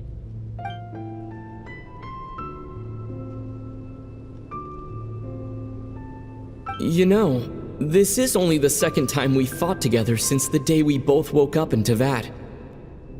No. Lumine. But when I found you, you were still in hibernation. Even the key to the chamber was still secure on your person. We didn't wake up together. What are you talking about? We don't have time for this, Lumine! Look at me, Lumine! Don't you want to explore this world with me?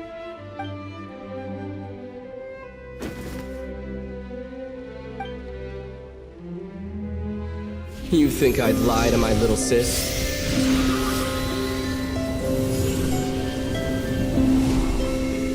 What a letdown.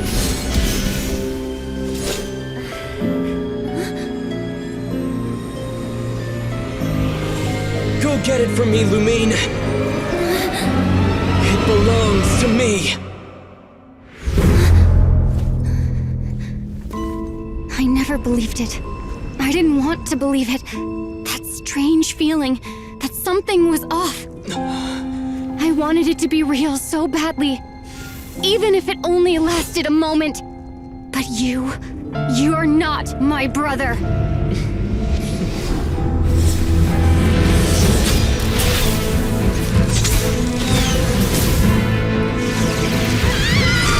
Moon Goddess, please save us! Why is this happening to us?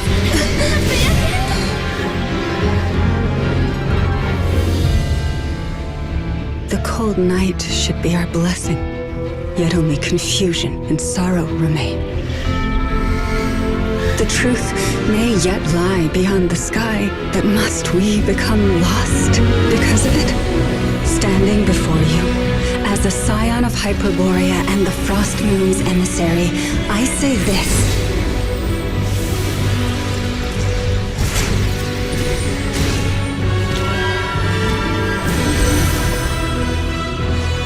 Should the false sky above dim the light of the moon, then from silver blood that flows as rivers, let us weave moonlight anew.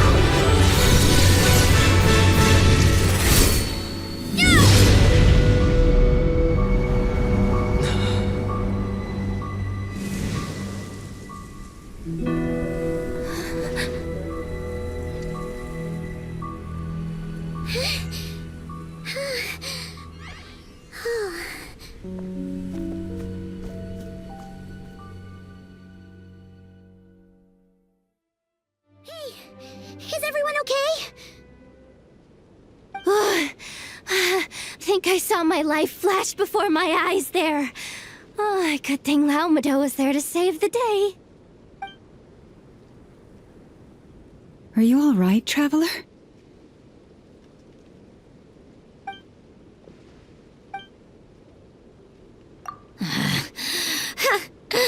Well, that took you long enough. Seriously, how many of you are there? Pathetic. Oh no. Oh, I spoke too soon. Totally forgot we still have a Harbinger to deal with.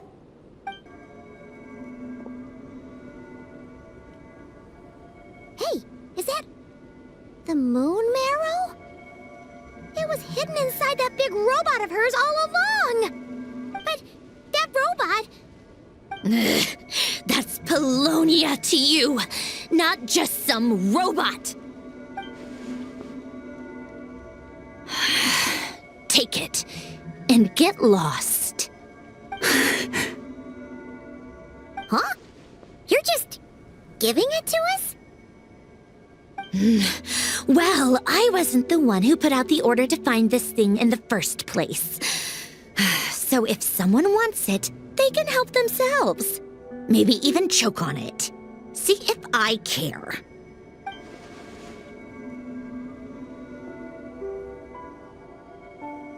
So, are you waiting for me to change my mind or what? I'd be more than happy to pick up where we just left off. But I should warn you, I'm in a bad mood right now. Let's go. Fine by me. Totally, completely, absolutely on board with that.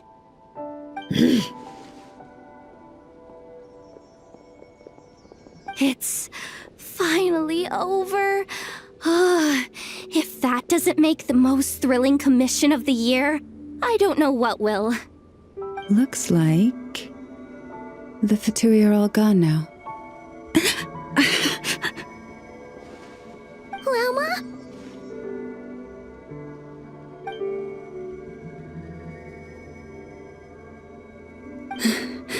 I'm all right. It's just been so long since I truly felt the power of the moon. I thought I sensed the wild hunt nearby. Don't tell me you've already taken care of it.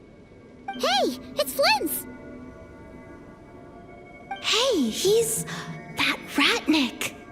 Unless I am mistaken, you are the Moonchanter of the Frost Moon Scions, are you not? May I ask, what is that in your hand? Please, don't get me wrong. I've been tracking the wild hunt lately, and I've come to suspect that its actions aren't as aimless as they might seem. When I saw what you were holding, I could not help but start connecting the dots.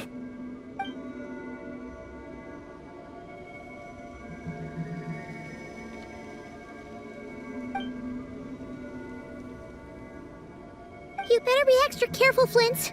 It seems like the Wild Hunt is capable of impersonating people now. Oh, is that so? Funny that. I just showed up completely out of the blue, yet you seem to have no problems trusting me. I apologize. I shouldn't be making jokes like that right now. Anyway, I understand. Thank you for the tip-off. It seems that the wild hunt has somehow changed in nature. I'll have to report this to HQ right away. For now, let us part ways here.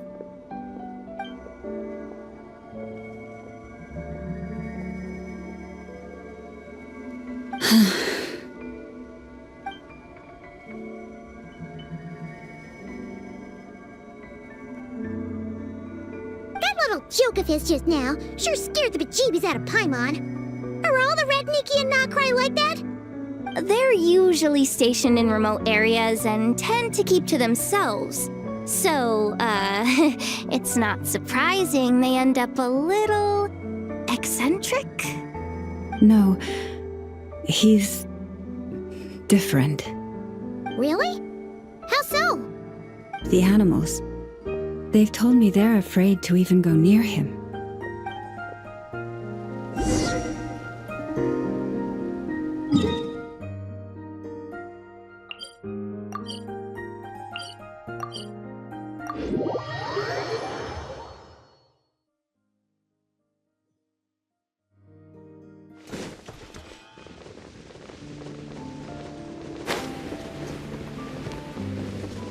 Accelerating.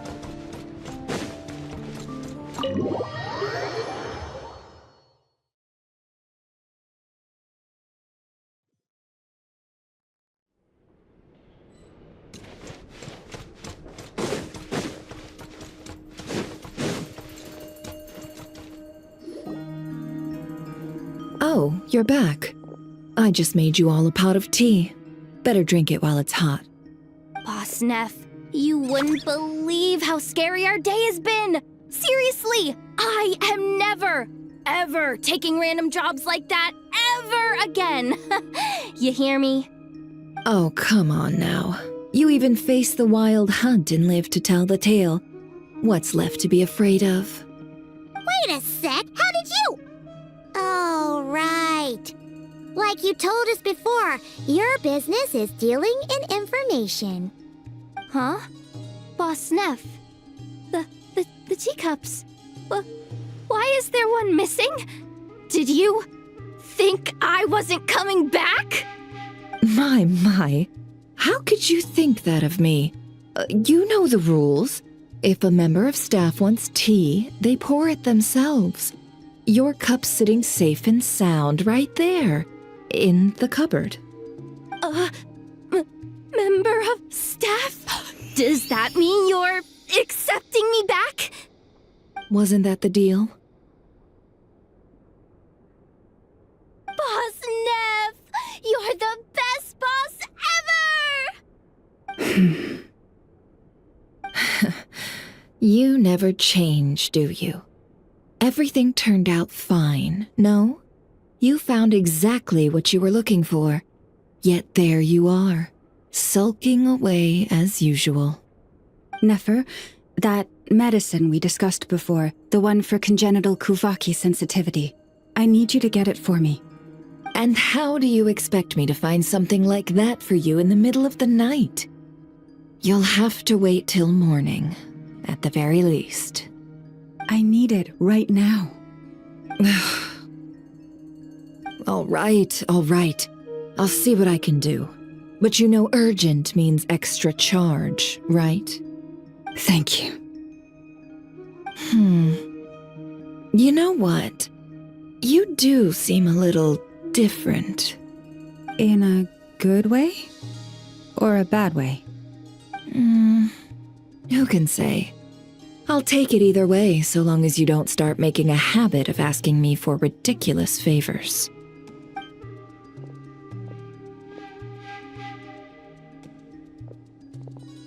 Traveler, Paimon, a lot has happened these past few days. I don't know what I would have done without you. Hey, don't mention it. That's what we're here for.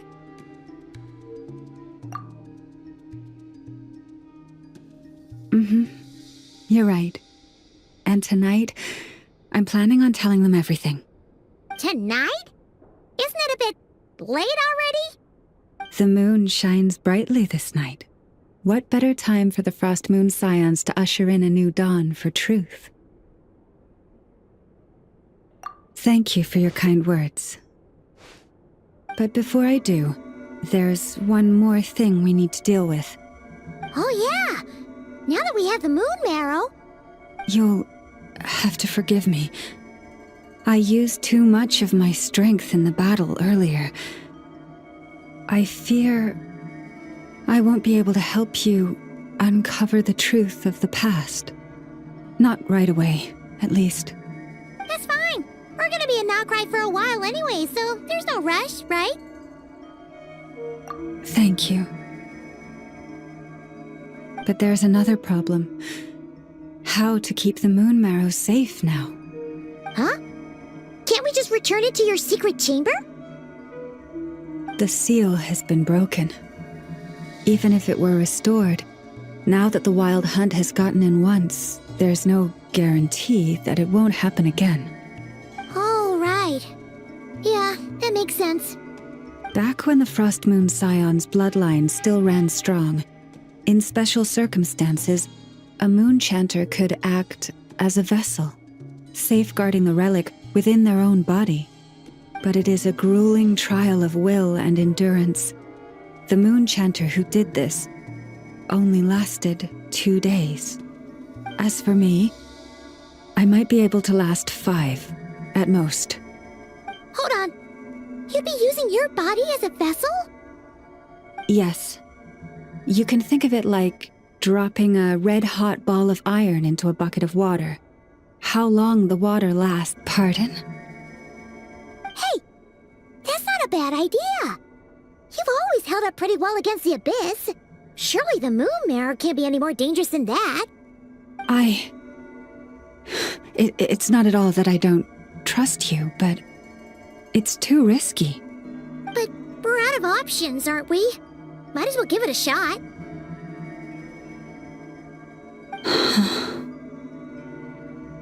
All right. Well, I'll be right by your side. If anything feels off, please tell me immediately.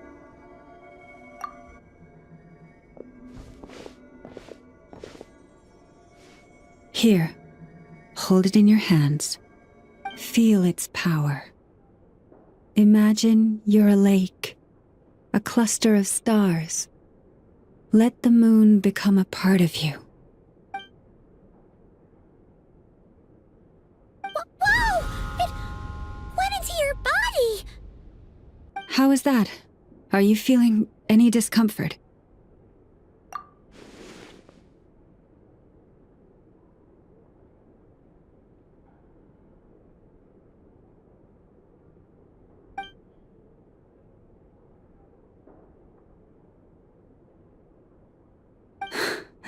Astonishing.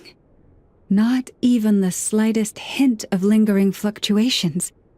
It's as if all that power just sank to the bottom of the ocean. Well, looks like we won't have to worry about the wild hunt catching its scent now. Phew! Paimon knew you have special abilities, but still, you never fail to amaze. Hmm? Did I miss something just now? Yes, and it was nothing short of a miracle. Not something I'd be interested in then. Anyway, here's the medicine you asked for. This is all I've got for today. I'll have someone send the rest over when we have it. Thank you, Nefer. I really appreciate everything you've done for me. Please stop being so nauseatingly friendly. It's creeping me out. So, what exactly did you all go through during that wild hunt attack? I'd prefer to hear it straight from you.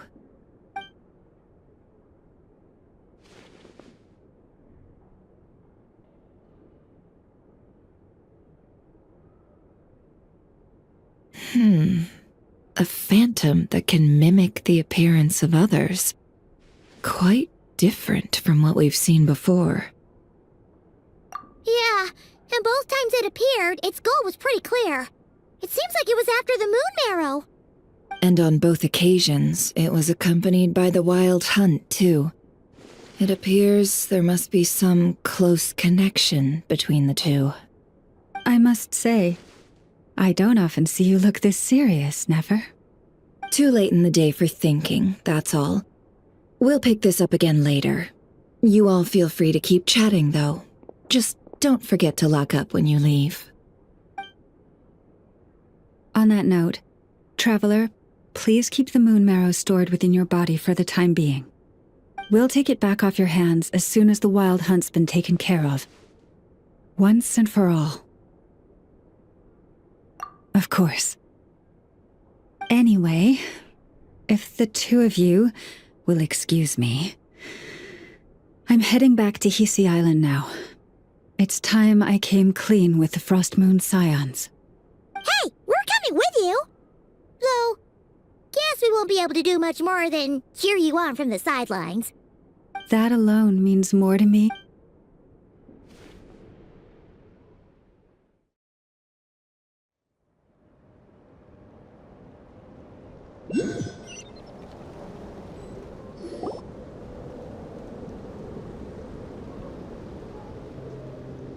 What's going on? I'm not sure. It seems like the Moon Chanter has something important to tell us. I heard the relic's already been retrieved. That's our Lady Lauma, all right.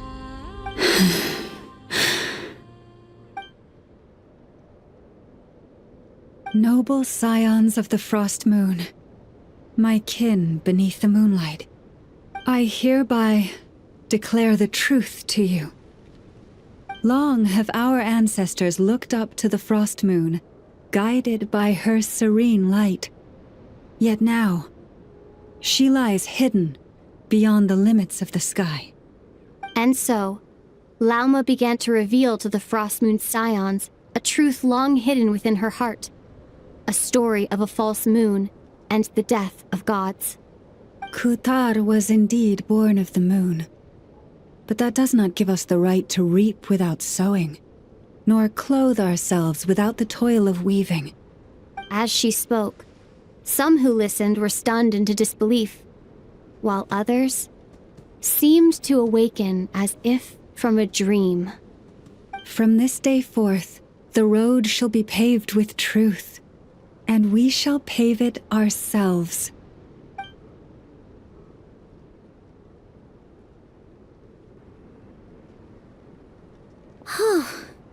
After everything Lauma said last night, Paimon wonders how everyone's adjusted still. Judging by their reactions at the time, it didn't seem as intense as Paimon might have imagined. Says a lot about how much trust she commands, huh? Hey look! It's Lauma! Welcome, both of you. The animals were most lively this morning. They told me of your coming.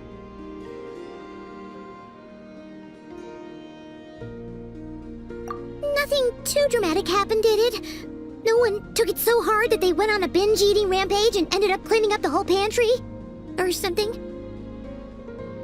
Hey! Paimon's just trying to lighten the mood.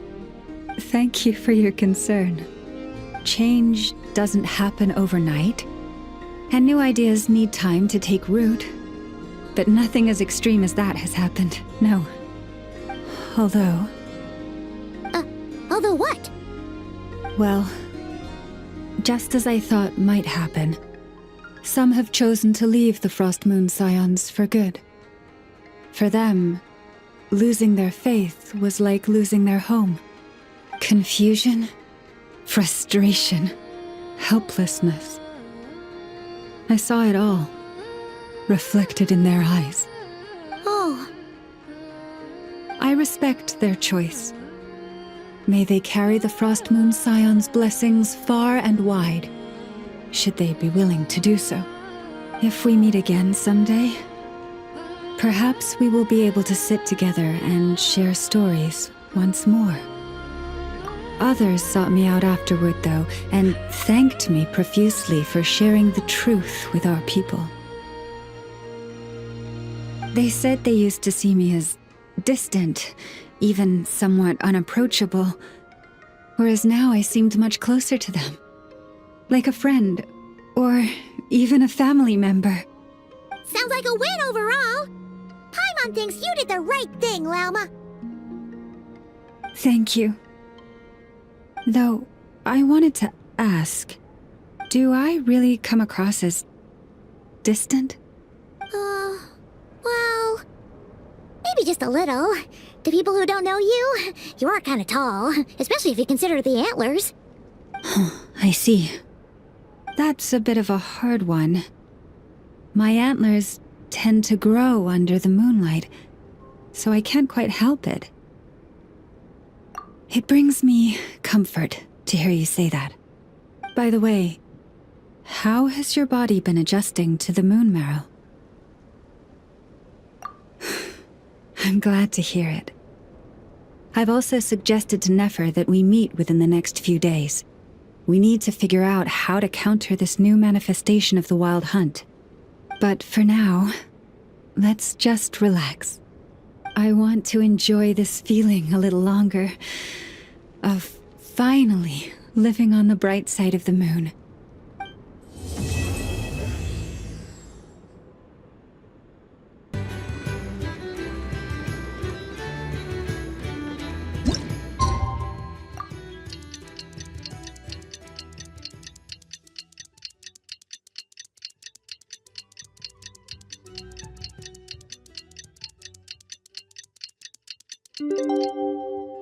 Whenever I get to take a break, I always want a snack. I got some candy. The Wild Hunt assault on Star Sand Shoal, you mean? Huge wave. First I've ever seen of that size. Good thing it was so brief. No, I mean there's been another to the north of Nasha Town. What? How many does that make in the last couple of days now? What are the Lightkeepers playing at? Can't be helped. There are only a handful stationed on our side in the first place, and the cannon hasn't been fixed yet either. They've been strained to breaking point for a while now, I'll bet. I'm bugging out if this goes on much longer. And here you all told me this was a good place to do business. Fool me once, I say. Hey now, this could be our big break. My second eldest brother made his fortune off Wild Hunt attacks, you know. Come on, let's get moving. There won't be anything left for us if we're late. Left for us to scavenge? I did hear about an overturned cargo vehicle over there. Hey.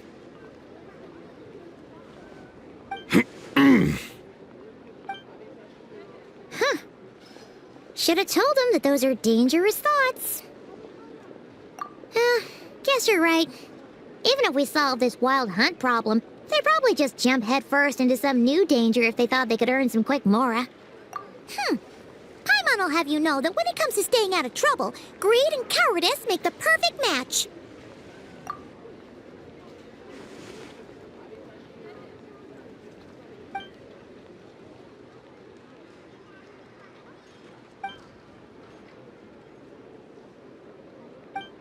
Hey look! I know an Inefa are here in Nasha Town! Oh, considering what those people said earlier, do you think they're here to fix that cannon up? Dying to know something, aren't you? You totally zoned out just now. Ha! Paimon can even guess what you want for dinner. She'll place the orders tonight, don't you worry. Anyway, let's just go, shall we?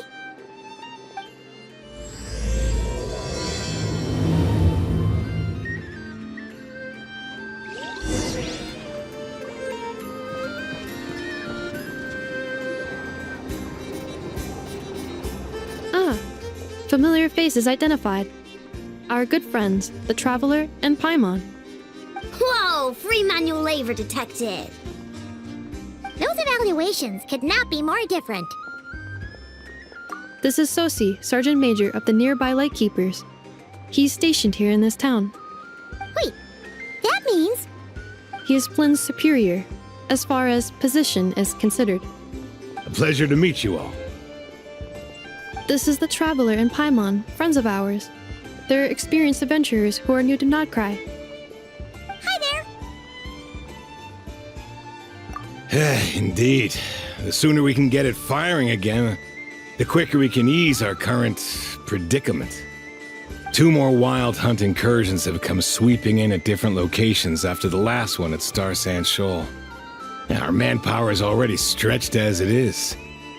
This is more than we can handle. Hasn't Flint's gone back to your HQ to ask for reinforcements? When will they arrive? Huh. Has he now? Yeah. That's what he said he was gonna do anyway. He hasn't contacted me about that yet. As per standing orders, he should be leading a team to root out the wild hunt. But I haven't received any reports for a while now.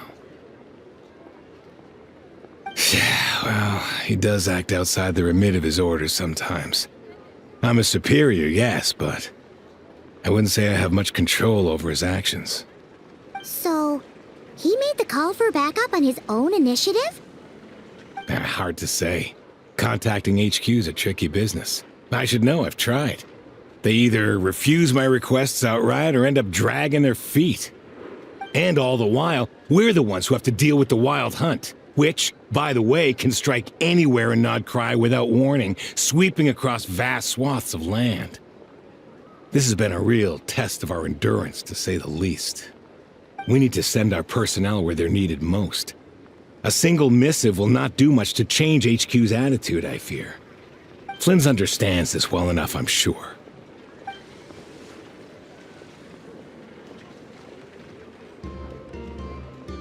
We usually sort our foes ahead of time into ones that our Ratniki will take care of and ones that we'll target using the cannon. I finished the preliminary dispatch work already, but this cannon... Okay. Hurry up, I know. Fix this, I know. You fix it if you're in such a hurry. That, or bring me some snacks. This is tiring work over here. Could you at least tell me how long we'll be delayed? We're way past our scheduled firing time. Well, that's your fault for firing too often recently. Machines get overworked too, you know. You could try thinking about their feelings for once, maybe. Sorry, what? A machine's feelings? In layman's terms, this refers to wear and tear. As such, a machine is more liable to fail the unhappier it becomes.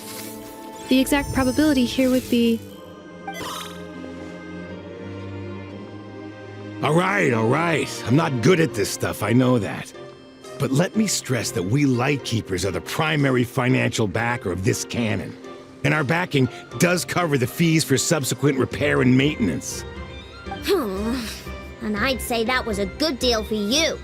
You should thank the Krumkake Craft Shop.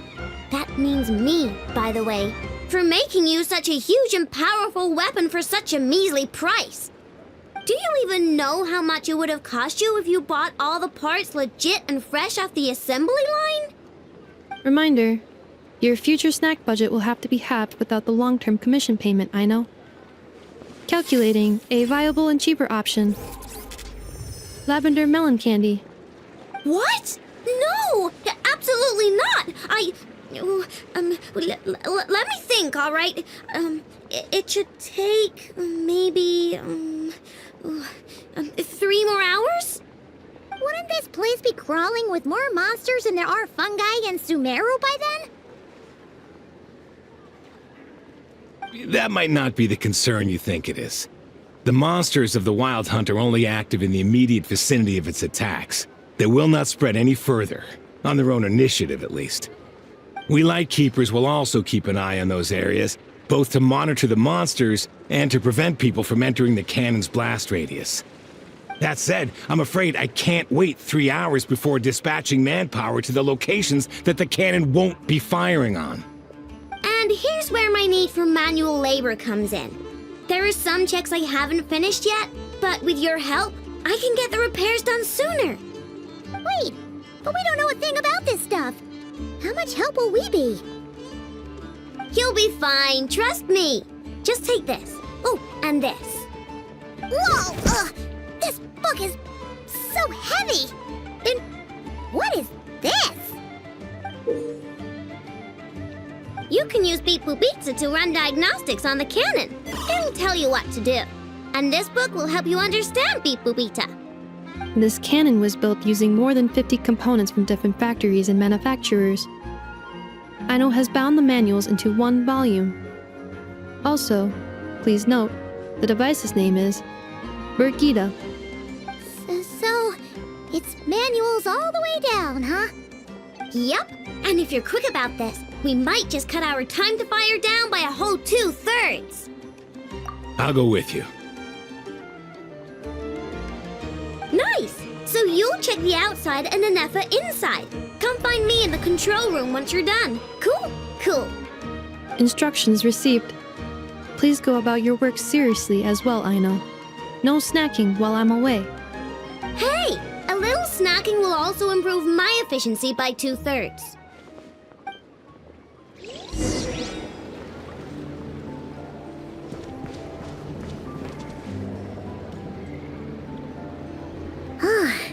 Aino's explanations for things that don't interest her are a bit meh, aren't they? Or is that just how geniuses are? Isn't Beep Boopita just following us around? Sure doesn't seem as smart as she said it is. How are we even supposed to know what to check?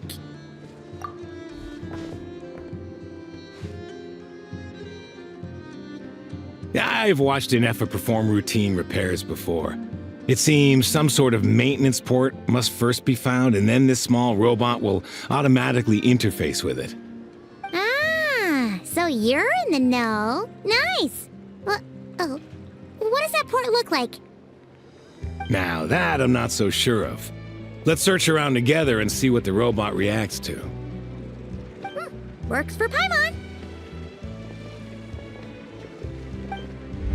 Is this it? Probably not. Or this one? Oh, ew! Stinks of machine oil.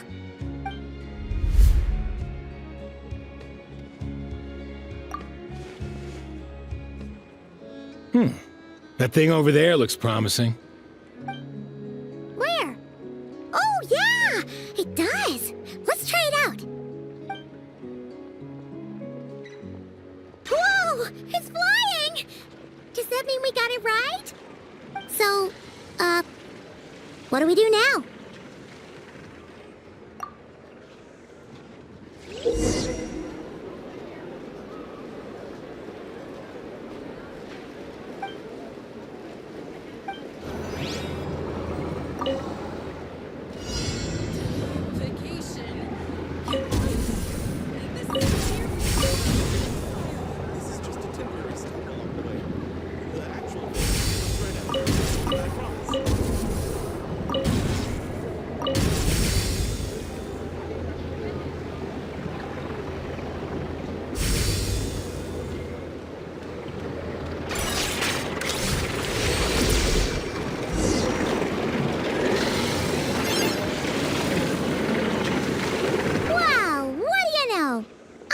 Right. We got this working without understanding a thing, Beep Boopita said. Still, it's impressive how you figured things out right away. Paimon's up next, along with this stupidly heavy book. Ugh. Let's see. Should be just like checking a dictionary, right? The matching result for this symbol is...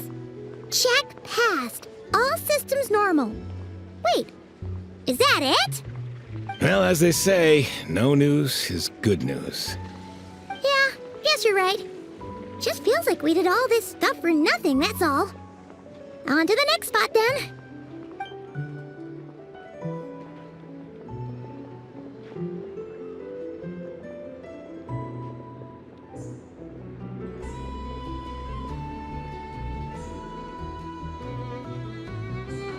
Paimon's getting the hang of this now.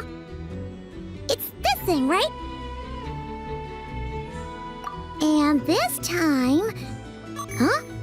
Why are you angry? Oh... Huh. Looks like its expressions are also prompts of a kind.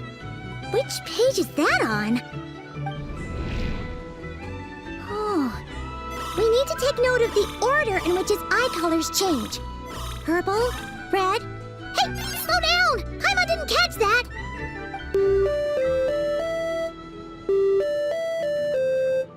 What? So now we've got musical prompts too?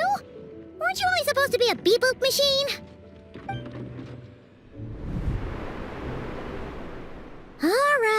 one final stop. This was quite a trip, huh? Agreed. I must say, you two have a talent for maintenance work. A bit shaky at points, but not bad for your first job.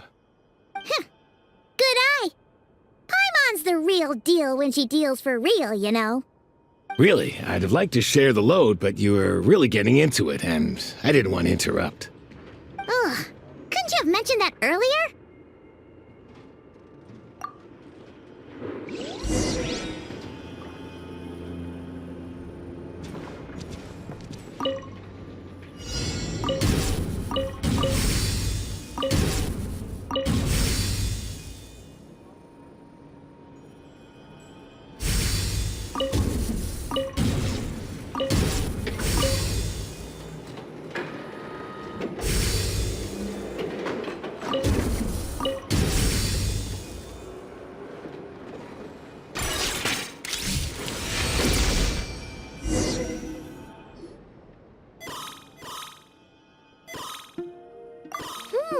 A pictorial prompt this time. Don't worry, Paimon's just about gotten the hang of which prompts are listed where. We gotta take note of the flashing patterns. 1 yellow flash, nothing for 2 seconds, then 2 yellow flashes means the components here are overdue. Maintenance is a high priority task. The device will be rendered inoperable until it is complete. Switch Beep Boopita to input mode to send out a signal to unlock components. The description of input mode isn't on this page. Ugh, more page flipping. Phew, that was a real struggle. Well, Paimon needs a break now. Yeah, good work indeed. But it seems this input mode requires some additional work to operate.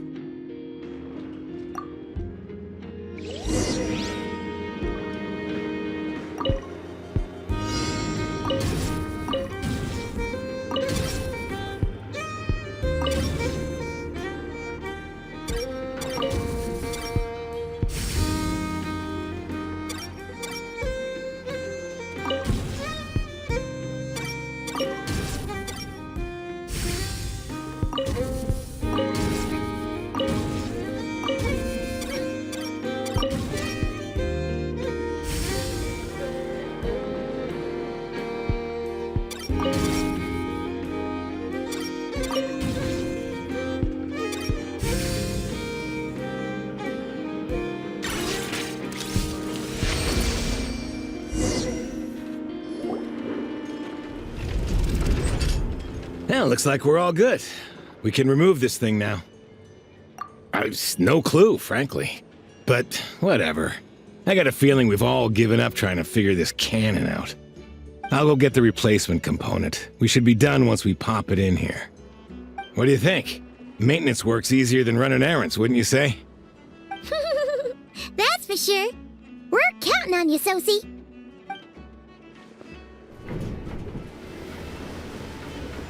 You know what?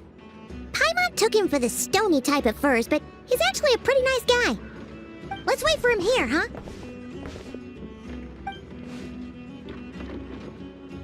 Are your tasks complete? Yep. Sosie's gone to get the replacement component. We'll be done here once we put it on. Allow me to check against the recorded data. Yes. This component is approaching its replacement deadline. The cannon will generate immense recoil when fired. If this is not controlled, the firing platform will become misaligned. This part is designed to anchor the cannon and ensure accuracy when aiming. Huh. So, if the cannon isn't fixed in place, will it start spinning around like some kind of massive firework? A novel analogy, but an apt one. The large-scale damage that might follow would be undesirable by anybody's standards. This component is currently easily damaged. The materials are not up to par, and there are still some design flaws. But Aino and I are working to improve it. Estimated waiting time remaining: 7 minutes. Would you like a crumb-kake? Yeah! Dessert's just the best after a hard day's work. Certainly. It will be ready shortly. Observation. Freshly baked krumkake results in the most efficient improvements upon human happiness indices. As such, I activated an internal heater before starting repairs. Thanks for the treat. Aino's lucky to have you.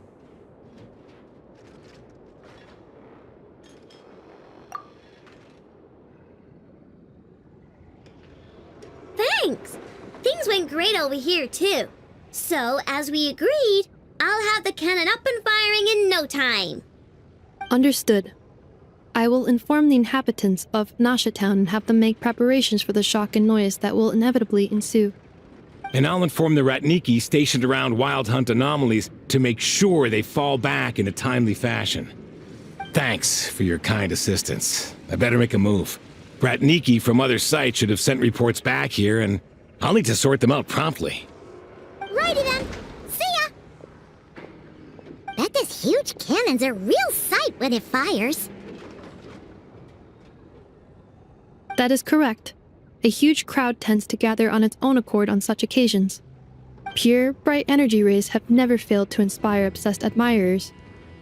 If you are interested, you can come back later to behold it in all of its glory. Sure. We did help fix it after all. It'd be weird if we didn't want to see it in action. Oh yeah. Wonder where that strange phantom went. Never mind what it's doing.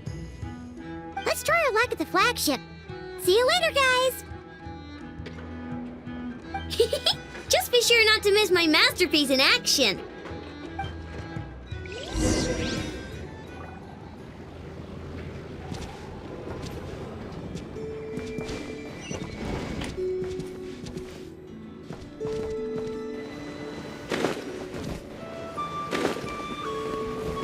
Mind the wind.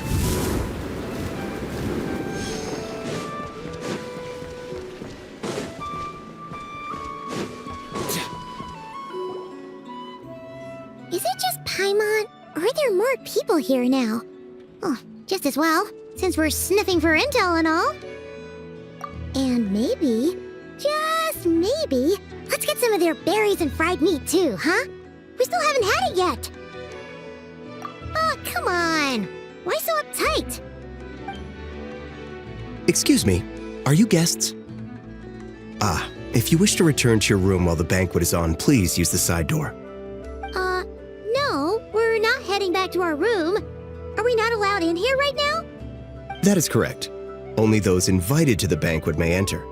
Our goal is to ensure that our regulars can enjoy peace of mind and comfort, so that they can speak freely with one another. Familiar with our ways already, I see. But here in Krai, channels hold equal value to Mora. I am but a lowly employee, so you'll have to forgive my inability to help in this matter. It's fine. Can't be easy being you.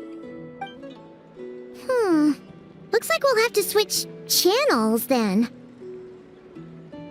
Never, right? The Curatorium does seem to already have an amazing intel network up and running. But if we ask her straight up, she'll likely squeeze us for all we're worth. Ooh, Paimon's got a plan! Llama got Never to help her prep some medicine, right? We'll be heading to Hisi Island later anyway to ask Llama to help us use the moon marrow. Couldn't we deliver the medicine while we're at it? If Never doesn't mention a payment, we can cash her services in as a favor. If she does, then we can use it to haggle. The thought of Mora made it worth the effort of thinking up. Come on, let's go!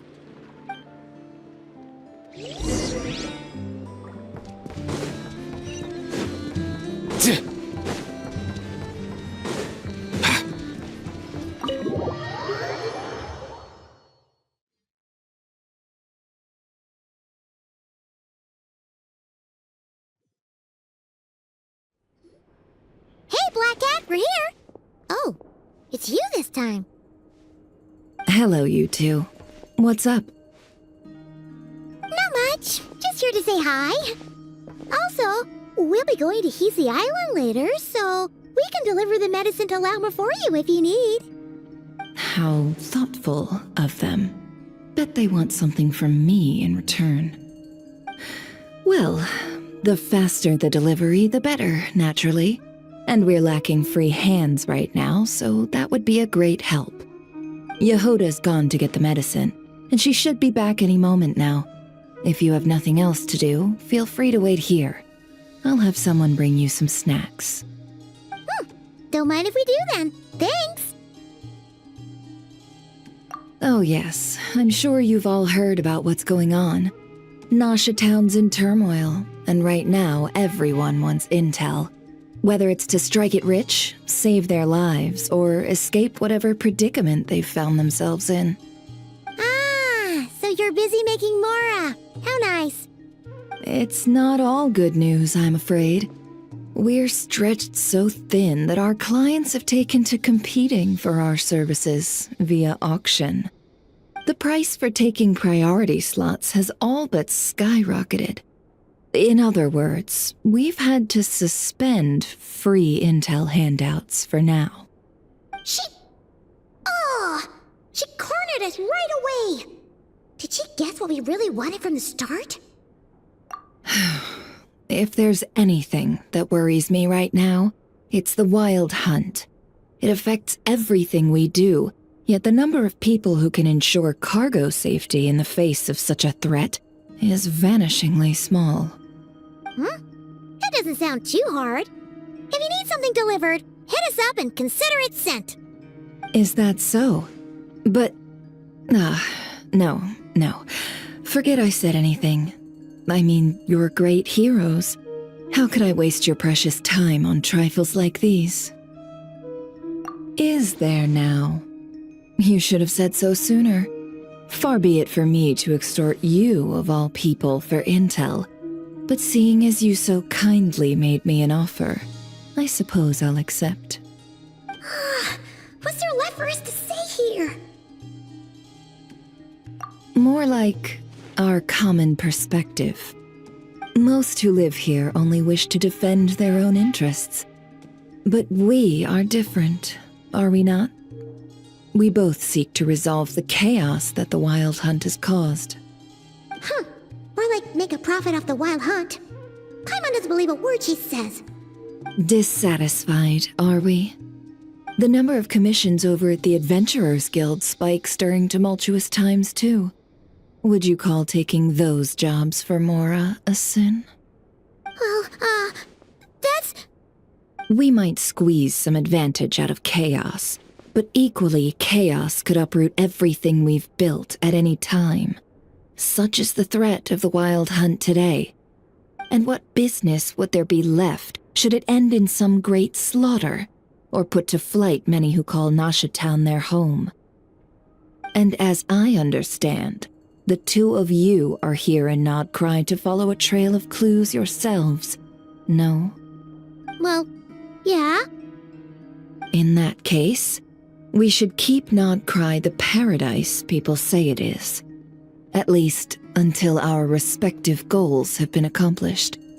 You must understand, no force exists here that would inspire unconditional unity amongst all parties. After that incident with Lauma, I'm inclined to believe you. Your selflessness is admirable, to be sure, and rare around these parts. Though it's rare for a reason, kid. Just a shame that our mysterious phantom has hidden itself well. Between that and its ability to shift shapes, it will no doubt be a most slippery customer. Really, I'd be all too glad to pass on any additional intel I gain. We make a good team, after all, don't you think? You front and center, me behind the curtain. That does make sense. Sorry, Nefer. Paimon took you for someone who only cares about profit. A well-placed only, indeed, Paimon. Nothing is wholly divorced from profit of some kind. Wait, so you were ready to work with us from the start? Why, of course. In fact, I was wondering when I might bring this up the moment you entered. But... Hey, boss, I'm back! Huh? Oh, you guys are here too? Indeed they are. In fact, they've volunteered to deliver the medicine to Lauma on our behalf. And totally free of charge. Such kind souls, aren't they? Really? Great! Oh, in that case, guess I'll be clocking out now. Got a few more places for you to visit right here, dear. Oh, haven't I already worked a few days worth of overtime already? Well, guess the extra more is pretty nice.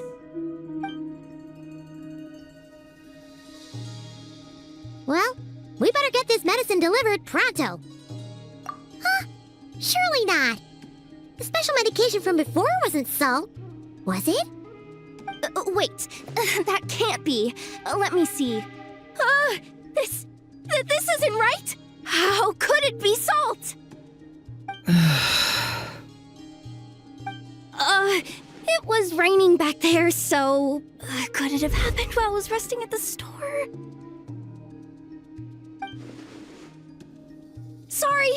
Sorry, boss. I'll get it back right now. Trust me, I'm super fast. Hey! Slow down, you might get hurt! Well then, any plans? If not, what say we go into town and ask around about the Wild Hunt? Oh, we were thinking of doing that, but we didn't get much out of it. The townspeople are a bit wary of us, and we can't get into the flagship right now. Ah, yes, the banquet is on today. Perfect timing. That's where we'll go. Huh? Can you get us an invitation? Oh, come now. What are we, sticklers for the rules?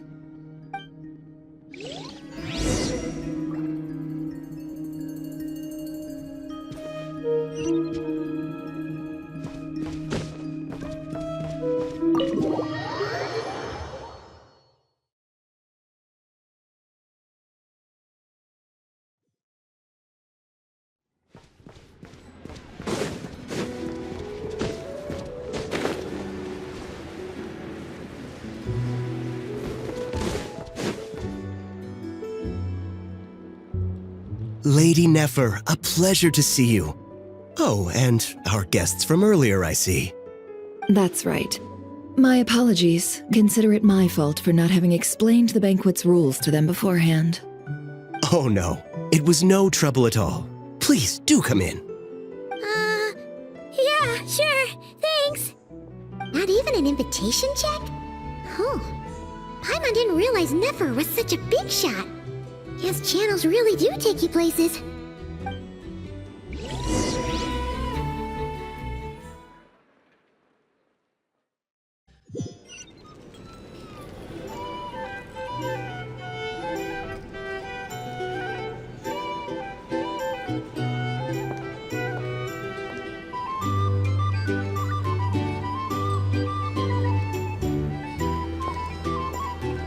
Finally! Now, what do we...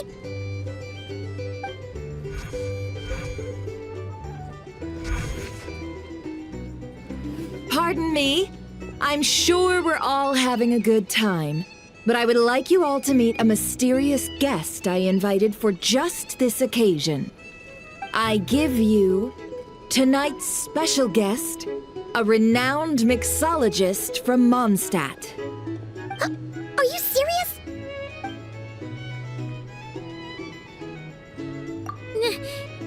Nice to meet you all. I'm sure that no more needs to be said about Mondstadt's wine industry. After all, we are all connoisseurs of fine drink here. The special drinks menu is being set before you as we speak. Now then, for a time, let us set aside our worries and enjoy these exotic spirits from afar. Ah, I see. A new face for the bar. And here I was thinking, that ain't a familiar face. No wonder. Well, it's a rare occasion to be sure. Want to order a glass or two? Sounds intriguing. I spoke to the owner. The bar is all yours. The recipes are available for your perusal here. Not to worry. I've taken the liberty of removing the more challenging options. How'd you set this all up so quickly? Well, as long as you know what both sides need, negotiations are essentially just a process of confirming the deal. No one would turn a beneficial offer down now, would they? The flagship already had plans to invite a professional mixologist from Mondstadt anyway. So consider this a trial run, with the list of drinks brought out in advance. Demyan will assist you. Serving guests with drinks will be the perfect opportunity for you. Of course, every guest will have their quirks, so you'll have to be careful not to arouse their suspicions. Got it! We'll give it a try! In the meantime, I'll go mingle with some of the guests who pique my interest. There'll be a little event during the banquet's second half, by the way. See you then.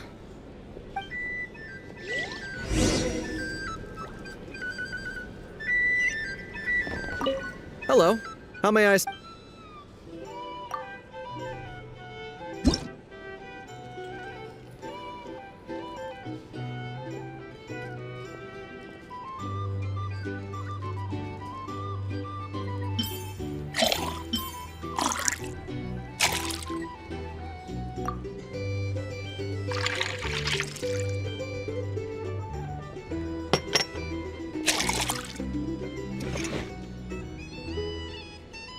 Good?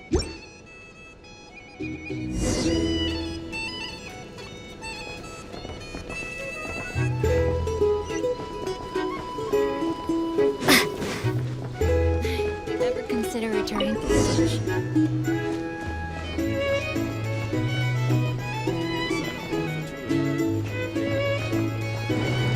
Tell you what, I envy people like you. I'm like a man in a leaking boat, soon to be food for the fish. I wouldn't come to this dump if there were any better place to be. Come now. Surely it isn't that bad. We've still got the light keepers. You trust them? I wouldn't. Wouldn't trust anyone, really. We're stuck with a wild hunt here. The Sneshanians can't be bothered, the Lightkeepers can't spare the people, and everyone else, they're a mess.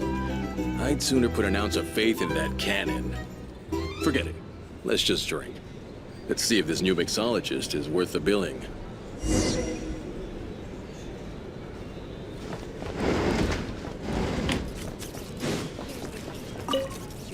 Hello. How may I...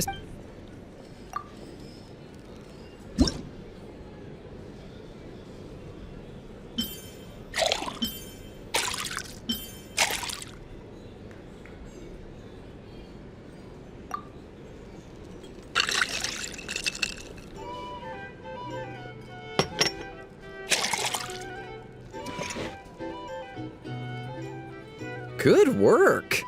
Now then, get the drinks. I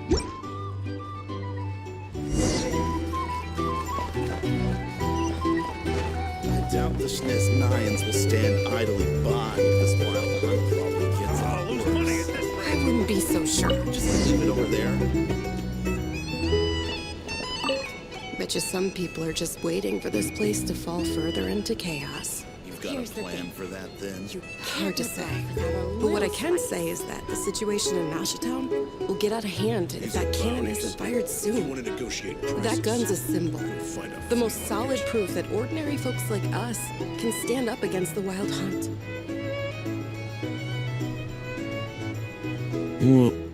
Wait. What are you angling for exactly?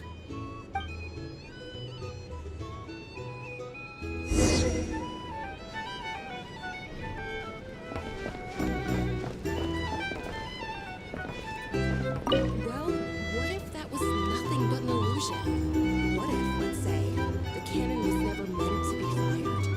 For our sakes at least. Surely this town is still of value to those who control it. Of course. And that's all it is. Value. For us, though, there's no place but Nashatown.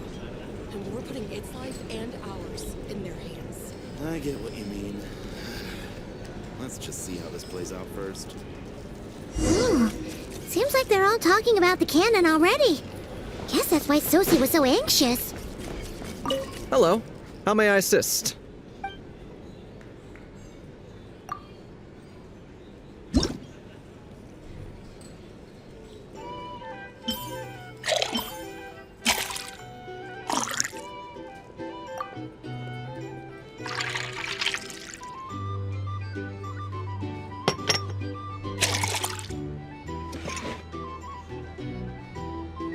Good work.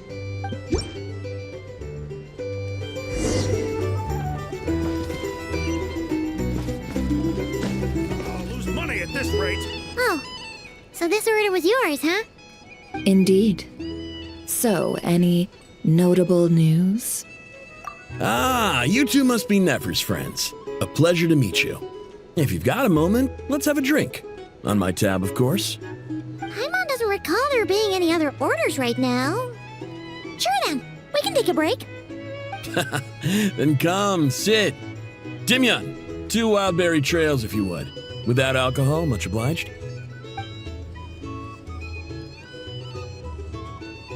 Hints is the name. I help out at the Rossum workshop in town. They usually put me in charge of making and repairing simple machines. Paimon's name is Paimon. Pleased to meet you. Anyway, help me keep an eye out, all right? Valuable intel will be suitably compensated. Oh, come on. Is that how it is between us?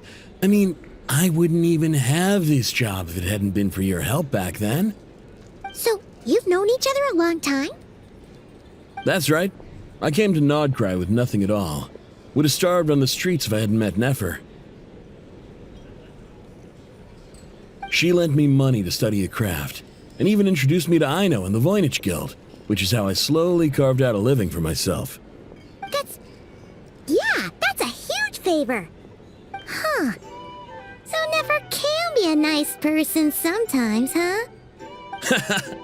Well, I'd also say she needed a willing and able machinist at her disposal. Come now, Aino's talents are better spent on issues bigger than basic machine repair and component manufacture. I did think myself a dab hand at such work at first, but compared to her, I might as well be a trainee who couldn't weld a wire to save his life. Got the scoldings to show for it, too. It took me a long while, but I finally got to the point where I could make my own machines, and even maintain some of Aino's relatively complex ones, like Kuvaki detectors or mechanical arms. He's the one responsible for maintaining Yehoda's robotic arm. Oh, speaking of that, didn't Sosi have a mechanical arm too? That's right, one of Aino's masterful designs. I could never design one of those in my life, but if you gave me its blueprint, I could hammer one out. Nowadays, I've got regular customers, which makes for a decent keep. Even got a kid, if you can believe it. I wouldn't have, had he told me my future when I first arrived here. On the flip side, being a family man means I can't just flee this place whenever I feel like it, so I'm afraid I'm counting on you to help solve this wild hunt crisis. All the more reason to be proactive and do your part. Wringing our hands in despair does us no good in times of crisis. Oh, wait. Just another question that's been bothering me. Have you heard anything about people seeing illusions within Wild Hunt anomalies? People they know, perhaps? I have heard of humanoid shapes being sighted, but familiar faces? No. Most would think they'd lost their wits from fright if they started hallucinating. After all, no ordinary person could survive an assault from those monsters. Does this have anything to do with our current Wild Hunt crisis? Perhaps. Perhaps not. All right, I get it. I'll keep my ear to the ground for you, and naturally, my lips will stay tightly sealed. Then we'll take our leave. Enjoy your drinks. He's a social man. You can often find him here chatting with friends, and he's had contact with all manner of clients. Since he's never heard of the Wild Hunt exhibiting the power to imitate familiar faces, might it be safe to assume that our Phantom wants to keep that a secret? Huh. That does sound worth noting. How about we go talk to a few more people? A good idea. And one our upcoming activity will facilitate. Let me show you how it's done. Come, back to the bar. Here's the thing. You can't live life without a little spice.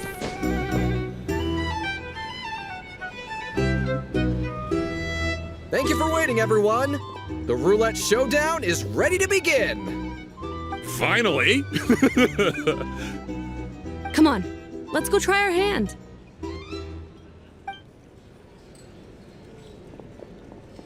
Joining us, new girl? We'll pass. No, you won't. The one who'll be mixing the roulette special has to take part. Those are the rules. But...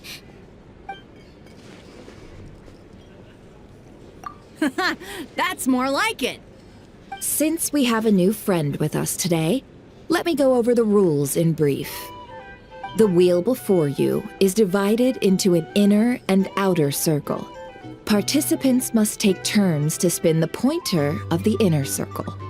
Whatever beverage it stops at, our lucky contestant will drink. The drinks are divided into juice, tea, and alcohol, with that last further divided into 3 levels by intensity. Spin your way to a non-alcoholic beverage, and you'll score no points. Otherwise, you get 1 to 3 based on alcohol content. During a round of drinking, one participant may choose another with less points than them and pose a question, which the other party must then answer. This sounds like it might favor those who score higher, but push your luck and you might not recall any answers you were given the next day. Defeats the purpose, wouldn't you say? And that's why the person mixing the drinks has to take part. You know, just in case they decide to pour heavy, then sit back and watch the show. Not that our newcomer looks like the drinking type. Either way, looks like we're in for a show. Anything you drink will be replenished. And additionally, I have decided to sponsor a grand prize for this grand occasion. A single serving of Dark Horse. What? Do my ears deceive me? A chance to drink Dark Horse and Nod Cry? Dark Horse. Guess we'll have to take part now, huh? Indeed. The Dark Horse could be yours to enjoy, so long as your luck holds. And so long as you can remember its taste the day after. And if our lucky winner can drain the whole serving in one go, they will gain the right to ask everyone a question, regardless of their score. High risk, high reward.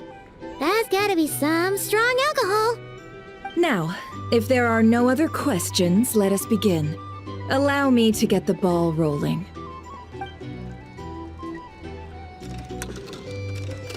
Intensity 3.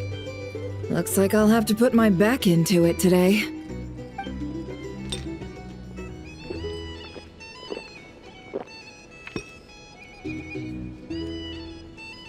Let's go!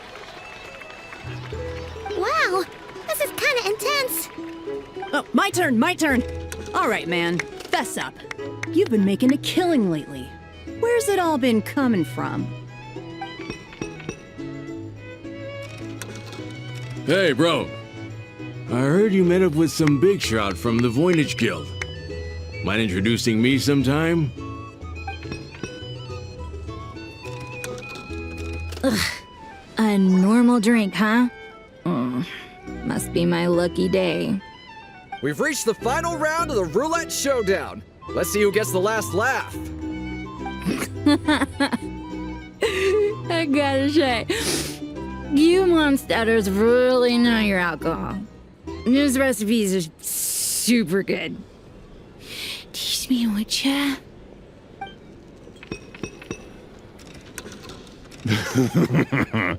I was wanting to ask about your wife. Your wife.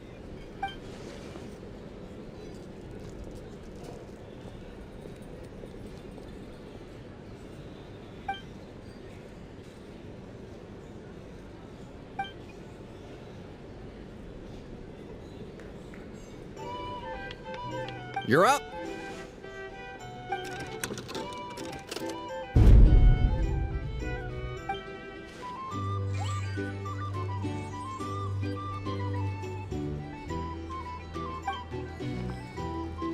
Whoa! New face here just drew the Dark Horse.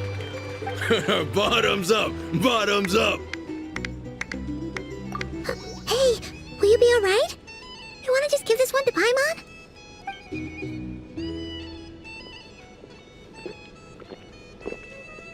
Whoa! She actually I downed it in one gulp.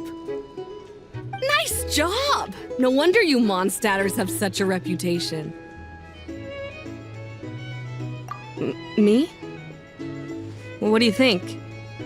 Monsters, of course. Absolutely.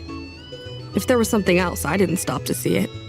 Just took off as fast as I could. Oh, and guess who showed up just as I'd gotten out of there? Those good-for-nothing rat Niki, that's who.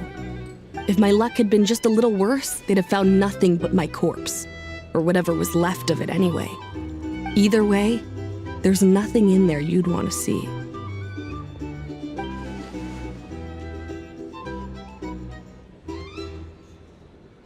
I see some downcast faces. Why, have we all hit our limit? Ha! Says who? I'm still raring to go. 'Cause you didn't drink that much. In that case, let me raise another glass. To a blast of a showdown and a wonderful evening.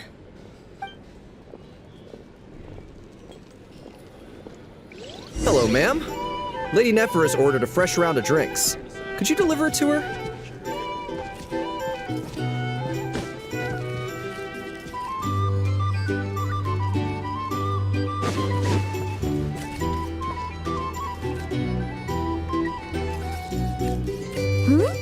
Are they playing cards? I'm gonna spy some elemental dice. Same as usual then? One die, 100,000 mora. I'm not here to do business with you. Come now, I've already ordered us drinks. Or are you looking to add another line to your ledger of arrears? Oh, so this is a business deal. So, let's go over this again. One die, 100,000 mora.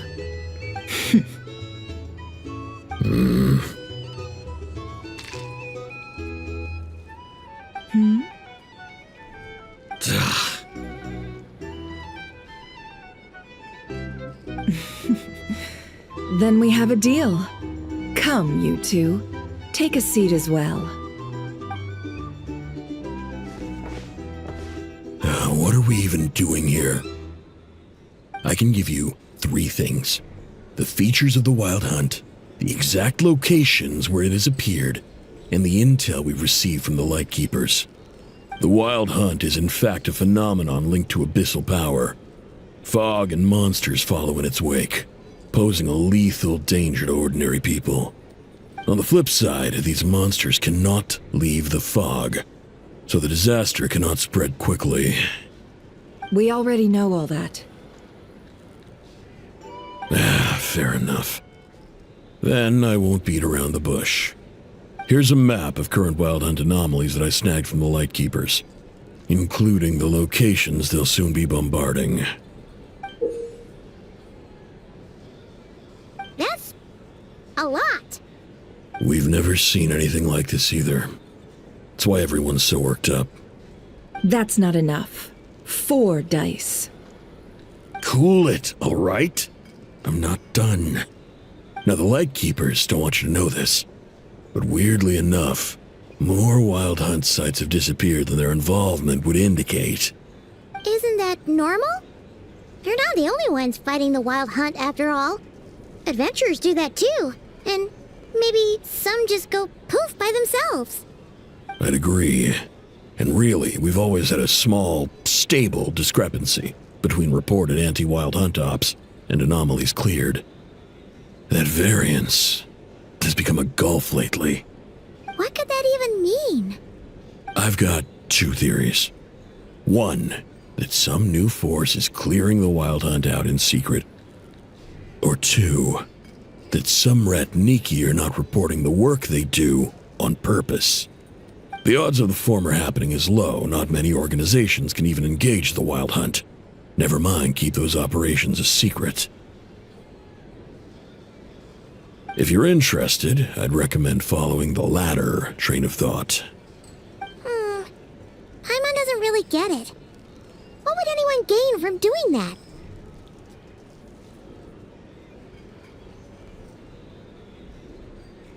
Now that's what I call interesting intel. No wonder you've been doing well for yourself lately. Even if you've mostly just been reselling my intel. Please, stop. This is all I've got for you. Oh, stop that. Why, people might start thinking me a bully. Let me give you an opportunity instead. Out of respect for your independent intelligence gathering. An answer to a simple question for 50,000 off your debt. Have you heard of people seeing familiar faces within a wild hunt anomaly? Or experiencing something akin to, say, an illusion? No, nothing like that. Nothing at all but ghostly shadows. Nothing at all, Not even for 50,000 Mora? Either you don't take your debt seriously, or you're confident you can pay it off. Hey! No means no, all right? This is about my dignity as an intel broker. Mora doesn't factor in here at all. Okay. Well, that puts me at ease. You really are the same as ever. And you've learned quite well. Go on then. I'll swing by again. Sometime soon, perhaps. Ugh. So, you're his creditor? Indeed I am. He's resold my intel quite a few times now, pocketing the difference afterwards. Rather dishonest dealing, if I may say so.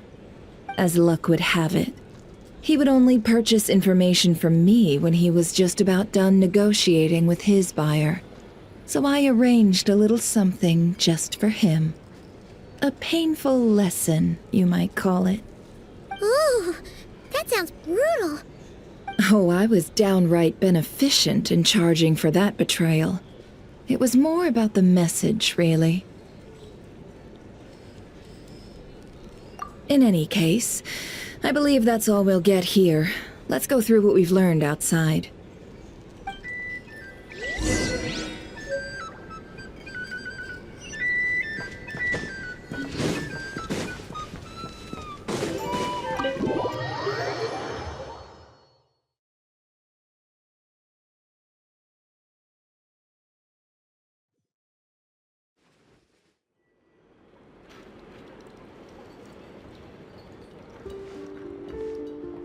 Most of our intel seems quite dispersed, so let's try piecing it all together. Well, first, no one else has seen that weird phantom, apart from our encounter on Star Sand Shoal. Indeed, and we have that from multiple accounts, so each statement corroborates the others. What in Teyvat could that phantom be planning?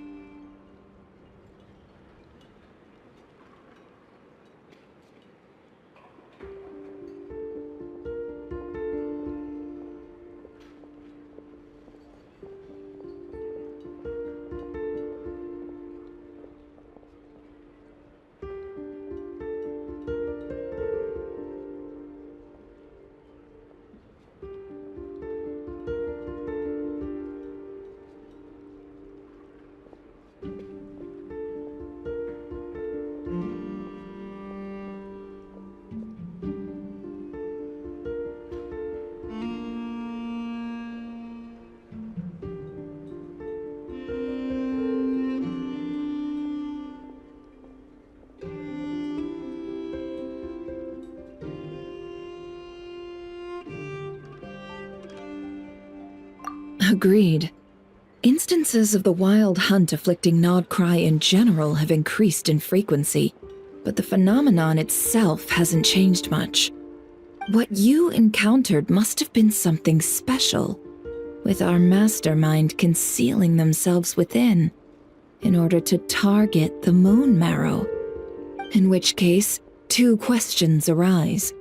Who is this mastermind? And why would they want the moon marrow?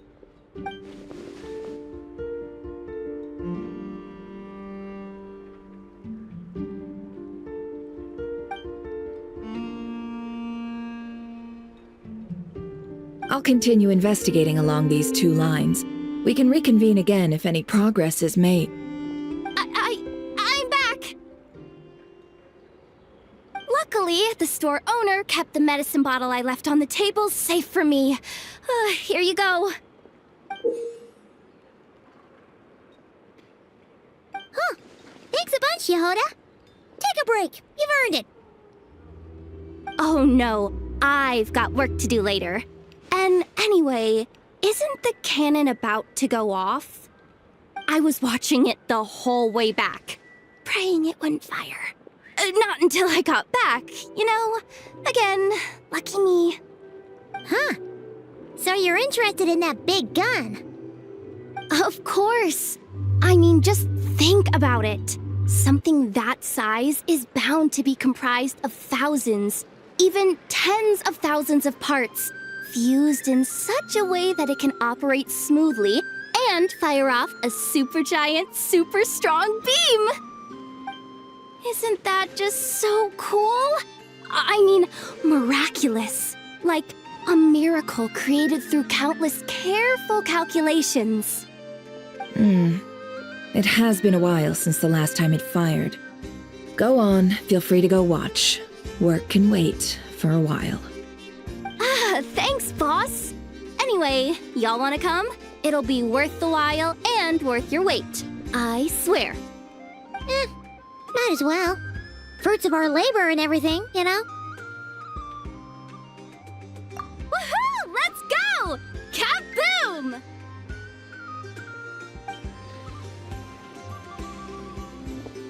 Wow! What a crowd! People seem pretty excited, too.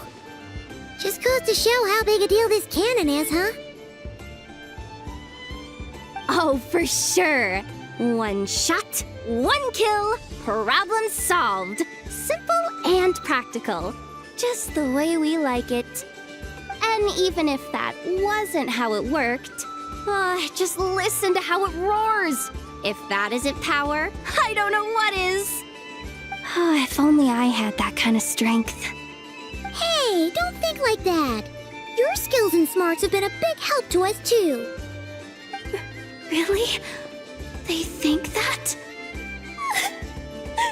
Oh, I'll do my best the next time we work together.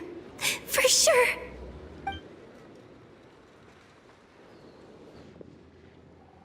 Hey, look! It's starting!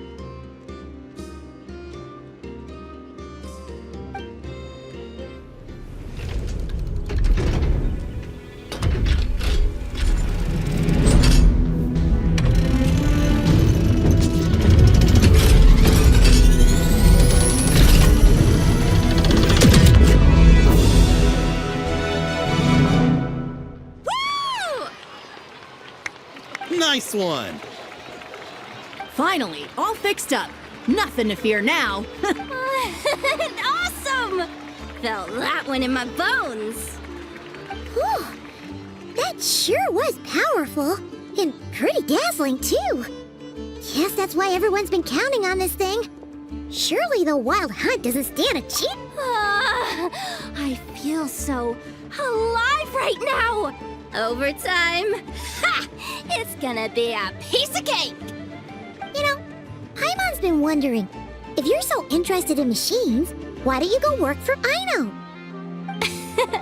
That's what we call drawing a line between your work and your hobbies.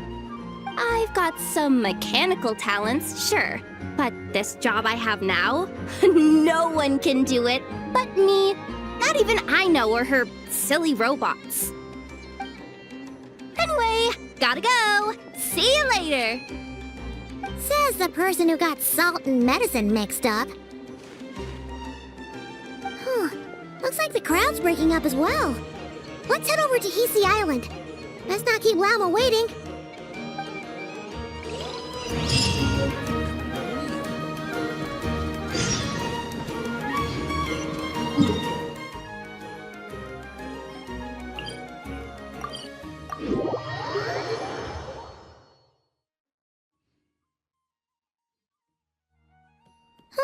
Let's see now.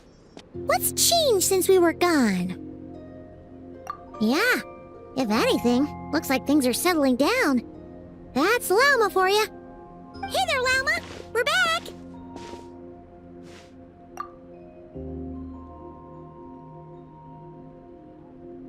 The cleanup work has been much more complicated than I expected.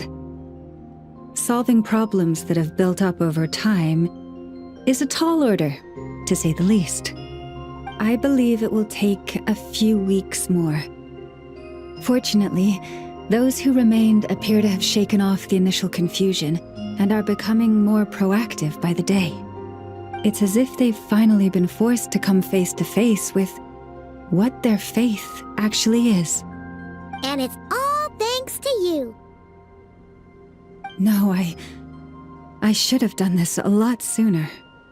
I've been focused on taking care of myself these past few days, so I'm in a good place. And since you're looking after the moon marrow for us, I should be able to help you investigate the truth of the past. Speaking of which, have you heard anything new about that phantom? I've tried asking around, but to no avail. What about you? We haven't made much progress either. But here's what we've got.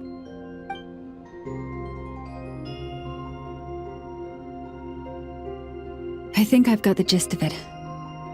Sounds like you've got your work cut out for you too. Don't forget to take good care of yourselves.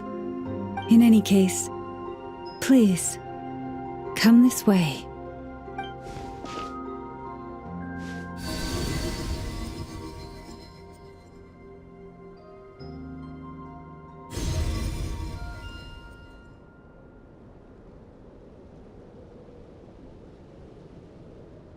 What do you see?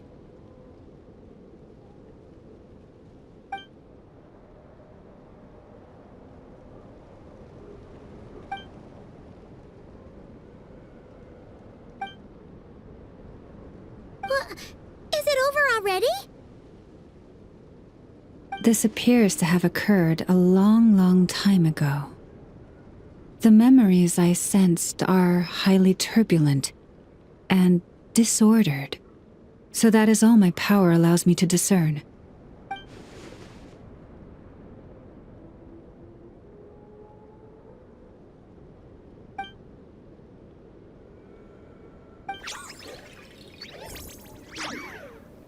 Huh? What's the matter?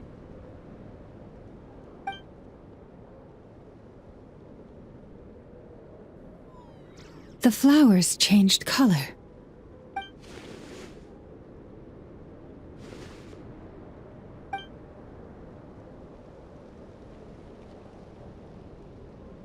Yeah, we should go see her and see if we can help her in some way.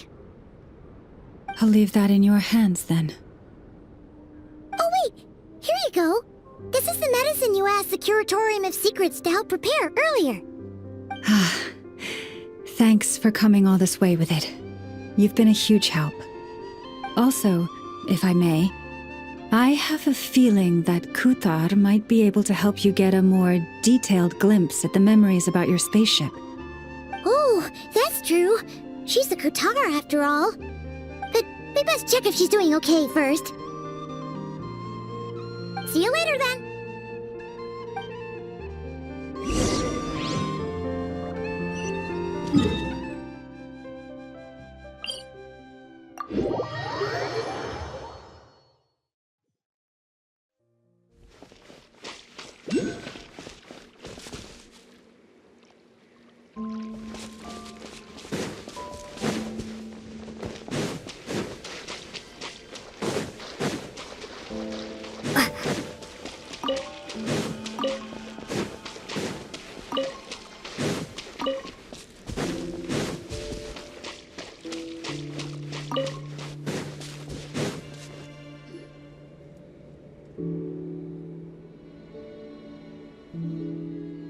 Oh, she doesn't look so good. Sorry for disturbing you, but are you okay?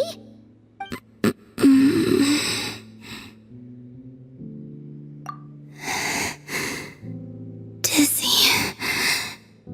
It's like I'm returning to the moon. Wait, it's not that bad, is it?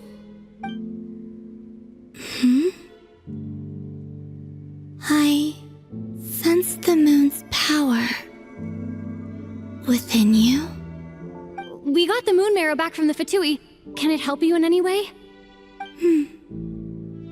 And what do you require this time? Come on, don't even think about that. Right now, you gotta focus on getting better.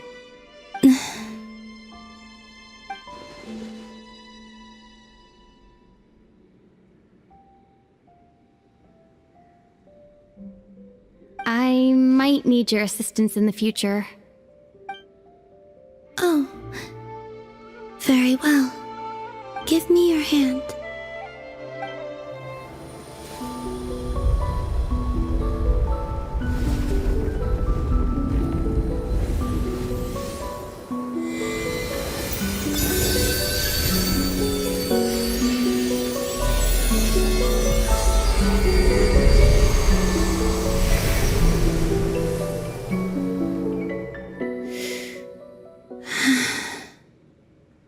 Back to Earth. My thanks. Your feet never left the ground. But anyway, feeling any better?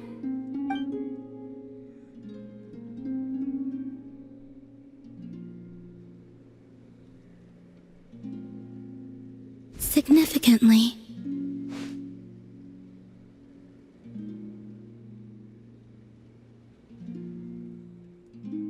The moon within your body, it is as silent as a reflection in the water.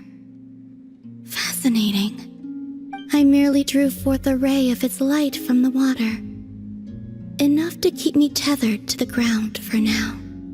I think I sensed some other changes as well.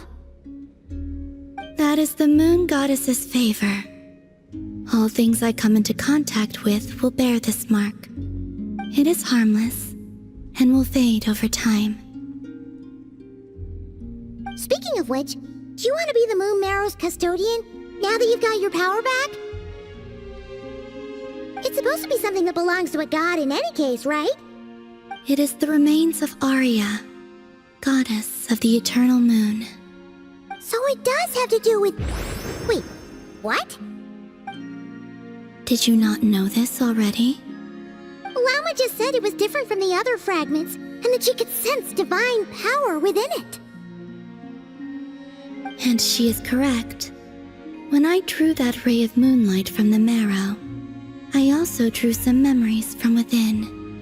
That is how I know that it belongs to the goddess of the eternal moon. But Llama also saw the past by using the moon marrow. Why didn't she see that?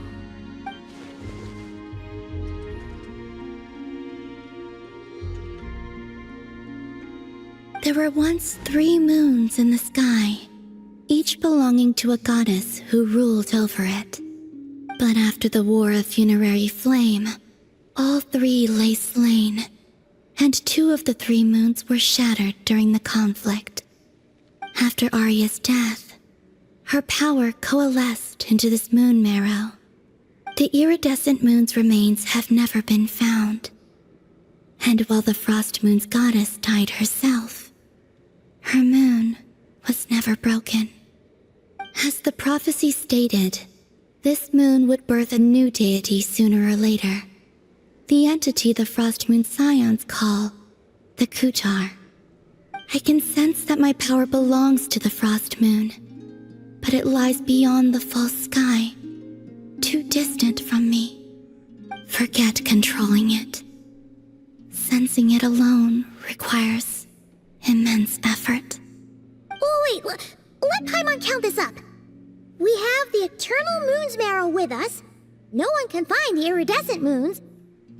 Does that mean you have the Frost Moon's marrow inside you then? No. It can only form after the moon goddess is dead. Consider it a form of energy core. You may as well ask, ask if there are rocks on the moon. Oh, so you're saying that you represent the Frost Moon's power, right? Yes. Now, a god with a gnosis is named an Archon. Since you bear the moon marrow, does that make you a moon goddess? You do not wish to be— That's not really the problem here. Also, why are you so eager to pass that title on to someone else? Anyway, never mind this becoming a moon goddess stuff for now. We're asking if we should return this moon marrow to you. I do not desire it. Huh? Nor does it desire to come to me. And what does that mean?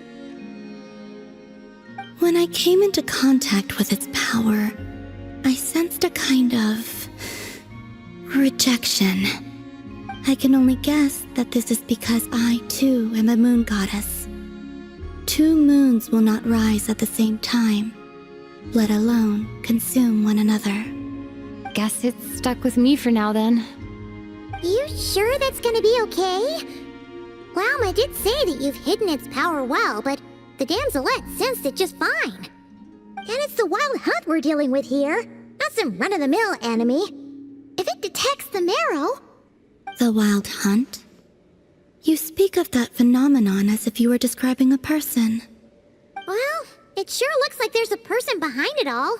Someone with a super clear goal, too. They've been after the moon marrow non-stop. That seems to ring a bell. Huh? Does it really? My colleagues used to mention someone, back when I was still with the Fatui. He hailed from Conria, gaining abyssal power during the Cataclysm, and he had a consuming fixation on the moons. Conria? Well, we don't know if the phantom we saw has anything to do with that, but the details kind of match. What was his name? I only know what others called him. The Rehir of Solnari. Huh. There was that title too. Yes. Wait a second. Dane mentioned him, didn't he? Does that mean that our enemy is Rarier, one of the 5? Huh? If that was the case, surely he'd be stronger than this, though. I have heard that he disappeared not long after the Cataclysm. But when I asked my colleagues where he went, they replied, "Do you really not know?" Why would they say that? The tale of his final fate has it that he fell into the moon's reflection, from which there can be no return. Wait, hold up, pause. There's just too much information. I felt the same. They seemed to think that I should be the one who would know everything about the moons. But as I said, my prologue lies beyond the false skies. I do not even remember my name. Oh. Either way, following his departure, the wild hunt situation worsened drastically, and it has since become a byword for abyssal disaster. The present phenomenon may have inherited the same title, but it far surpasses its past incarnation in both scale and lethality. Oh, to think that we're up against one of the infamous 5 sinners. That's way too much for us to handle. That incident on Star Sand Shoal must have been luck then. Or maybe he wasn't giving it his all. And even then, he still defeated Marionette. Oh? What did you just say? Would you mind repeating that? That's your ex-colleague? So, we were on Star Sand Shoal together, and she was beaten by the Wild Hunt, too. Did you just laugh? No. She totally did. Are you two on bad terms or something? No. I simply imagined the put-out expression she must have worn in that moment, and found it interesting. She seemed quite shaken. She'll adjust soon enough. She's very good at that. Okay, anyway, we've gotten off topic. Now that we know how dangerous the guy targeting the moon marrow is, you sure you want to carry it around with you, Traveler? If Fatui intelligence is to be believed, Rerir would prevail even if all of Nod Krai were to stand against him. Perhaps something restricts him, if only for the moment. Before I decide, there's a favor I'd like to ask you, Columbina. What do you need? Do you think you'd be able to show me what happened when my brother and I arrived in Nodkrai? I mean, when our spaceship first landed? Sure. That was quick. As I said, this to me is but a single ray of moonlight. Nothing to it. Give me your hand, and ready yourself.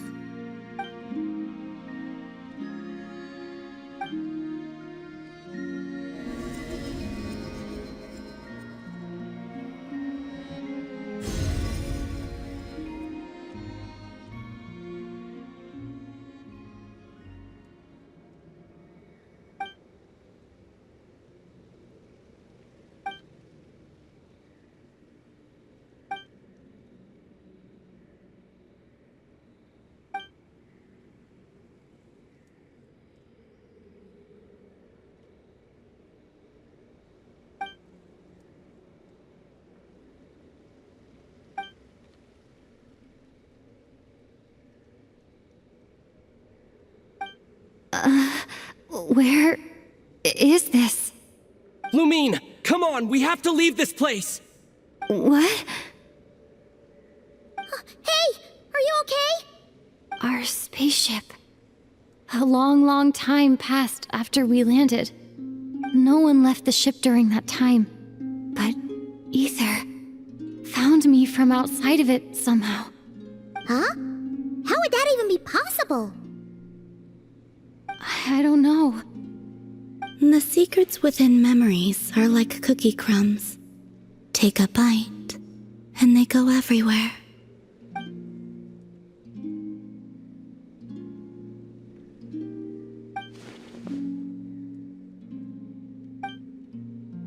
All right. I'll keep the moon marrow with me. Well, if you say so. Paimon can't stop you, but still. Ooh. Will you need my help? I could help you conceal the marrow. You could? Oh, that'd be great. Detecting it within you is already no easy task, but I can teach you to further conceal its presence using Kuvaki. Like this.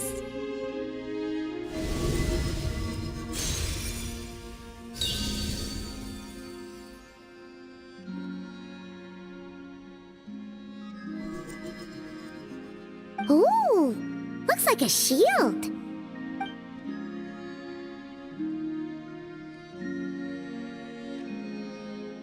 Can you sense it? Now, try to maintain it. You learn quickly. Huh. Looks pretty sturdy. Could probably be used in self-defense in a pinch, huh? Are you always here, Columbina? It's kinda dangerous out there, sure, but have you, taken a walk outside or something? I dislike strangers. Slightly better. Yeah, the Frost Moon Scions have changed since you last saw them. Who knows? You might actually like them. I will consider it. She seems kinda tired. Either way, thanks for agreeing to help us. It wasn't much. The flowers here. They like guests like you.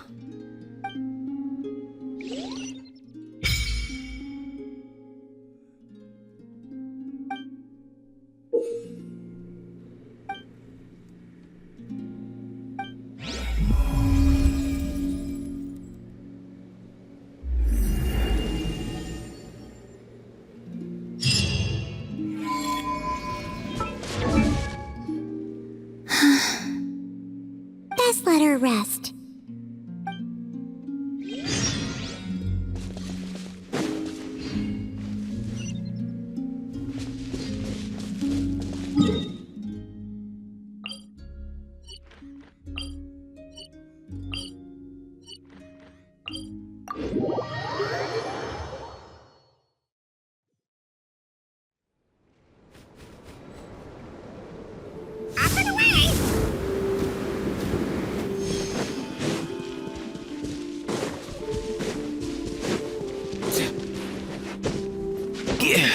Yeah.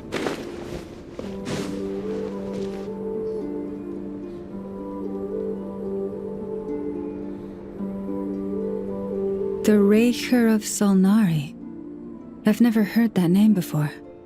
Let's keep this news confidential for the time being. It would only cause even more panic amongst the people of Nodkrai. But if this Rarir is as you describe, he will be a truly formidable opponent if we try to take him on by our strength alone. Yeah. Things might be okay if everyone was willing to work together, but right now...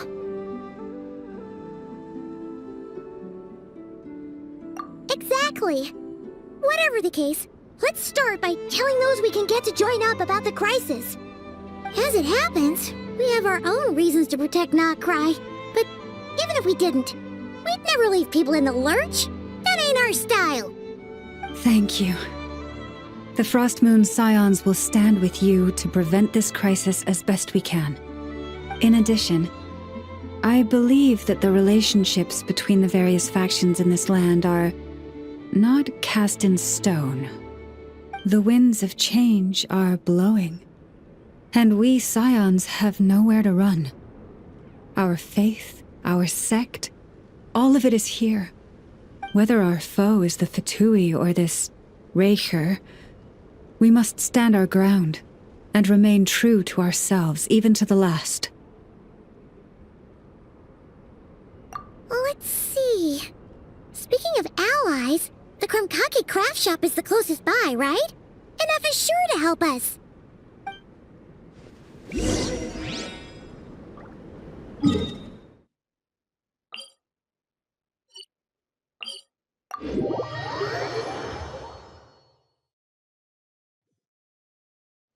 Let's go!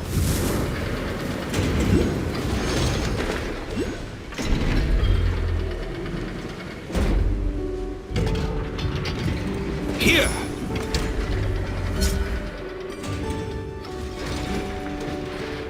Friendly approach detected. We meet again. Listen! We've got updates on the Wild Hunt situation.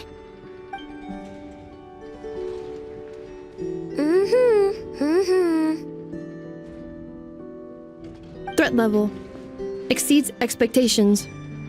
Pewee, doesn't matter if he's the Rahira Solnari or Solari or whatever. One volley from my cannon, and he'll be blown to smithereens! You were there when we fired it, right? If that isn't the kind of firepower that helps you sleep at night, I don't know what is! True, but the cannon only works against shambling monsters, right? What if Rarir's super fast? Well, we'll just get an effort to go grab him and tie him down. You're not taking this seriously at all, are you? Anyways, firepower is not a concern. See those canisters over there? That's all concentrated Kuvaki, which we'll be shipping to Nashitown. More than enough ammo in there to blast that Fatui research facility to bits in a single shot. You sure have been looking forward to this battle, huh? Of course! This is gonna be the shot that shocks the world. All of Nodkrai, heck, all of Snezhnaya will know my name once we're through. Sure, travel safe. I know. There remains intel left unshared. Oh, right. Yeah. Since you're investigating the Wild Hunt, something pretty weird's happened in Nashitown. Should probably watch out for that once you're back. Remember that Sosi guy? The Ratnik in charge of firing the cannon? He's been found dead in their organization's offices. Wait, what?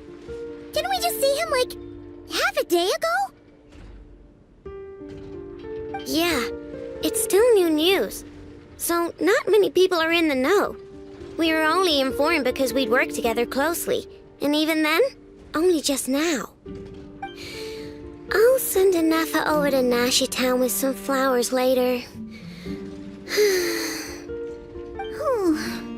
He seemed like a good guy. Didn't put on any airs despite being a superior officer either. The data concurs. This gentleman appears to have been one of the most accomplished amongst the Lightkeeper's sergeant majors. His character has also received commendation. Most would have lacked the motivation to fatally attack him. Oh, that makes it even worse. Hey, what do you mean, actually? Either way, I'm not clued in on the details. Only Ratniki have been allowed on site to investigate the scene. You'll have to find some way in if you want to check it out for yourselves. Got it. Let's go then. You coming along, Anafa? My tasks are incomplete. The last few batches of ammunition must be randomly inspected. You go ahead. All right. We'll see you later.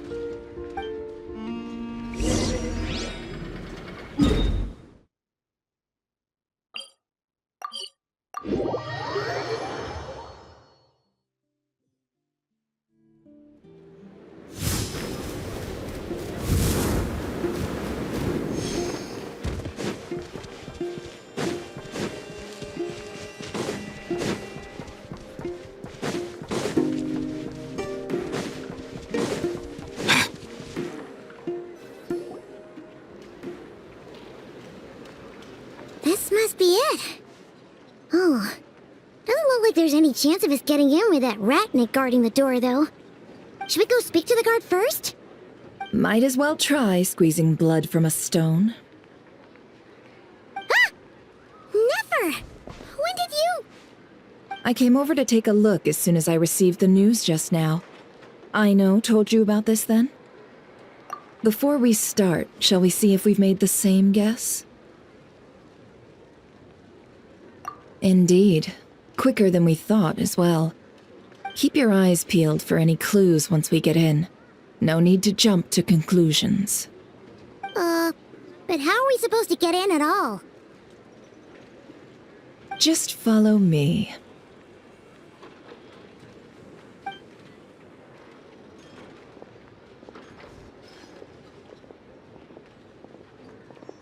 I'm sorry, but we're not open to guests right now.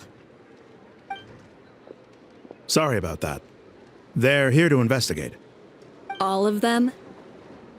The paperwork checks out. All right then. Enter.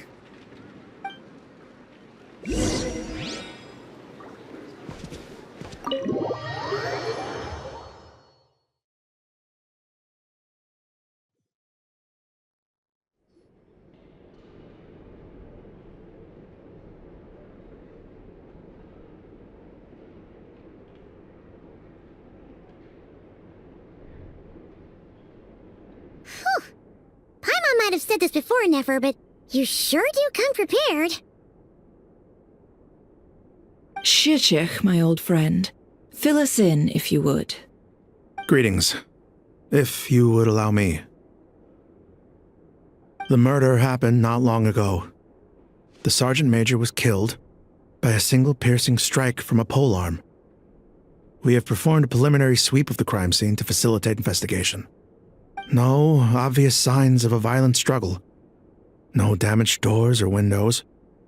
The culprit must have used some other means to enter the room unopposed before performing the deed. Entering unopposed? So, do you think there's a chance that the culprit would usually have right of entry?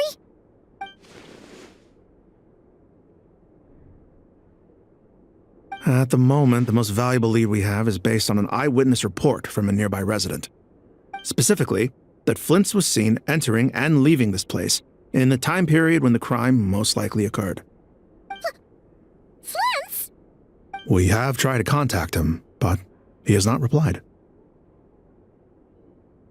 Very odd indeed. So, he's the prime suspect right now, right?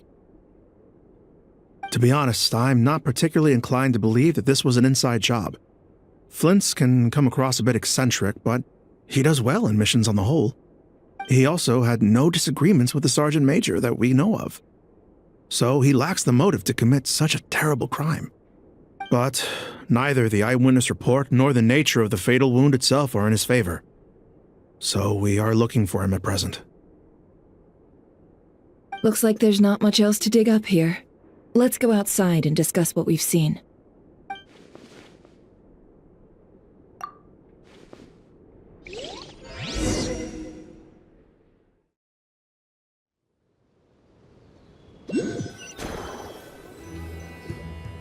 So, the evidence points to Flint's, and he just so happens to have disappeared without a trace. A sticky situation indeed. We know that this Flint's could have been Rerir in disguise, but we lack the evidence to prove this to anyone else. Furthermore, Flint's has left us with many questions, all of which will require a reasonable explanation. Yeah! He said he would report back to headquarters, but it seems he hasn't gone at all. What could he be doing?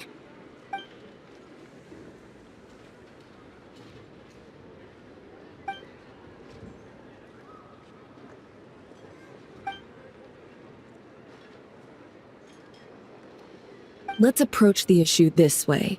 First, we must determine our culprit. Was it Flint's or Rerir in disguise?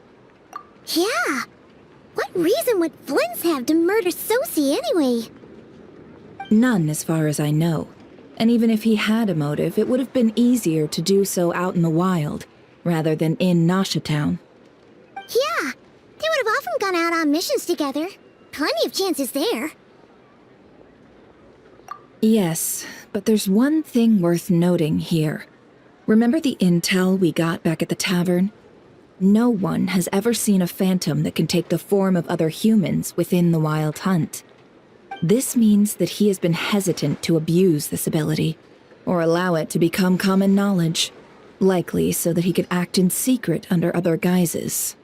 But no matter what, barring identities comes with risks, right? What if you bump into the person you're imitating along the way? Precisely. In other words, his goal must have been worth the risk, similar to how he came in disguise to obtain the moon marrow. He likely knew then that the real Flint's would not appear and get in his way during this time. We'd have to ask Flint's ourselves, I'm afraid. But we shouldn't jump to any conclusions here. We can't discount the possibility that he might actually be the murderer himself. Not yet, at least. And there are other, less likely scenarios.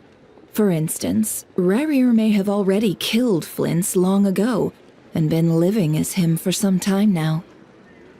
Yes, that is our ticket to a breakthrough. Then we've got to find him before the Lightkeepers do, or we might never see him again. Steady now. Our friend should be back soon. We've tracked him down, to a beach north of Nashatown. The Wild Hunt is present too, so we're putting a force together. I'll have you know that this is top secret information I'm leaking here. Don't worry, you'll receive a top-class reward in return. The beach is all yours. I'll stay and slow the Lightkeepers down. Things might go south if you bump into one another. Oh right, before we go, should we reveal Rerir's secret? Since he's trying to keep it all hush-hush, why don't we just pull the curtains on his little trick? That'll teach him to sneak around pretending to be other people. Hey, why are you laughing? Oh, I was just imagining how satisfying that would feel.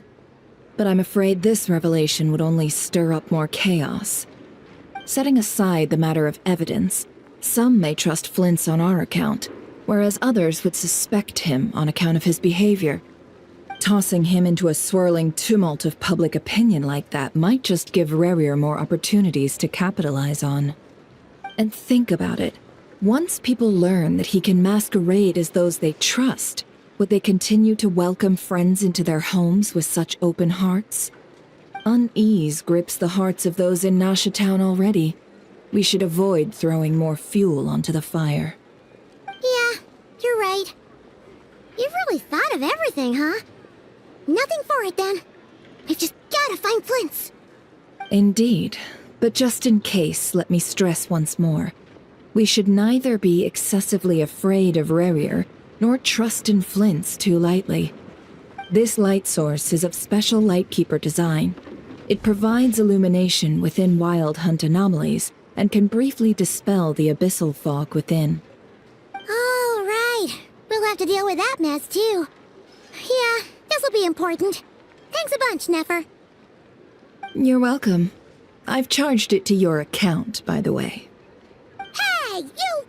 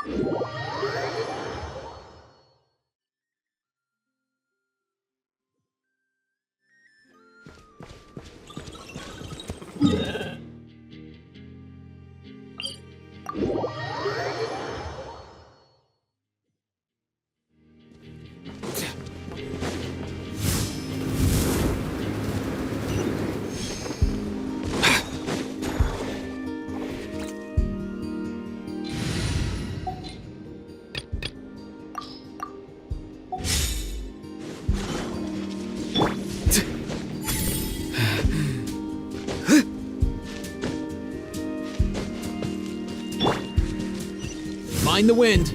All tight, bro!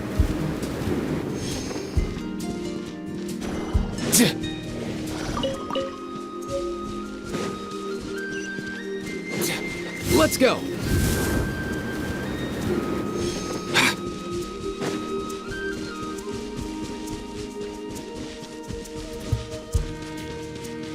Mind the wind.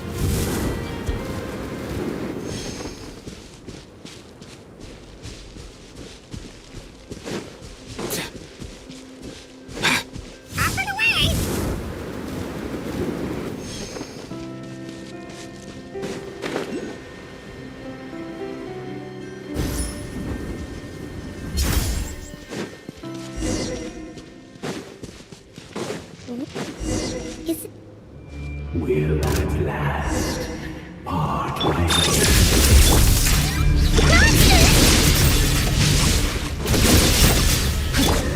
Farewell. Tell me what you see. Mind the wind.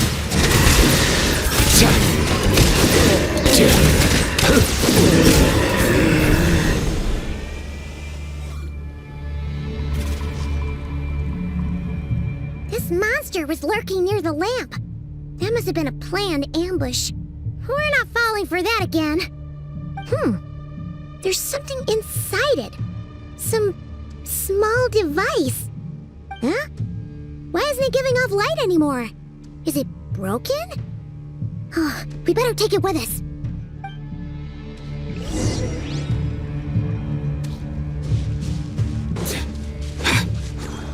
Let's go.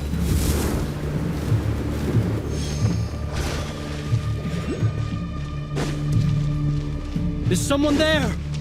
Please, help me! Isn't that Flint's voice? Did you hear that? But...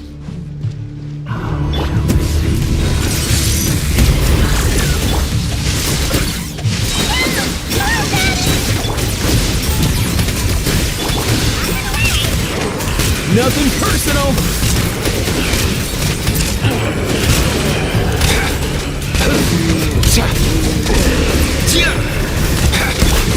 Defensive mode engaged. Time to act. Body and mind.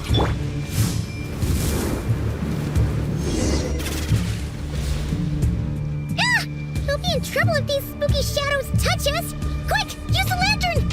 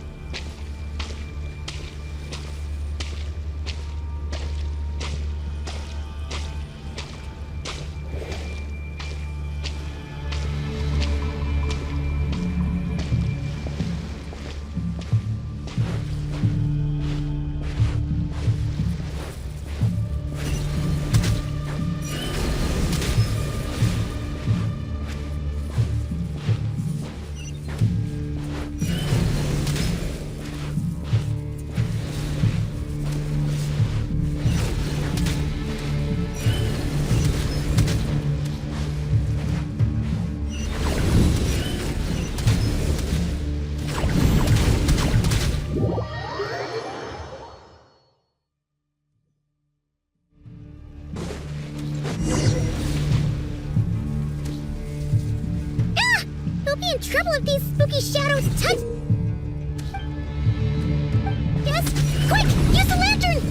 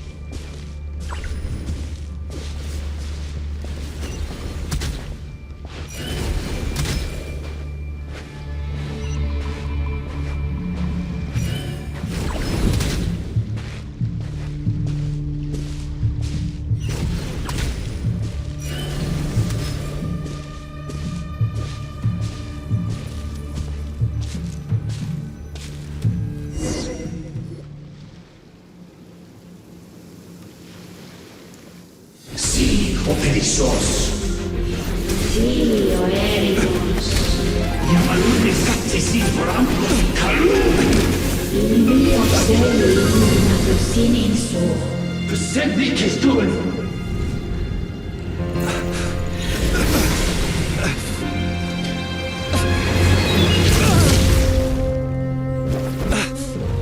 Hand it over. That was mine from the first. Tutonine torai desnevite. You're a fool. You again.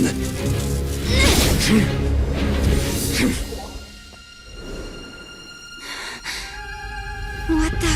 It's stronger than before.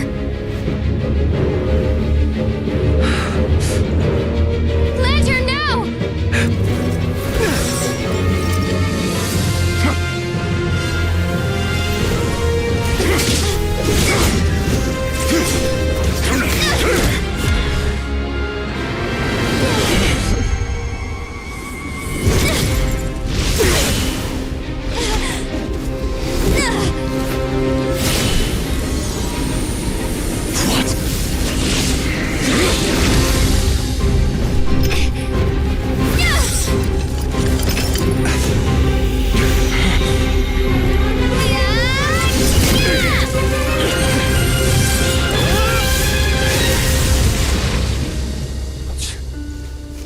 It escaped again. This situation speaks for itself, I presume. So, you were tangling with Rarer out here all by yourself. So, that vile phantom hiding inside the Wild Hunt has a name of his own. Yeah, you don't look so good.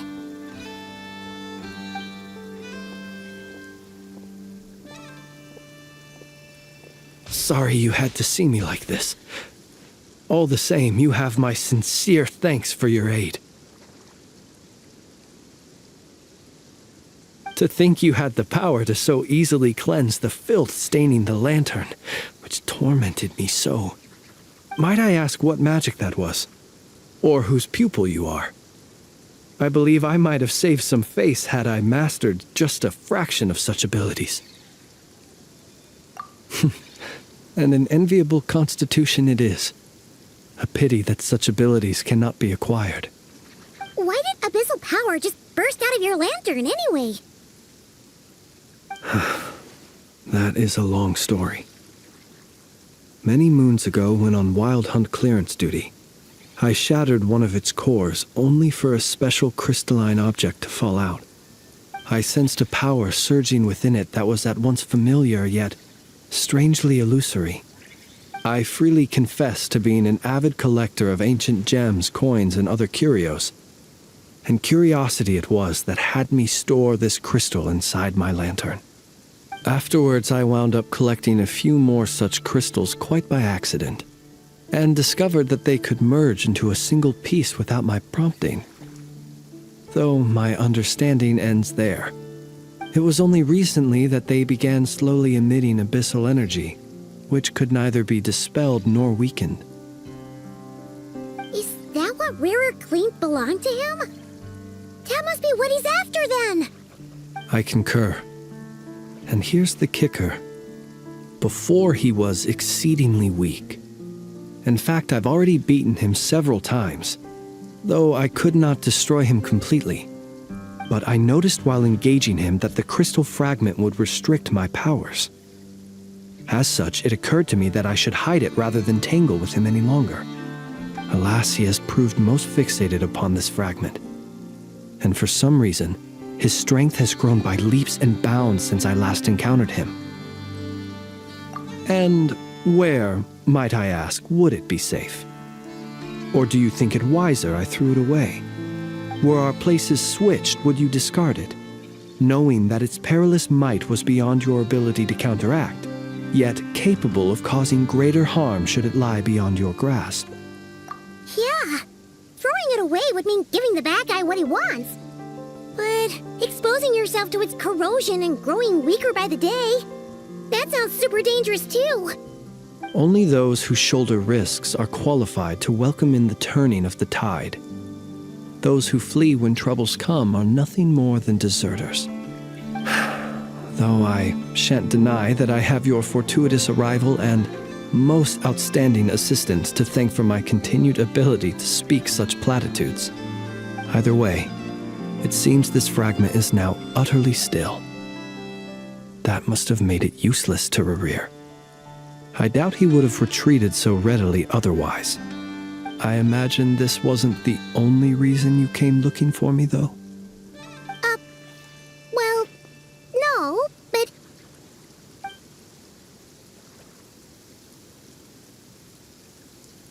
Ah. I see. To use the Lightkeepers to find me, I suspect. I did not inform anyone of my true whereabouts, so he should have had more difficulty tracking me down. They alone have the ability to quickly pinpoint my position. Our Sergeant Major has a Kuvaki-powered device that can be used to detect others who bear a lantern. They usually don't pay my whereabouts much mind unless they absolutely must find me. You mean this thing? Yes. Where did you pick this up? We found it inside a lantern when we first charged into the Wild Hunt anomaly. It must belong to a Ratnik dispatched to investigate the area, who, it seems, dropped everything and fled the moment they saw the Wild Hunt massing to strike. Well, at least they're not dead. Guess it's not surprising how they found you so fast, then.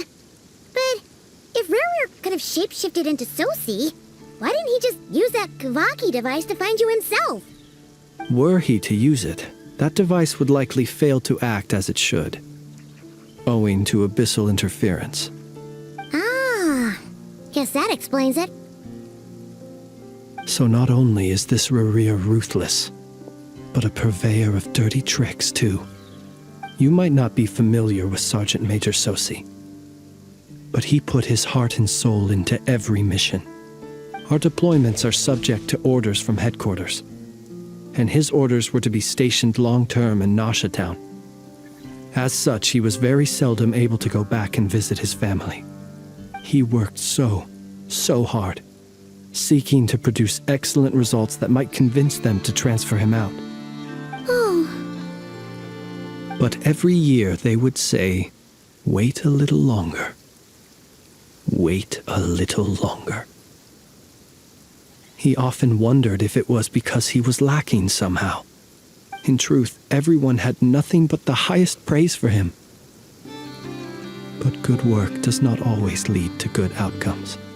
The higher-ups would think, He's doing great where he is. Let him stay there forever. A most convenient choice for them, at least. Whereas his subordinates would think, wouldn't it be a shame if we were to lose such a talented, easygoing boss? So he waited. And he waited.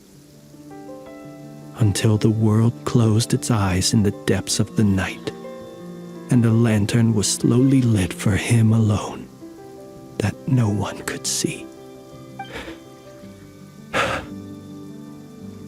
One that has played out many times throughout history. Another reason to take this Rereer's head. Oh. At least we now know that he's looking for these fragments inside Wild Hunt anomalies. And yet, what did the Sergeant Major have to do with any of this? Why did he have to die? Could Rarer be angry that the cannon Sosi set up to fire destroyed the fragments he wanted to collect?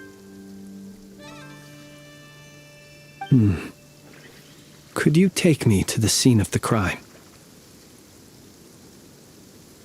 We shall just have to exercise some discretion then. Come on. Let us be on our way.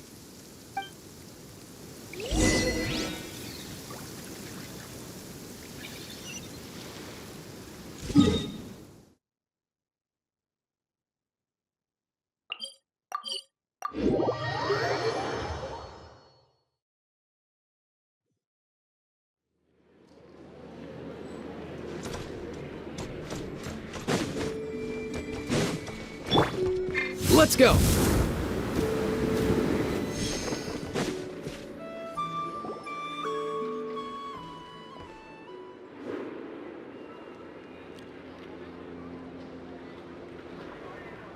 I understand the situation more or less. Much has happened, I see. Either way, I suppose we were lucky not to receive a warm welcome on the way over here. It seems my fellow Lightkeepers do not wish to make this case public just yet. Yeah. Guess Nasha Town's already been enough of a mess lately. Let's stop here. Any further and the Ratniki might detect us. Since you two can enter, I'll have to request that you kindly pick me up once you're inside. Oh? And how are we supposed to do that? You'll know when the time comes. See you later.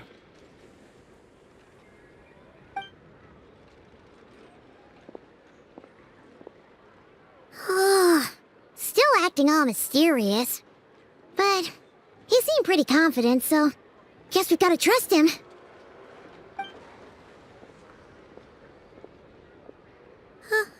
Hello?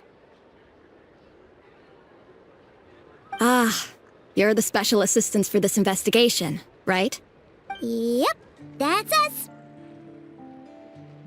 Well, you're just in time. We're basically done investigating the crime scene.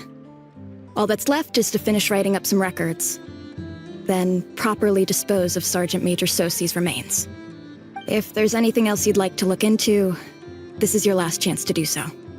Sadly, no. The motive behind the killing remains a mystery. And while we somehow managed to get news of Flint's, an unexpected accident caused us to miss him. But considering that Nefer from the Curatorium of Secrets came forward to help investigate, I have no doubt that a breakthrough's not far off. We'll do our part too. All right, we're going in. See you later.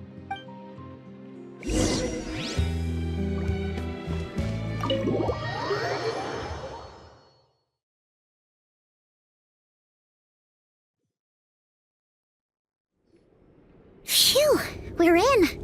Thanks to Nefer's reputation, once again. But we still know nothing about how Flint's is gonna enter, or how we'll pick him up. Never mind how we'll leave later on.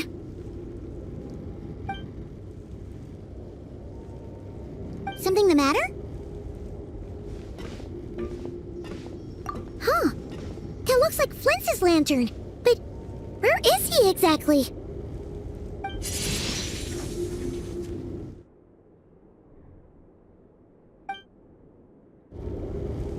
Well, we've got the lantern, What now?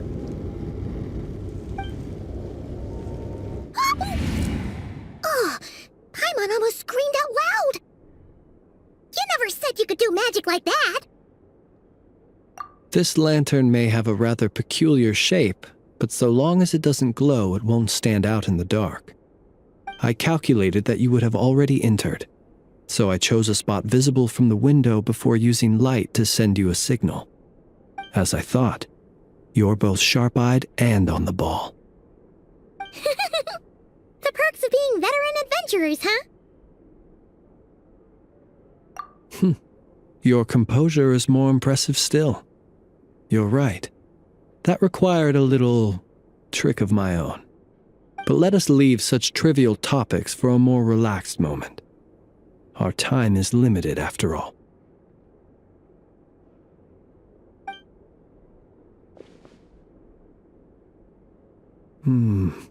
Just as I thought.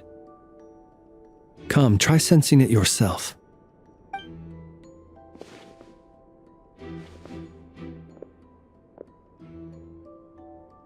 Identical powers must flow from the same source.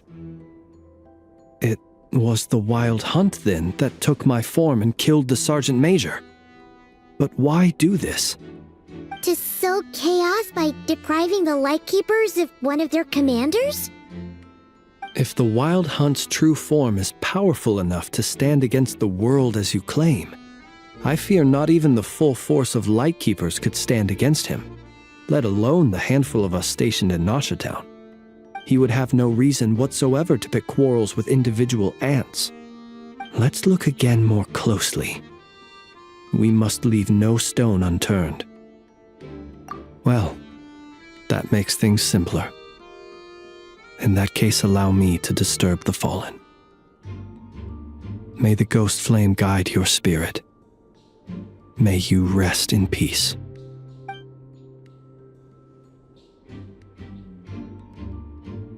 When we fought, he seemed like quite a reckless foe. Certainly not the meticulous mastermind type. Yet here we are, grappling with this enigma he has left us. Oh, if we can't get any leads, we might have to go back and find Nefer. Oh, the longer we're stuck here, the likelier he is to achieve his goal. Ugh, this is so frustrating!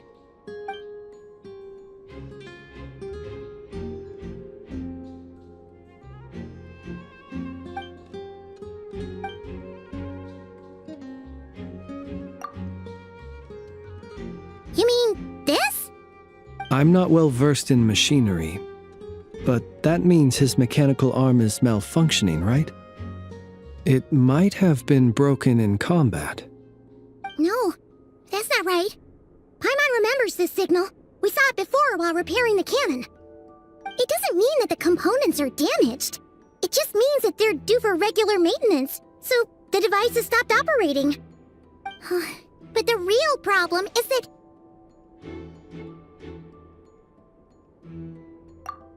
Yeah, he even helped us find the maintenance port. It could still be a coincidence, but considering it hasn't been long at all since we were repairing that cannon... The Soci you met could have been Rerir in disguise. In other words, he played the Sergeant Major before disguising himself as me. That's right! If only there were some way to prove it. You mean Hintsa? We had a short chat with him once at the tavern, but it's so late. Guess it'll have to wait till tomorrow. I know where he lives. The situation is critical, so let us now take up the role of uninvited guests ourselves. Ah, yes. And one more thing. Remember to pick me up by the window.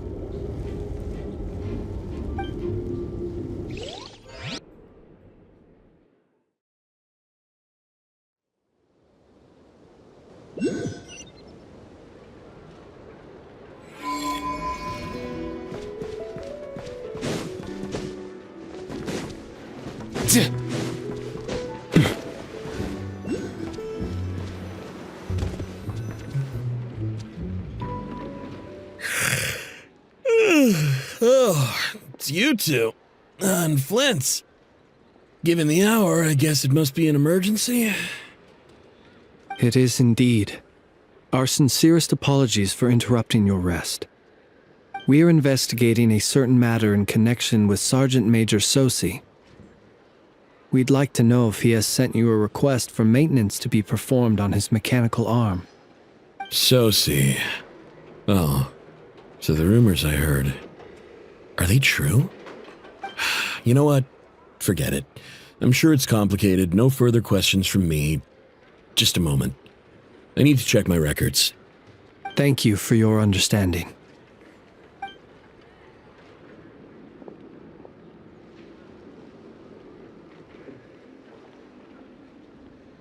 Got it.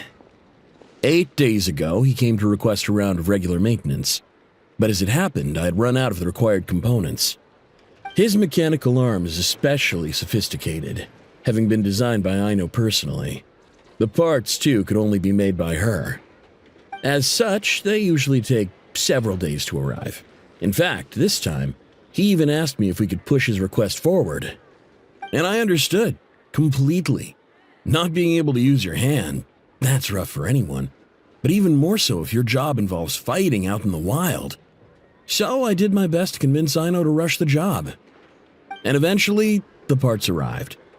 3 days ago, if I remember correctly. I sent word to the Lightkeepers immediately, but he never showed up. I assumed he was just out on some mission or other. What's with those faces? Everything all right? You've provided us with some very crucial information, Hintsa. You have our thanks. We can't make everything public yet, but once our investigation is complete, I will return to thank you and provide an explanation on behalf of all the Lightkeepers. No worries. Just glad I could help. Thanks. Good night. Good night. Hope the investigation goes well.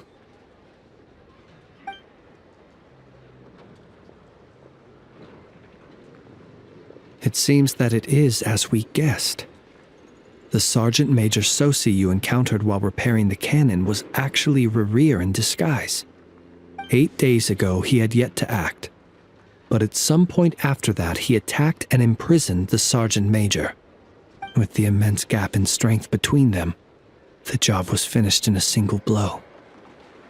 And thus Rerir had no opportunity to discover the malfunctioning mechanical arm. Perhaps his mastery of shapeshifting extends only to outward form, and not therefore to complex internal mechanisms. Hence his oversight of the uniquely mechanical traits of the Sergeant Major's arm, and in turn, this flaw in his disguise. You're saying he thought no one would realize his mechanical arm is actually made of some kind of black muck on the inside, so long as it worked, right? Still seems like there's a lot of guesswork involved here, but it mostly makes sense. This also has me stumped for the moment. The cannon has always been used to destroy the wild hunt, and it works as intended. But how would that help Rerir exactly? Assuming he plans to collect the fragments within wild hunt anomalies, firing the cannon works against him, since it would blast those fragments to smithereens. So we solved one mystery, only to dig up another. Whew. This is getting Paimon kind of down. And sleepy too. Yes, I'd say it is high time we took a break. Seems like there's a lot left to investigate. We'll have to fight Rerir eventually. And we'll do a poor job if we're not well rested.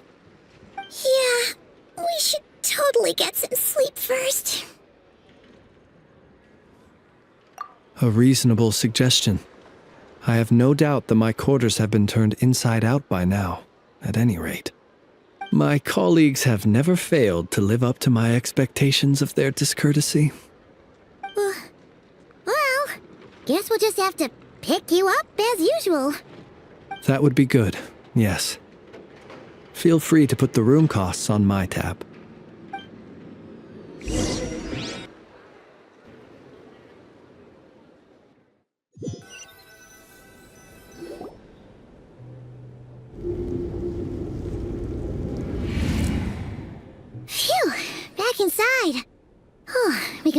take a breather. Okay, Paimon. In and out. I suppose we could all take a moment to unwind.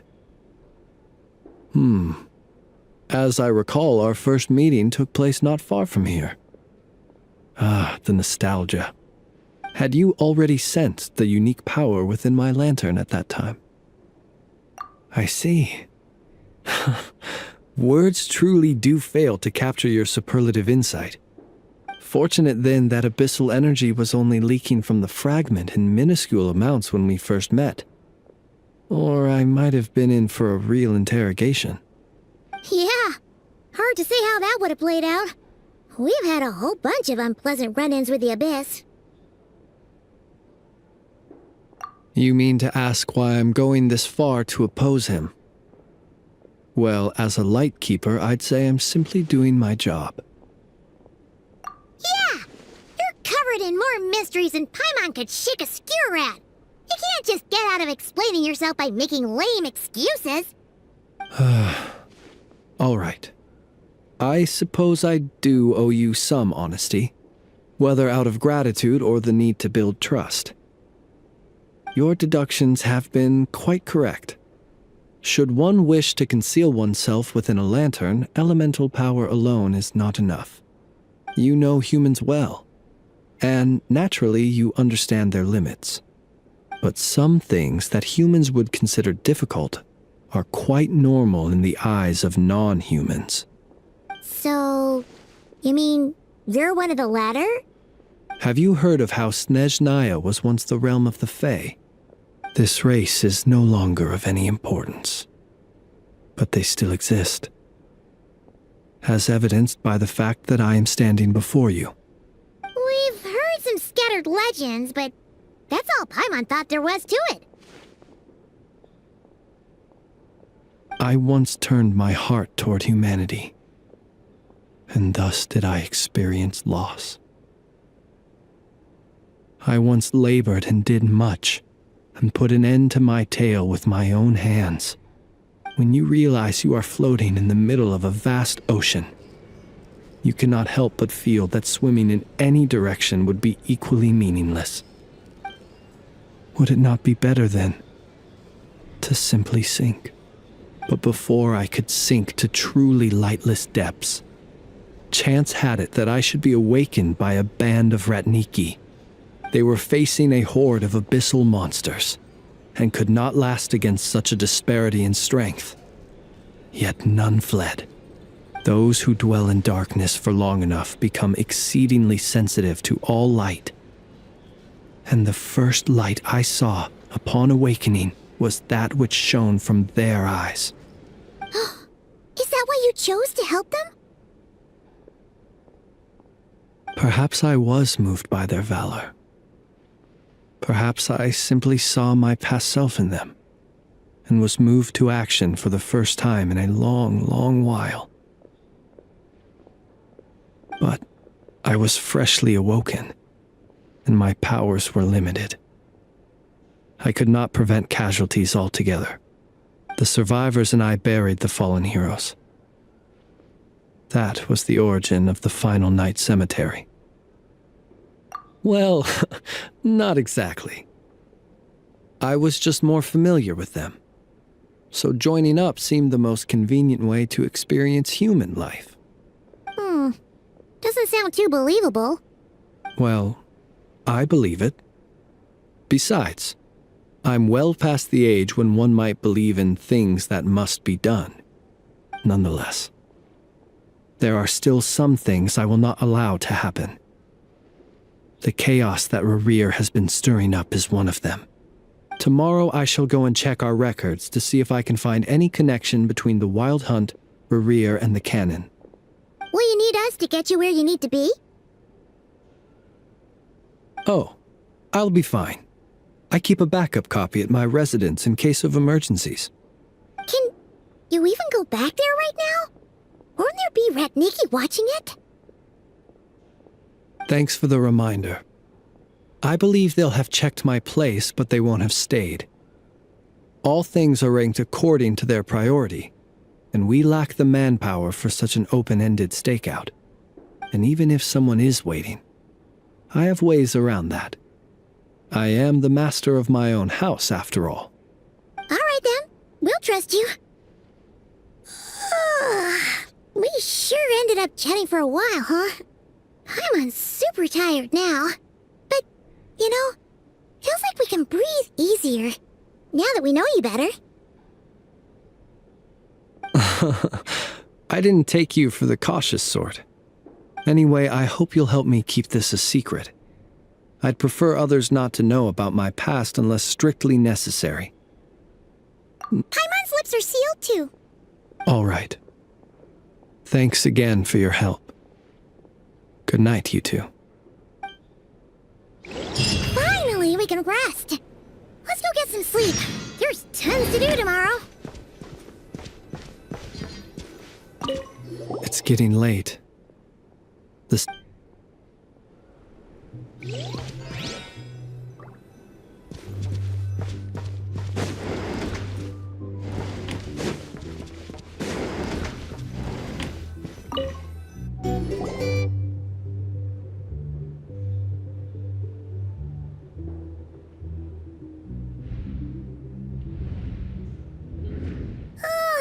So much noise.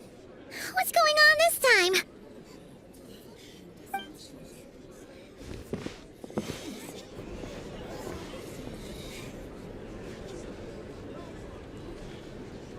Hey! Where's Flint's? Is he here, or isn't he? We would be most obliged if you would pipe down a little, dear guest. Our other guests are resting. Resting? We're all about to be done for, and you're talking about rest?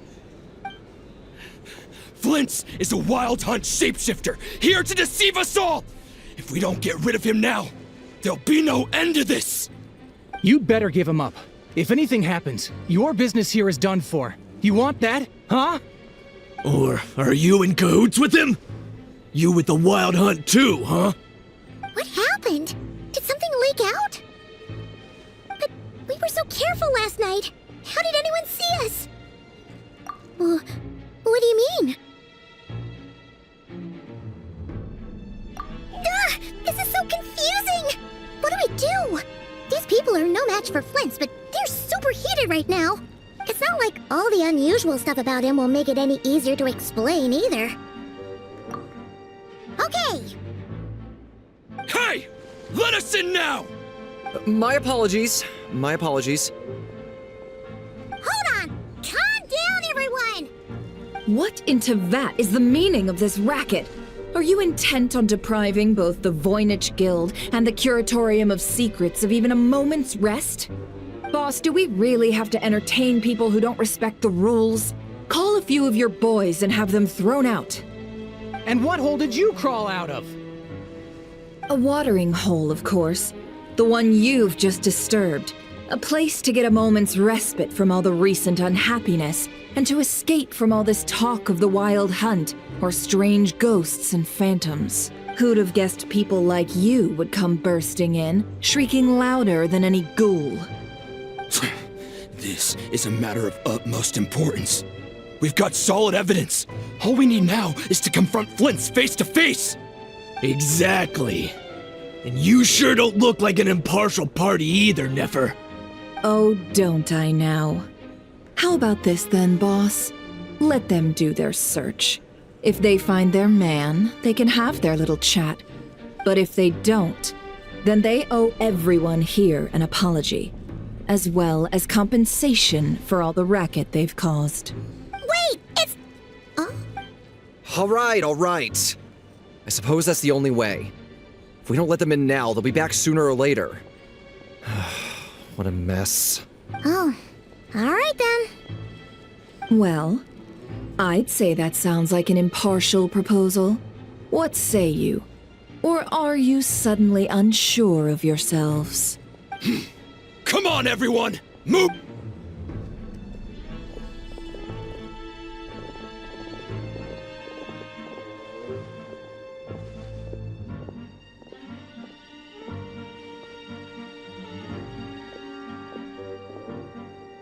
No sign of Flint's. But how can that be? Hasn't he always stayed here? Done searching, are we? Guess it's time to uphold your end of the bargain, huh?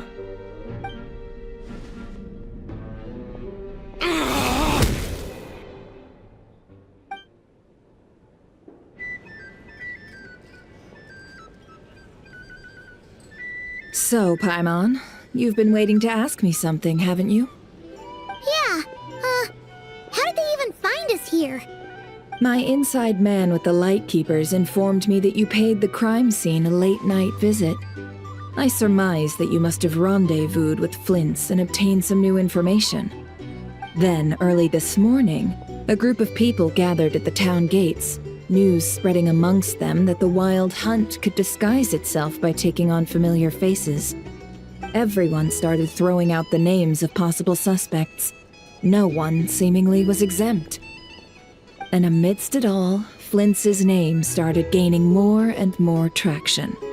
I'm sure his solitary lifestyle may have played a part, but I wouldn't discount Rerir throwing fuel on the fire in secret. So, did Flint's make his escape after hearing about this?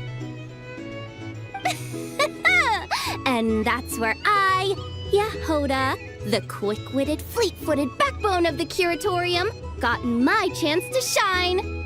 While everyone was super focused on the argument in the main hall, I alone noticed an opening.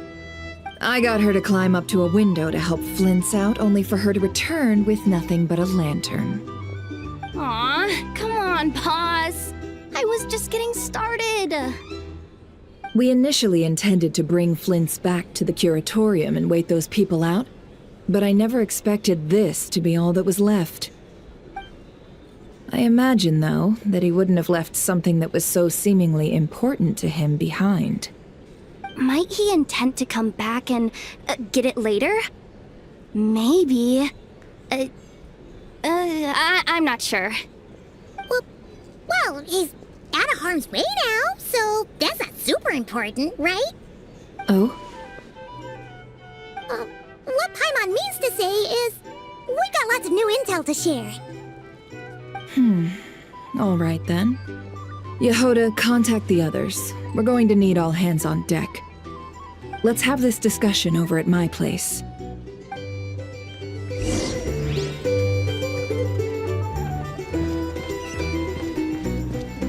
Here's the thing.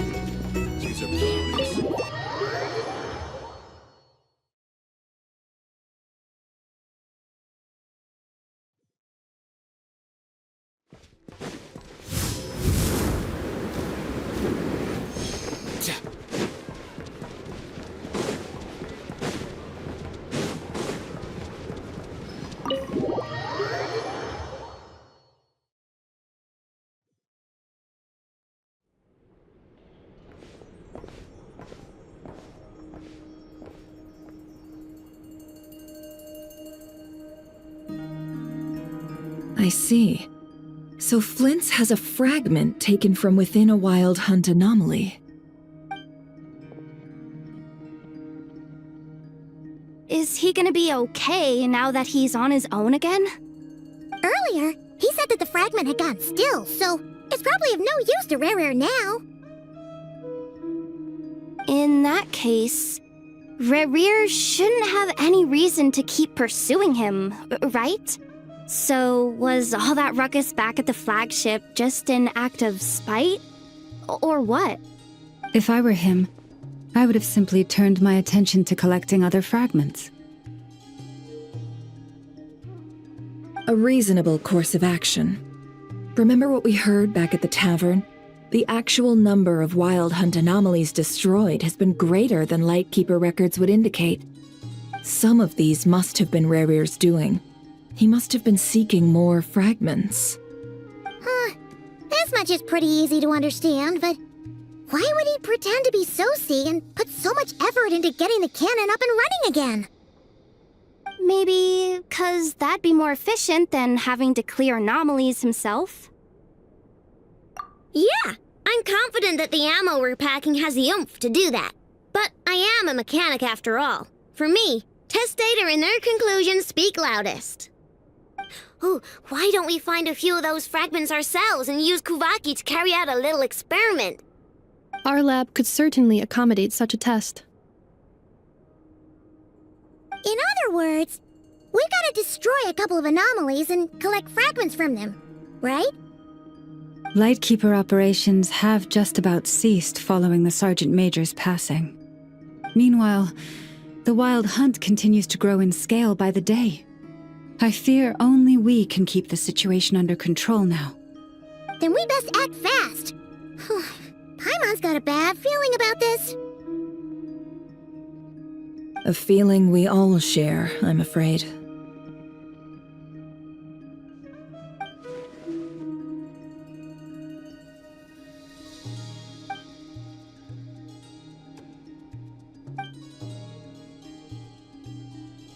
There are 3 wild hunt sites that must be dealt with urgently. But I believe we have the capacity to handle it. Works for me. Nefa and I will take our workshop assistants to deal with one of the sites. The Curatorium will handle another. And we Frostmoon Scions shall deal with the remaining one.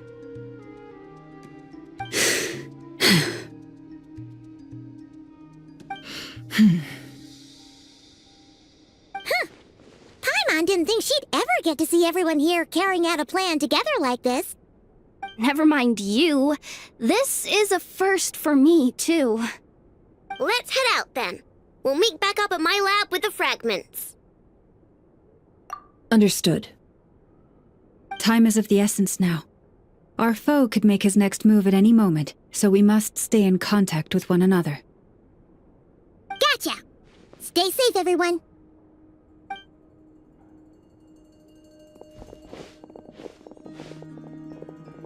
Huh.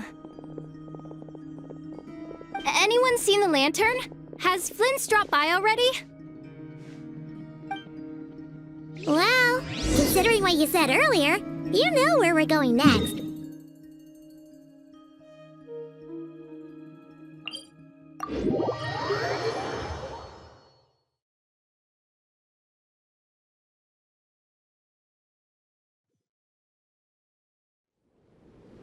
Up and away!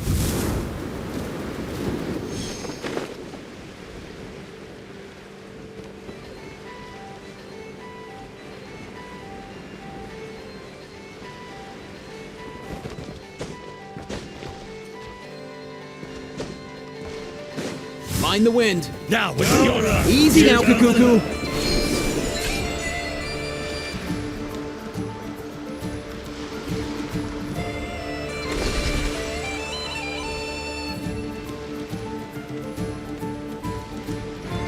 What a waste of time!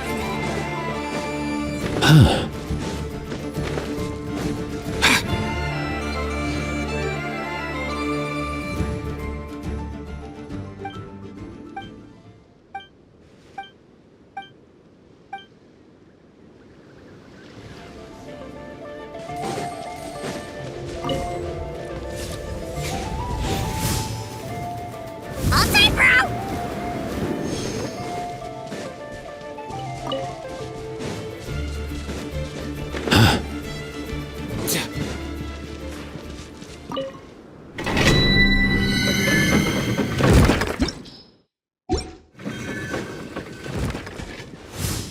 Easy now, Kakuku.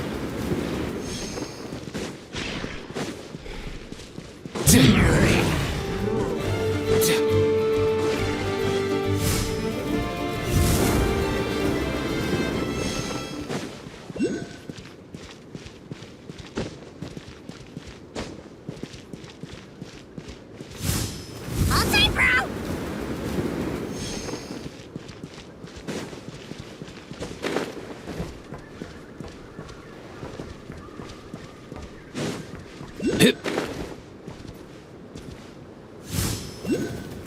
Easy now, Kakuku.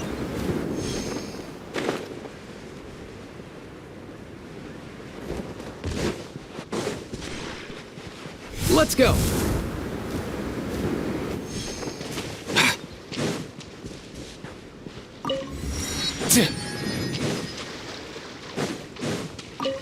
Up and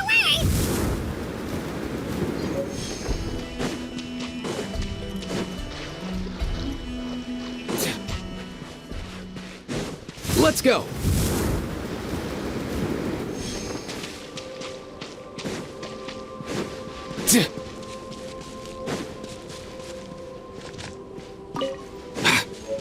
Up and away!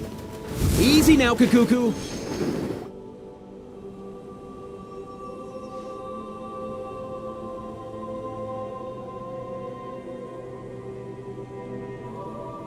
Oh, no one's guarding this place just like he said. But, where do we find the information he mentioned?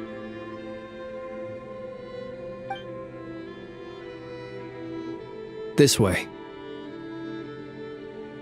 Let's move. We're running out of time.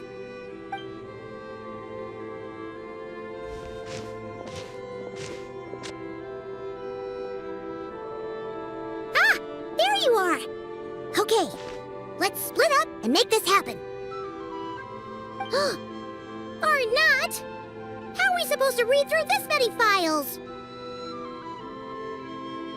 Difficult, yes, but it is also our most efficient option. To expose the true intentions of this Rarir, we need to dive into Nodkrai's history. Hope we don't land on our heads then.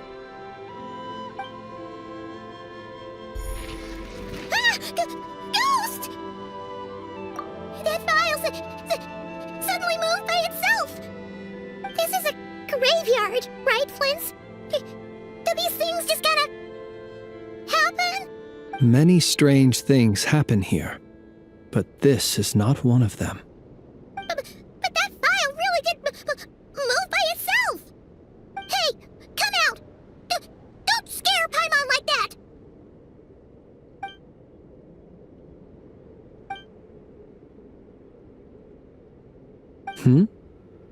Wild Hunt Phenomenologue? Hey!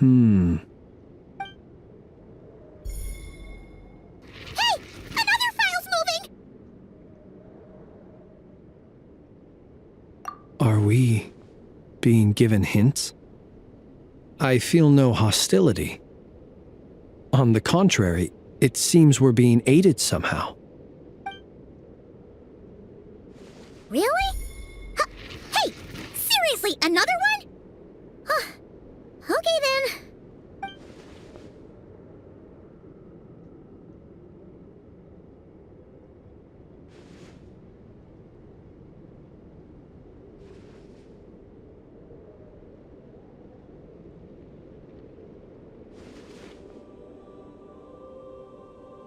Phew!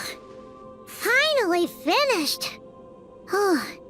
Paimon sure could use a long break from long words. The material I've read through has all been about past Wild Hunt incidents of enormous scale. What about you? Paimon as well. Guess that makes 3 of us. Whatever this is, it seems to want us to notice something. Let's bring our files together and give them another look through. Alright. Paimon will go fetch hers. All these incidents look pretty different. Wait. I've noticed something. Before the occurrence of these huge Wild Hunt events, a smaller scale one would erupt in the exact same location. And look. All these smaller scale Wild Hunt site reports share a common outcome. They'd be detected, but would go inactive before any forces could be sent to deal with them. They could then be sealed directly using a tide seal stone. Some of these records are too old. I doubt he had regained the ability to act freely yet, or we would have met long ago. And here's another similarity. Kuvaki in nearby soil completely drained. Could this be important somehow? Kuvaki and the Wild Hunt are mutually opposed forces. We Lightkeepers previously believed that these small Wild Hunt sites would temporarily go inactive due to being neutralized by the Kuvaki present in the soil. But now that we've synthesized all this data, there is a key issue this hypothesis cannot explain. Indeed, despite the name, I would not call a tide seal stone's sealing powers watertight exactly. But for it to fail and the situation to deteriorate in such short order. like she's almost got it.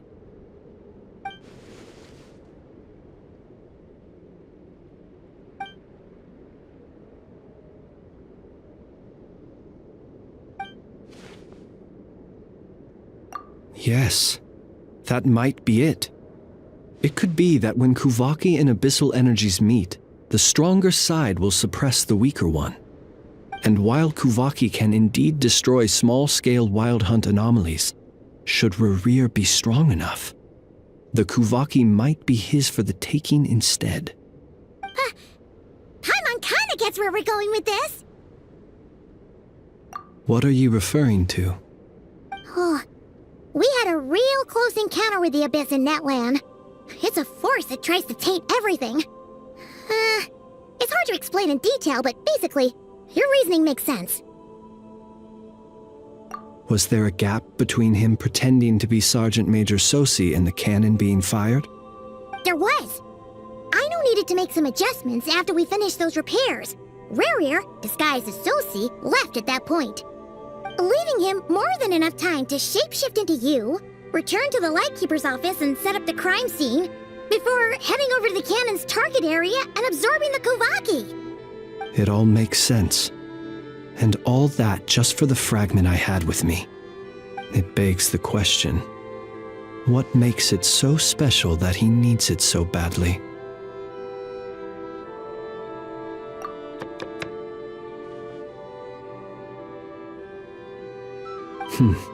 That's odd. We shouldn't have any guests. I'll go take a look.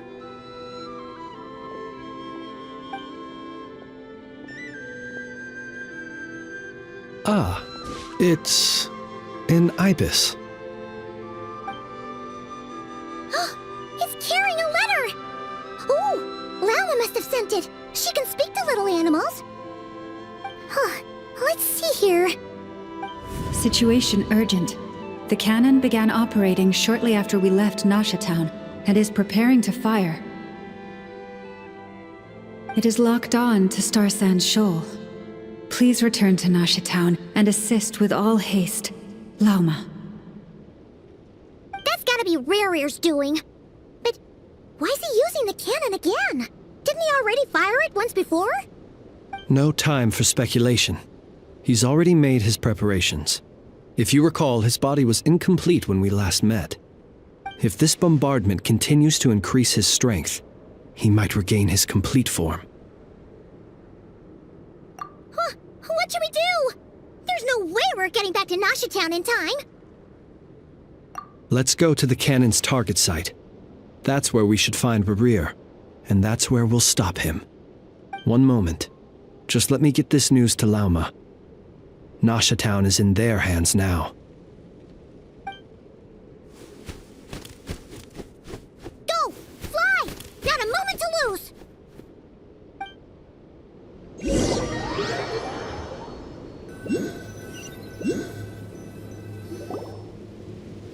You're here, as expected. Humans, you never change. Always trying to use powers you neither comprehend nor control. But it is also thanks to you that I found a way to return. You've messed with the cannon again, huh? Sorry, but this round's not gonna go your way. Such faith in your companions. But will the inhabitants of Nasha Town understand why they wish to stop the cannon? I think not. When all they see is the wild hunt surging up everywhere they look, the cannon must seem like their only lifeline. This is the truth I have revealed to them. They did this all of their own volition. The zealous worship of power leads only to annihilation of equally zealous proportions. True power does not heed the commands of the weak. You were waiting for us to leave Nasha Town then? Of course. I imagine the one you call Aino would have managed to stop the cannon otherwise.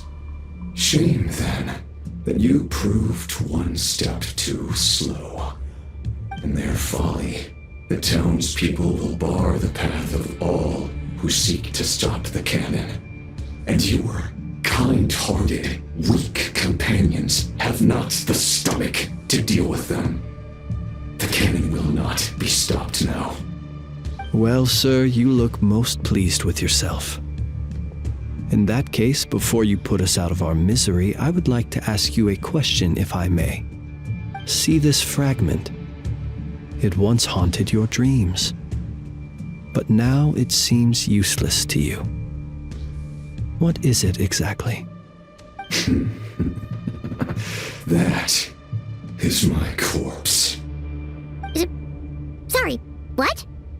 My body was once torn into countless pieces and hurled into the swirling chaos of time itself. But even so, my life and will were not extinguished. Every last fragment calls to me. Sooner or later, they shall welcome my return. What are you even saying? Huh. So the terror of the Wild Hunt was in fact caused by scattered pieces of your corpse. I guess they don't call you one of the 5 sinners for nothing.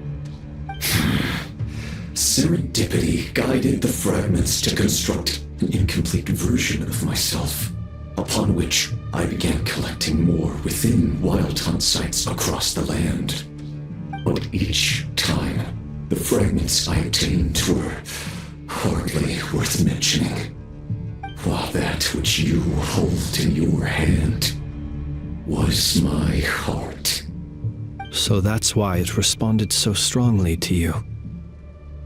Only by retrieving this most critical piece could I gain mastery over the turbulent Kuvaki energies and be fully reborn. Hence, you fired that first shot, hoping to regain enough power to seize the fragment from me. Are you completely crazy? Weren't you afraid of dying? Dying? Such power has no hope of killing me. It may destroy my form over and over, yet always I rebuild it. It may smash my flesh and crush my bones thousands of times and more, but that is of no consequence to me. What truly infuriates me, however, is how you've destroyed my heart. All that suffering, everything I endured, and all for nothing. I've adapted to the strength and flow of this Kuvaki. The next cannon shot will multiply my strength immeasurably. It will not be a full restoration, no, but it will be more than enough to destroy any in this world who stand in my way. Still, I suspect the Kuvaki will have rendered you down to nutrients for my consumption well before you have the time to kneel before me. Traveler! Behind you! Look at that light!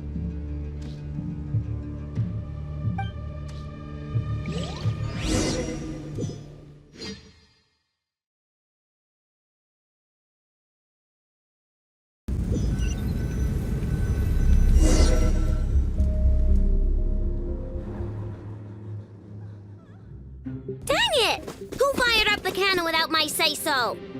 Its defensive barrier has also been activated, likely in anticipation of interference by malicious actors. The air is thick with fear and anxiety.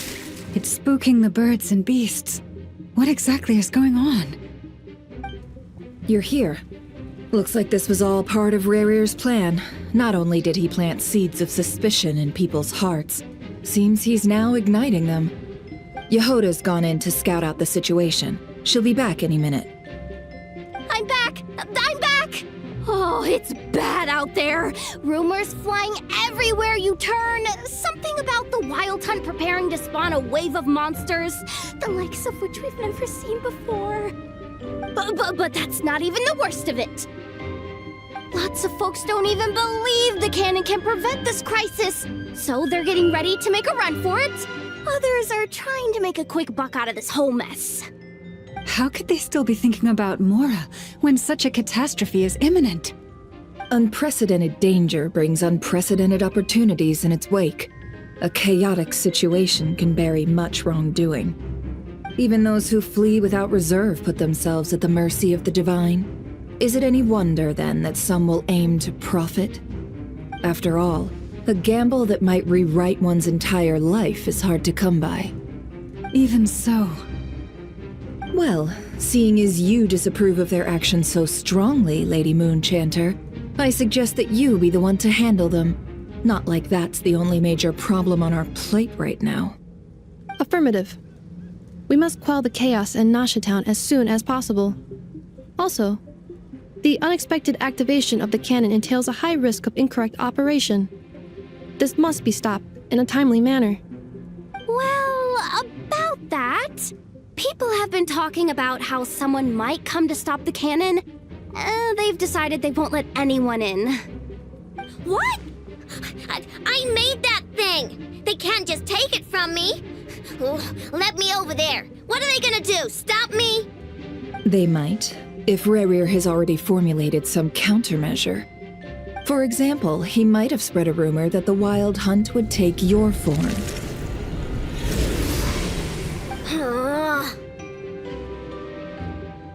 Possibility high. If they view the cannon as Nasha Town's only hope, they are likely to conclude that anyone who tries to stop it must be with the Wild Hunt. We will face strong resistance, but they're just ordinary people. Brute force must be avoided, if possible. There's no time. Let's go into the town. I'll find some way to calm the townspeople. You find a way to stop the cannon.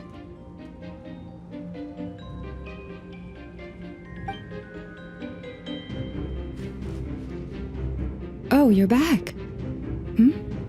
And you have a letter? The Traveler won't make it back in time, so they're heading straight over to Star Sand Shoal instead. Wait, what? Isn't that the cannon's target? Why would she go there? Assessing risk level. Maximum. So if we can't prevent the cannon from being fired... Then she's prepared for the worst.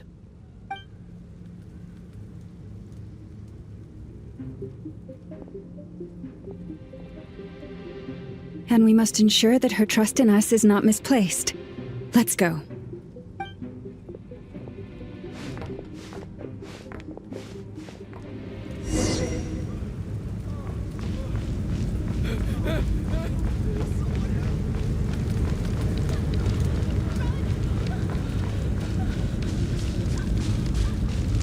What are you waiting for?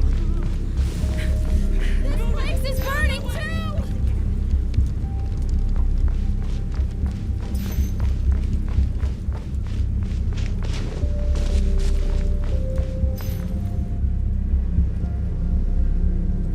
Most of those we've met so far have been attempting to escape, so they haven't gotten in our way.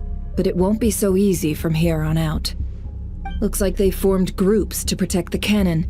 If they believe that we're with the Wild Hunt, we'll have no choice but to force our way through. Is that Lady Lauma? But are you really her? It's you, Rixa. I believe you recognize this power, having lived on Hisi Island for so long. It is not something that anyone else could imitate. I do, yes. So it really is you, my lady. But why are you here? Really, I believe you, but the others, well, they'll be on high alert. The townspeople have been misled into believing that they needed to activate the cannon. I am here to stop them. But... I know what you wish to say. Our island and Nasha Town have never had close ties.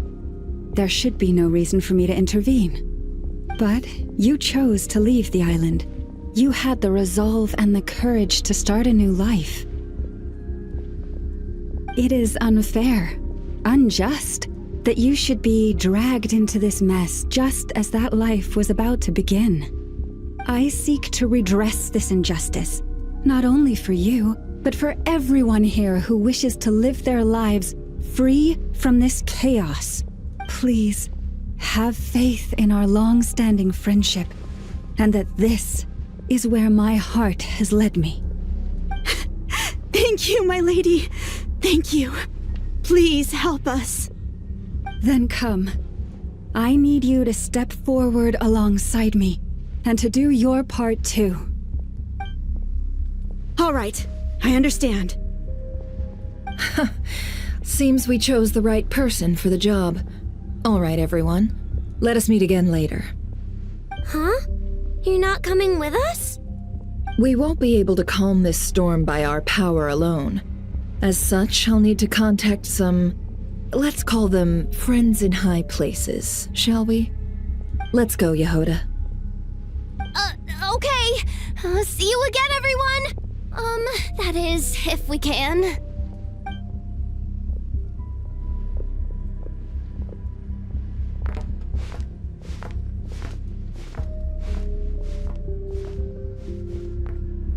Remember these words. The road shall be paved with truth, and we shall pave it ourselves.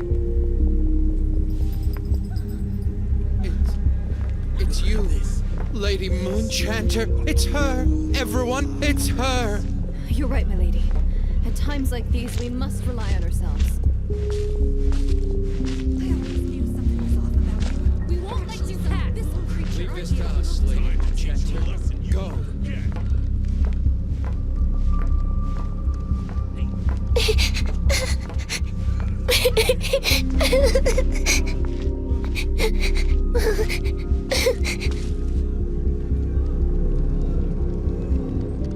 Lady Moonchanter, there's a child here! It's all right now. Go, quickly.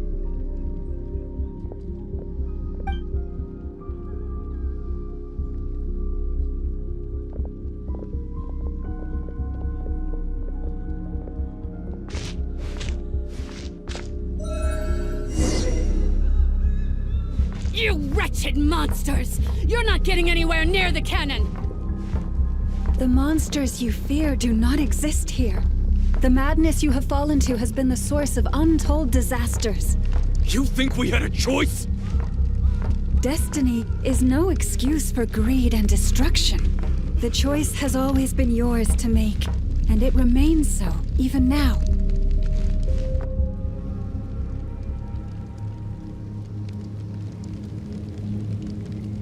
Thank you for bringing us here. We can quickly overcome the barrier by going upward from over there. The cannon is all yours now. Got it. Thanks, Lauma. Inefa, give her a crankake. Orders received and immediately deferred. Departure takes priority. Please, everyone, listen to me. I will not deny that we hold different beliefs, but in the face of the immense threat that hangs above us all, we must persist in trusting one another. Otherwise, rifts will surely form, prized open by those who harbor ulterior motives.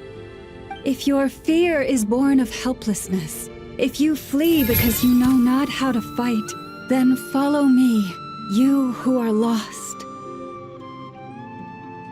I am no god, but so long as we hold our candles steady and unite beneath the same moonlight, no deception or rumors can be concealed from us.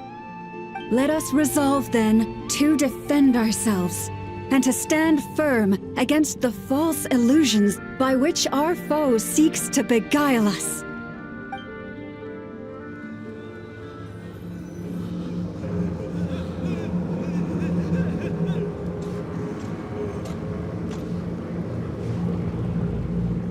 Let's go, Inefa. This way up.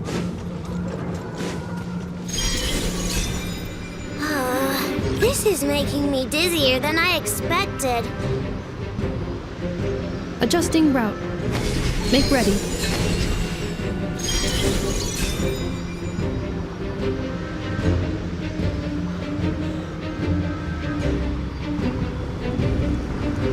Out of the way, small fry.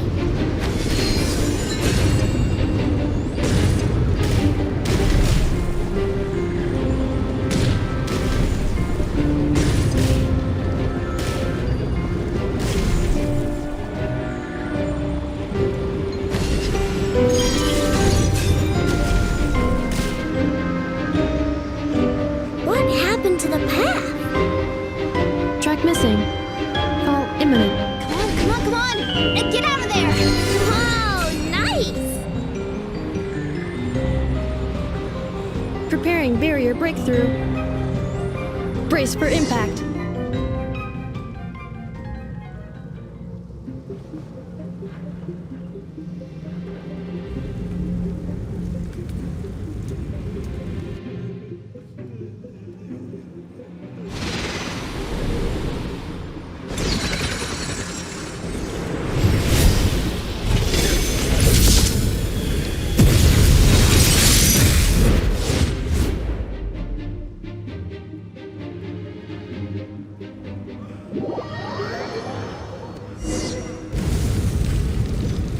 Knuckle, what are you doing here?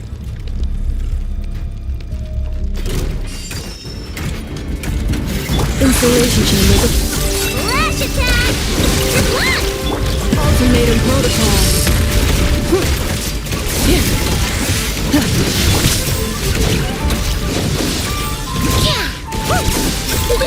Go claw! Defensive mode engaged. Look, rainbow!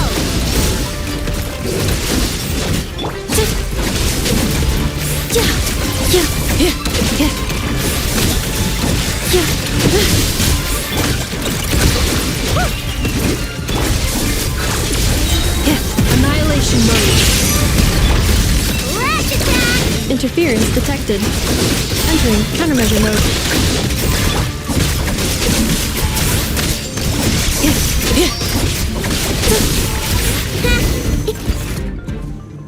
This isn't good enough, we gotta hurry!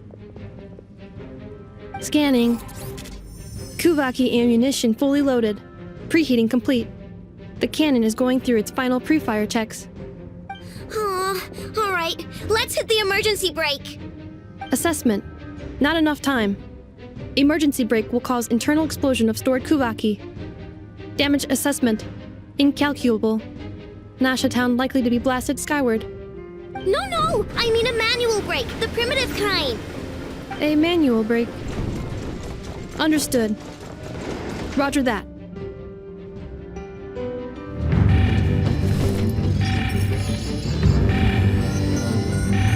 We are out of time.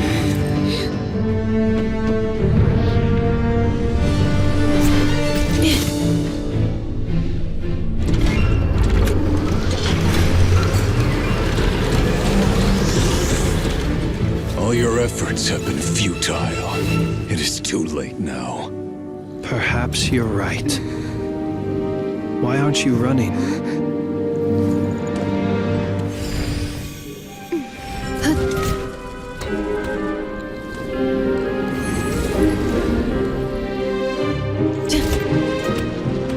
Sigisato passa sax, intimi potuftos.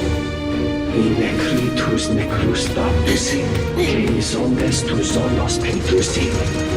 Osesticos palatin pirantur resurcu, topirtu aetion veratum.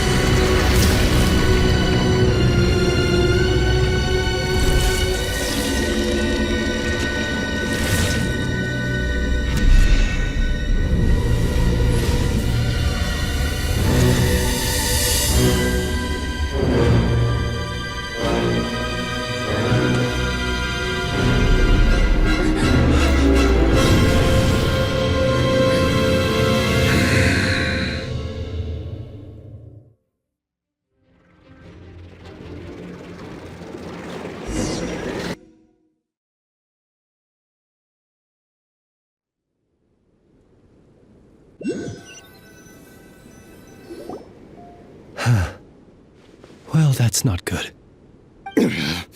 Sluggish. Torpid. This body is a disappointment. I can barely muster 10% of my original strength. You've ruined everything again. Let me guess. You didn't get a human body back, did you?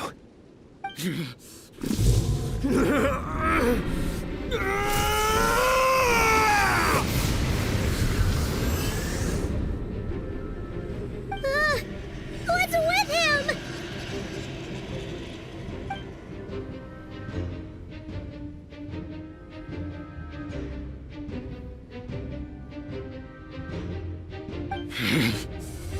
Verfnir.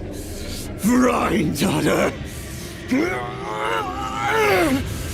Flinders. Watch out! Whatever rationality he still had when he was searching for his body is gone. All that's left is the calamity you see before you. A monster fueled by nothing but his own obsession.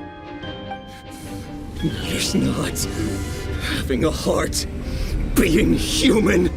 It's all irrelevant. Completely and utterly insignificant. You matter not. Does anything in this world. None of it matters to me!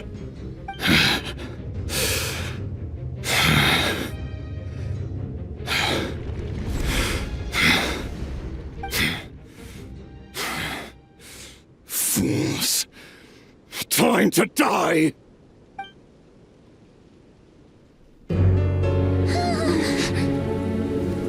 You too have the potential to be driven mad by knowledge.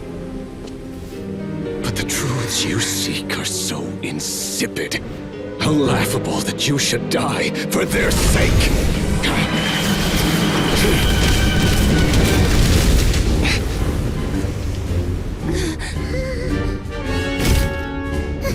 You're wrong. The unknown is but a fog to be dispersed. Knowledge is the true pillar of the world.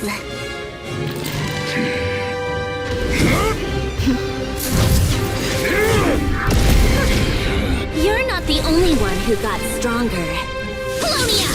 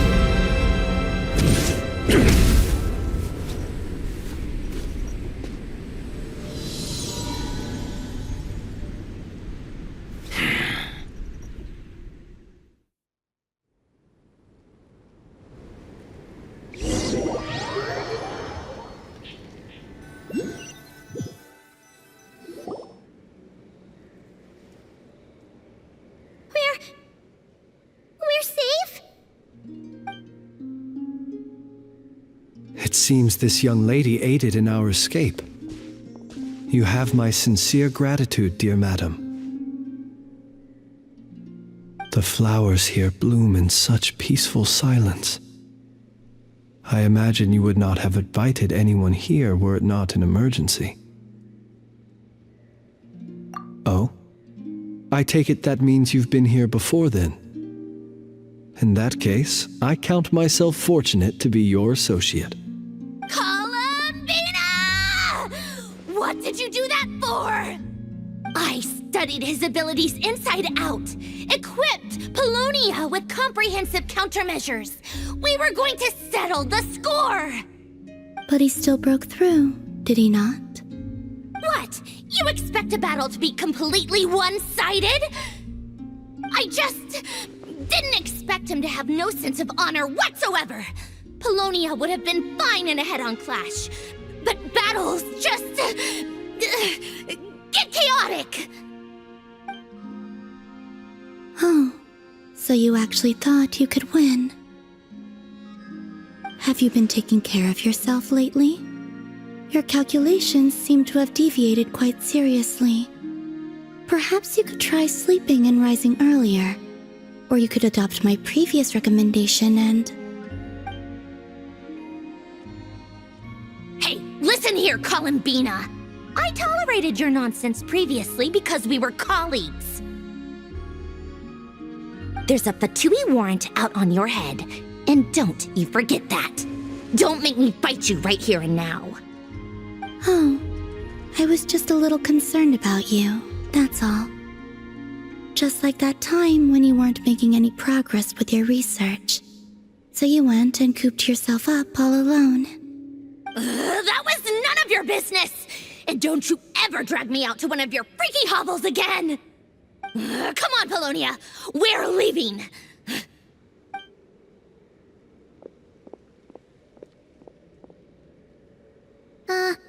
Well, anyway, thank you.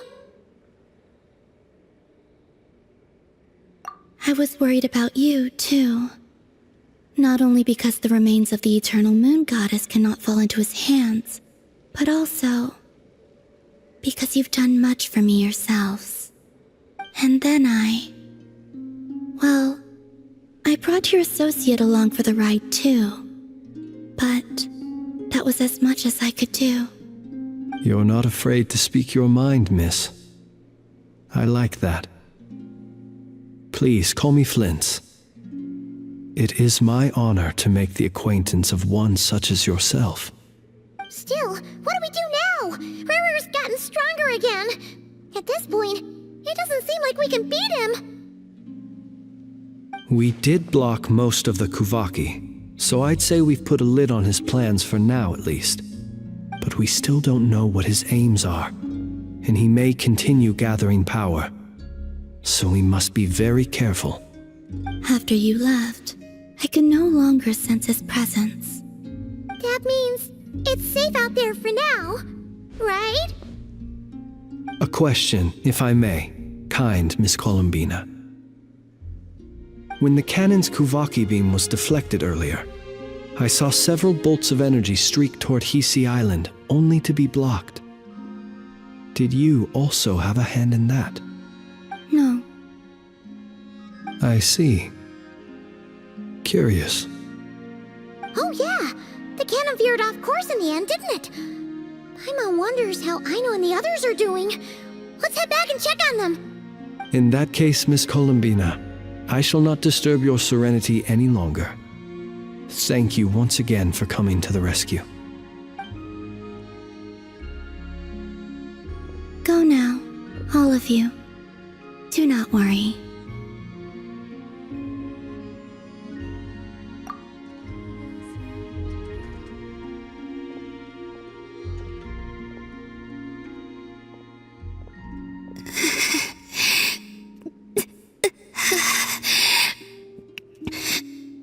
My strength still isn't returning. It seems my time is running out.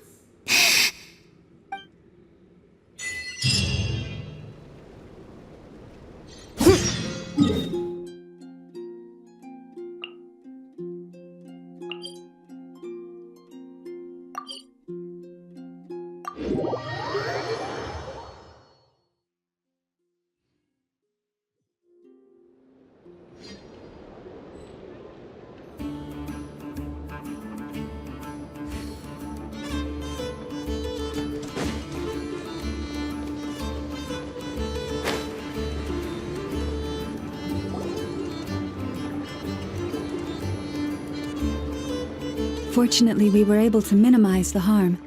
Only a few townspeople were hurt. But the Reikir of Solnari has now gained a complete form, while we still know nothing about his goals. It seems we have done something akin to releasing a vicious Kukusaur into the wild. I'm sorry. Is no one here familiar with Kukusaurs? Paimon knows what you mean, but that analogy seems more than slightly understated. He said that this world means nothing to him, so it is possible that he doesn't have a reason to fight us at the moment. If his objective had been revenge alone, we would likely have no recourse. Is there, still time for me to tender my resignation? Just kidding, just kidding. Don't worry, boss. I know there's no running now. So my cannon, my pride and joy was a hindrance rather than a help. You know what? I'm gonna dismantle it right now. That's right. And it still works on normal wild hunt anomalies. Don't let this get you down, I know. Flints, we'll need you to attend to the aftermath with the Lightkeepers. Don't worry, I've explained everything to them. You're in the clear. My thanks. For that and for everything else I hear you did to help us arrive at the truth. Had you been willing to show yourself in public more often, you would not have been so easy to isolate, you know. Point taken. I will give that some thought. I suppose that's one way I'd benefit from replacing Sergeant Major Sosi. You mean you're being promoted? Was Paimon the only one who didn't get that? Well, if you've got a moment, would you like to come with me?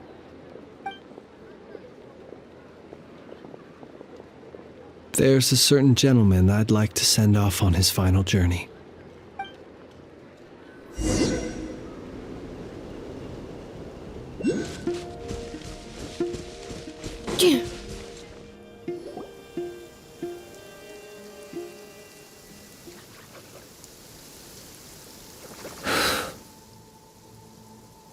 This man was like a lighthouse. Here he lived as if it were a mere matter of course, and brought light and grace to those around him. But people, once used to illumination, are apt to ignore the lantern's presence. Slowly, gradually, he came to think as such himself. I have achieved too little. I must do better. There is more work to be done. Perhaps his end was tragic. But I remain proud of the way in which he illuminated the path for others. Every shadow born of the light shall remember it. Oh, poor guy. I've heard that one too.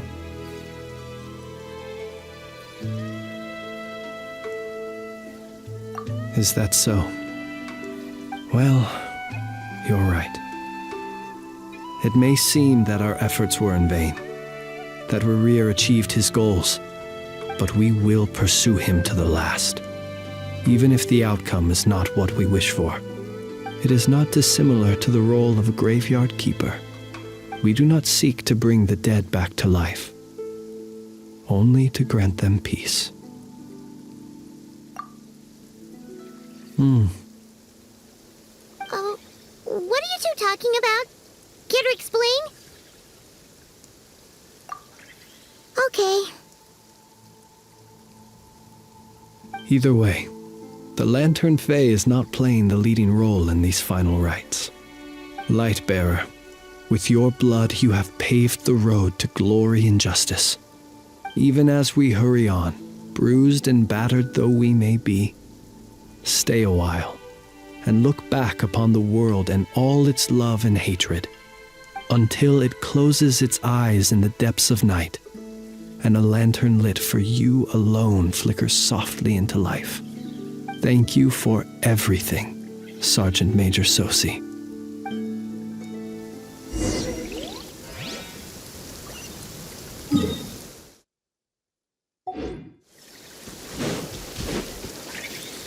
Accelerating. Hey, it's the Wanatar! Should we go after her? Or do you have someone else you'd like to meet? Accelerating.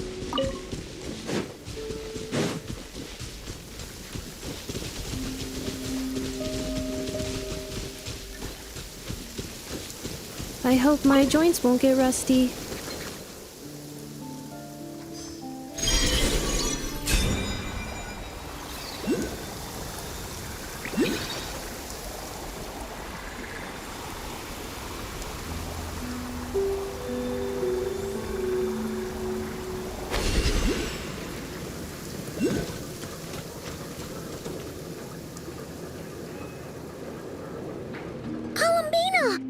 What are you doing here?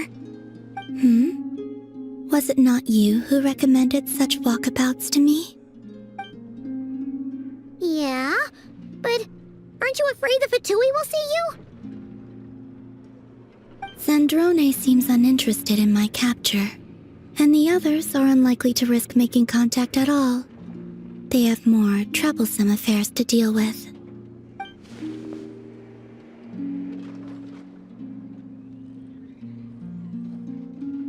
Well, it's good to come out for a walk either way.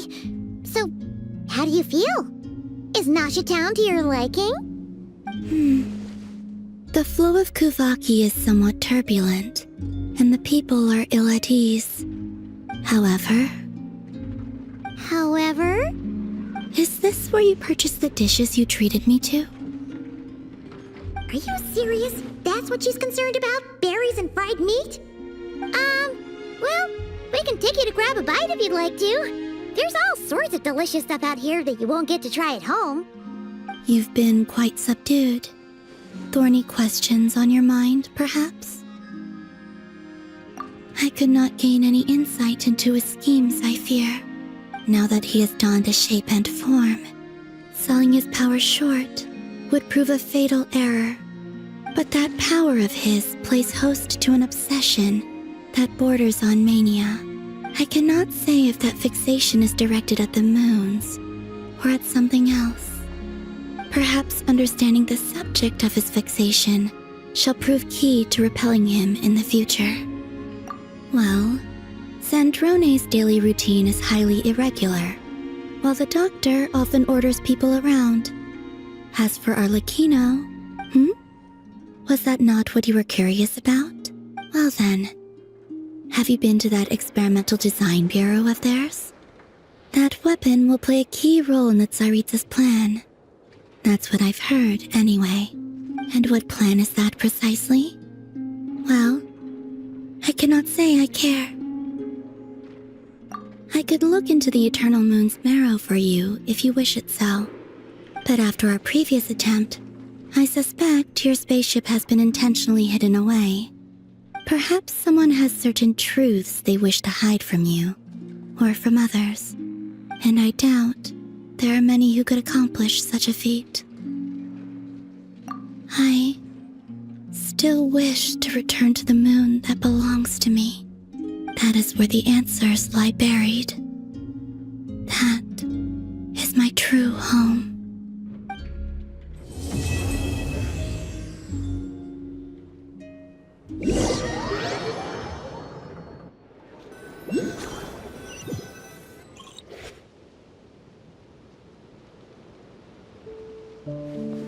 Interesting. You followed me this far. Why not show your face? Haha! Right! Right you are. I forgot to introduce myself. The name's Varka, Knight of Boreas, and Grand Master of the Knights of Favonius. Huh?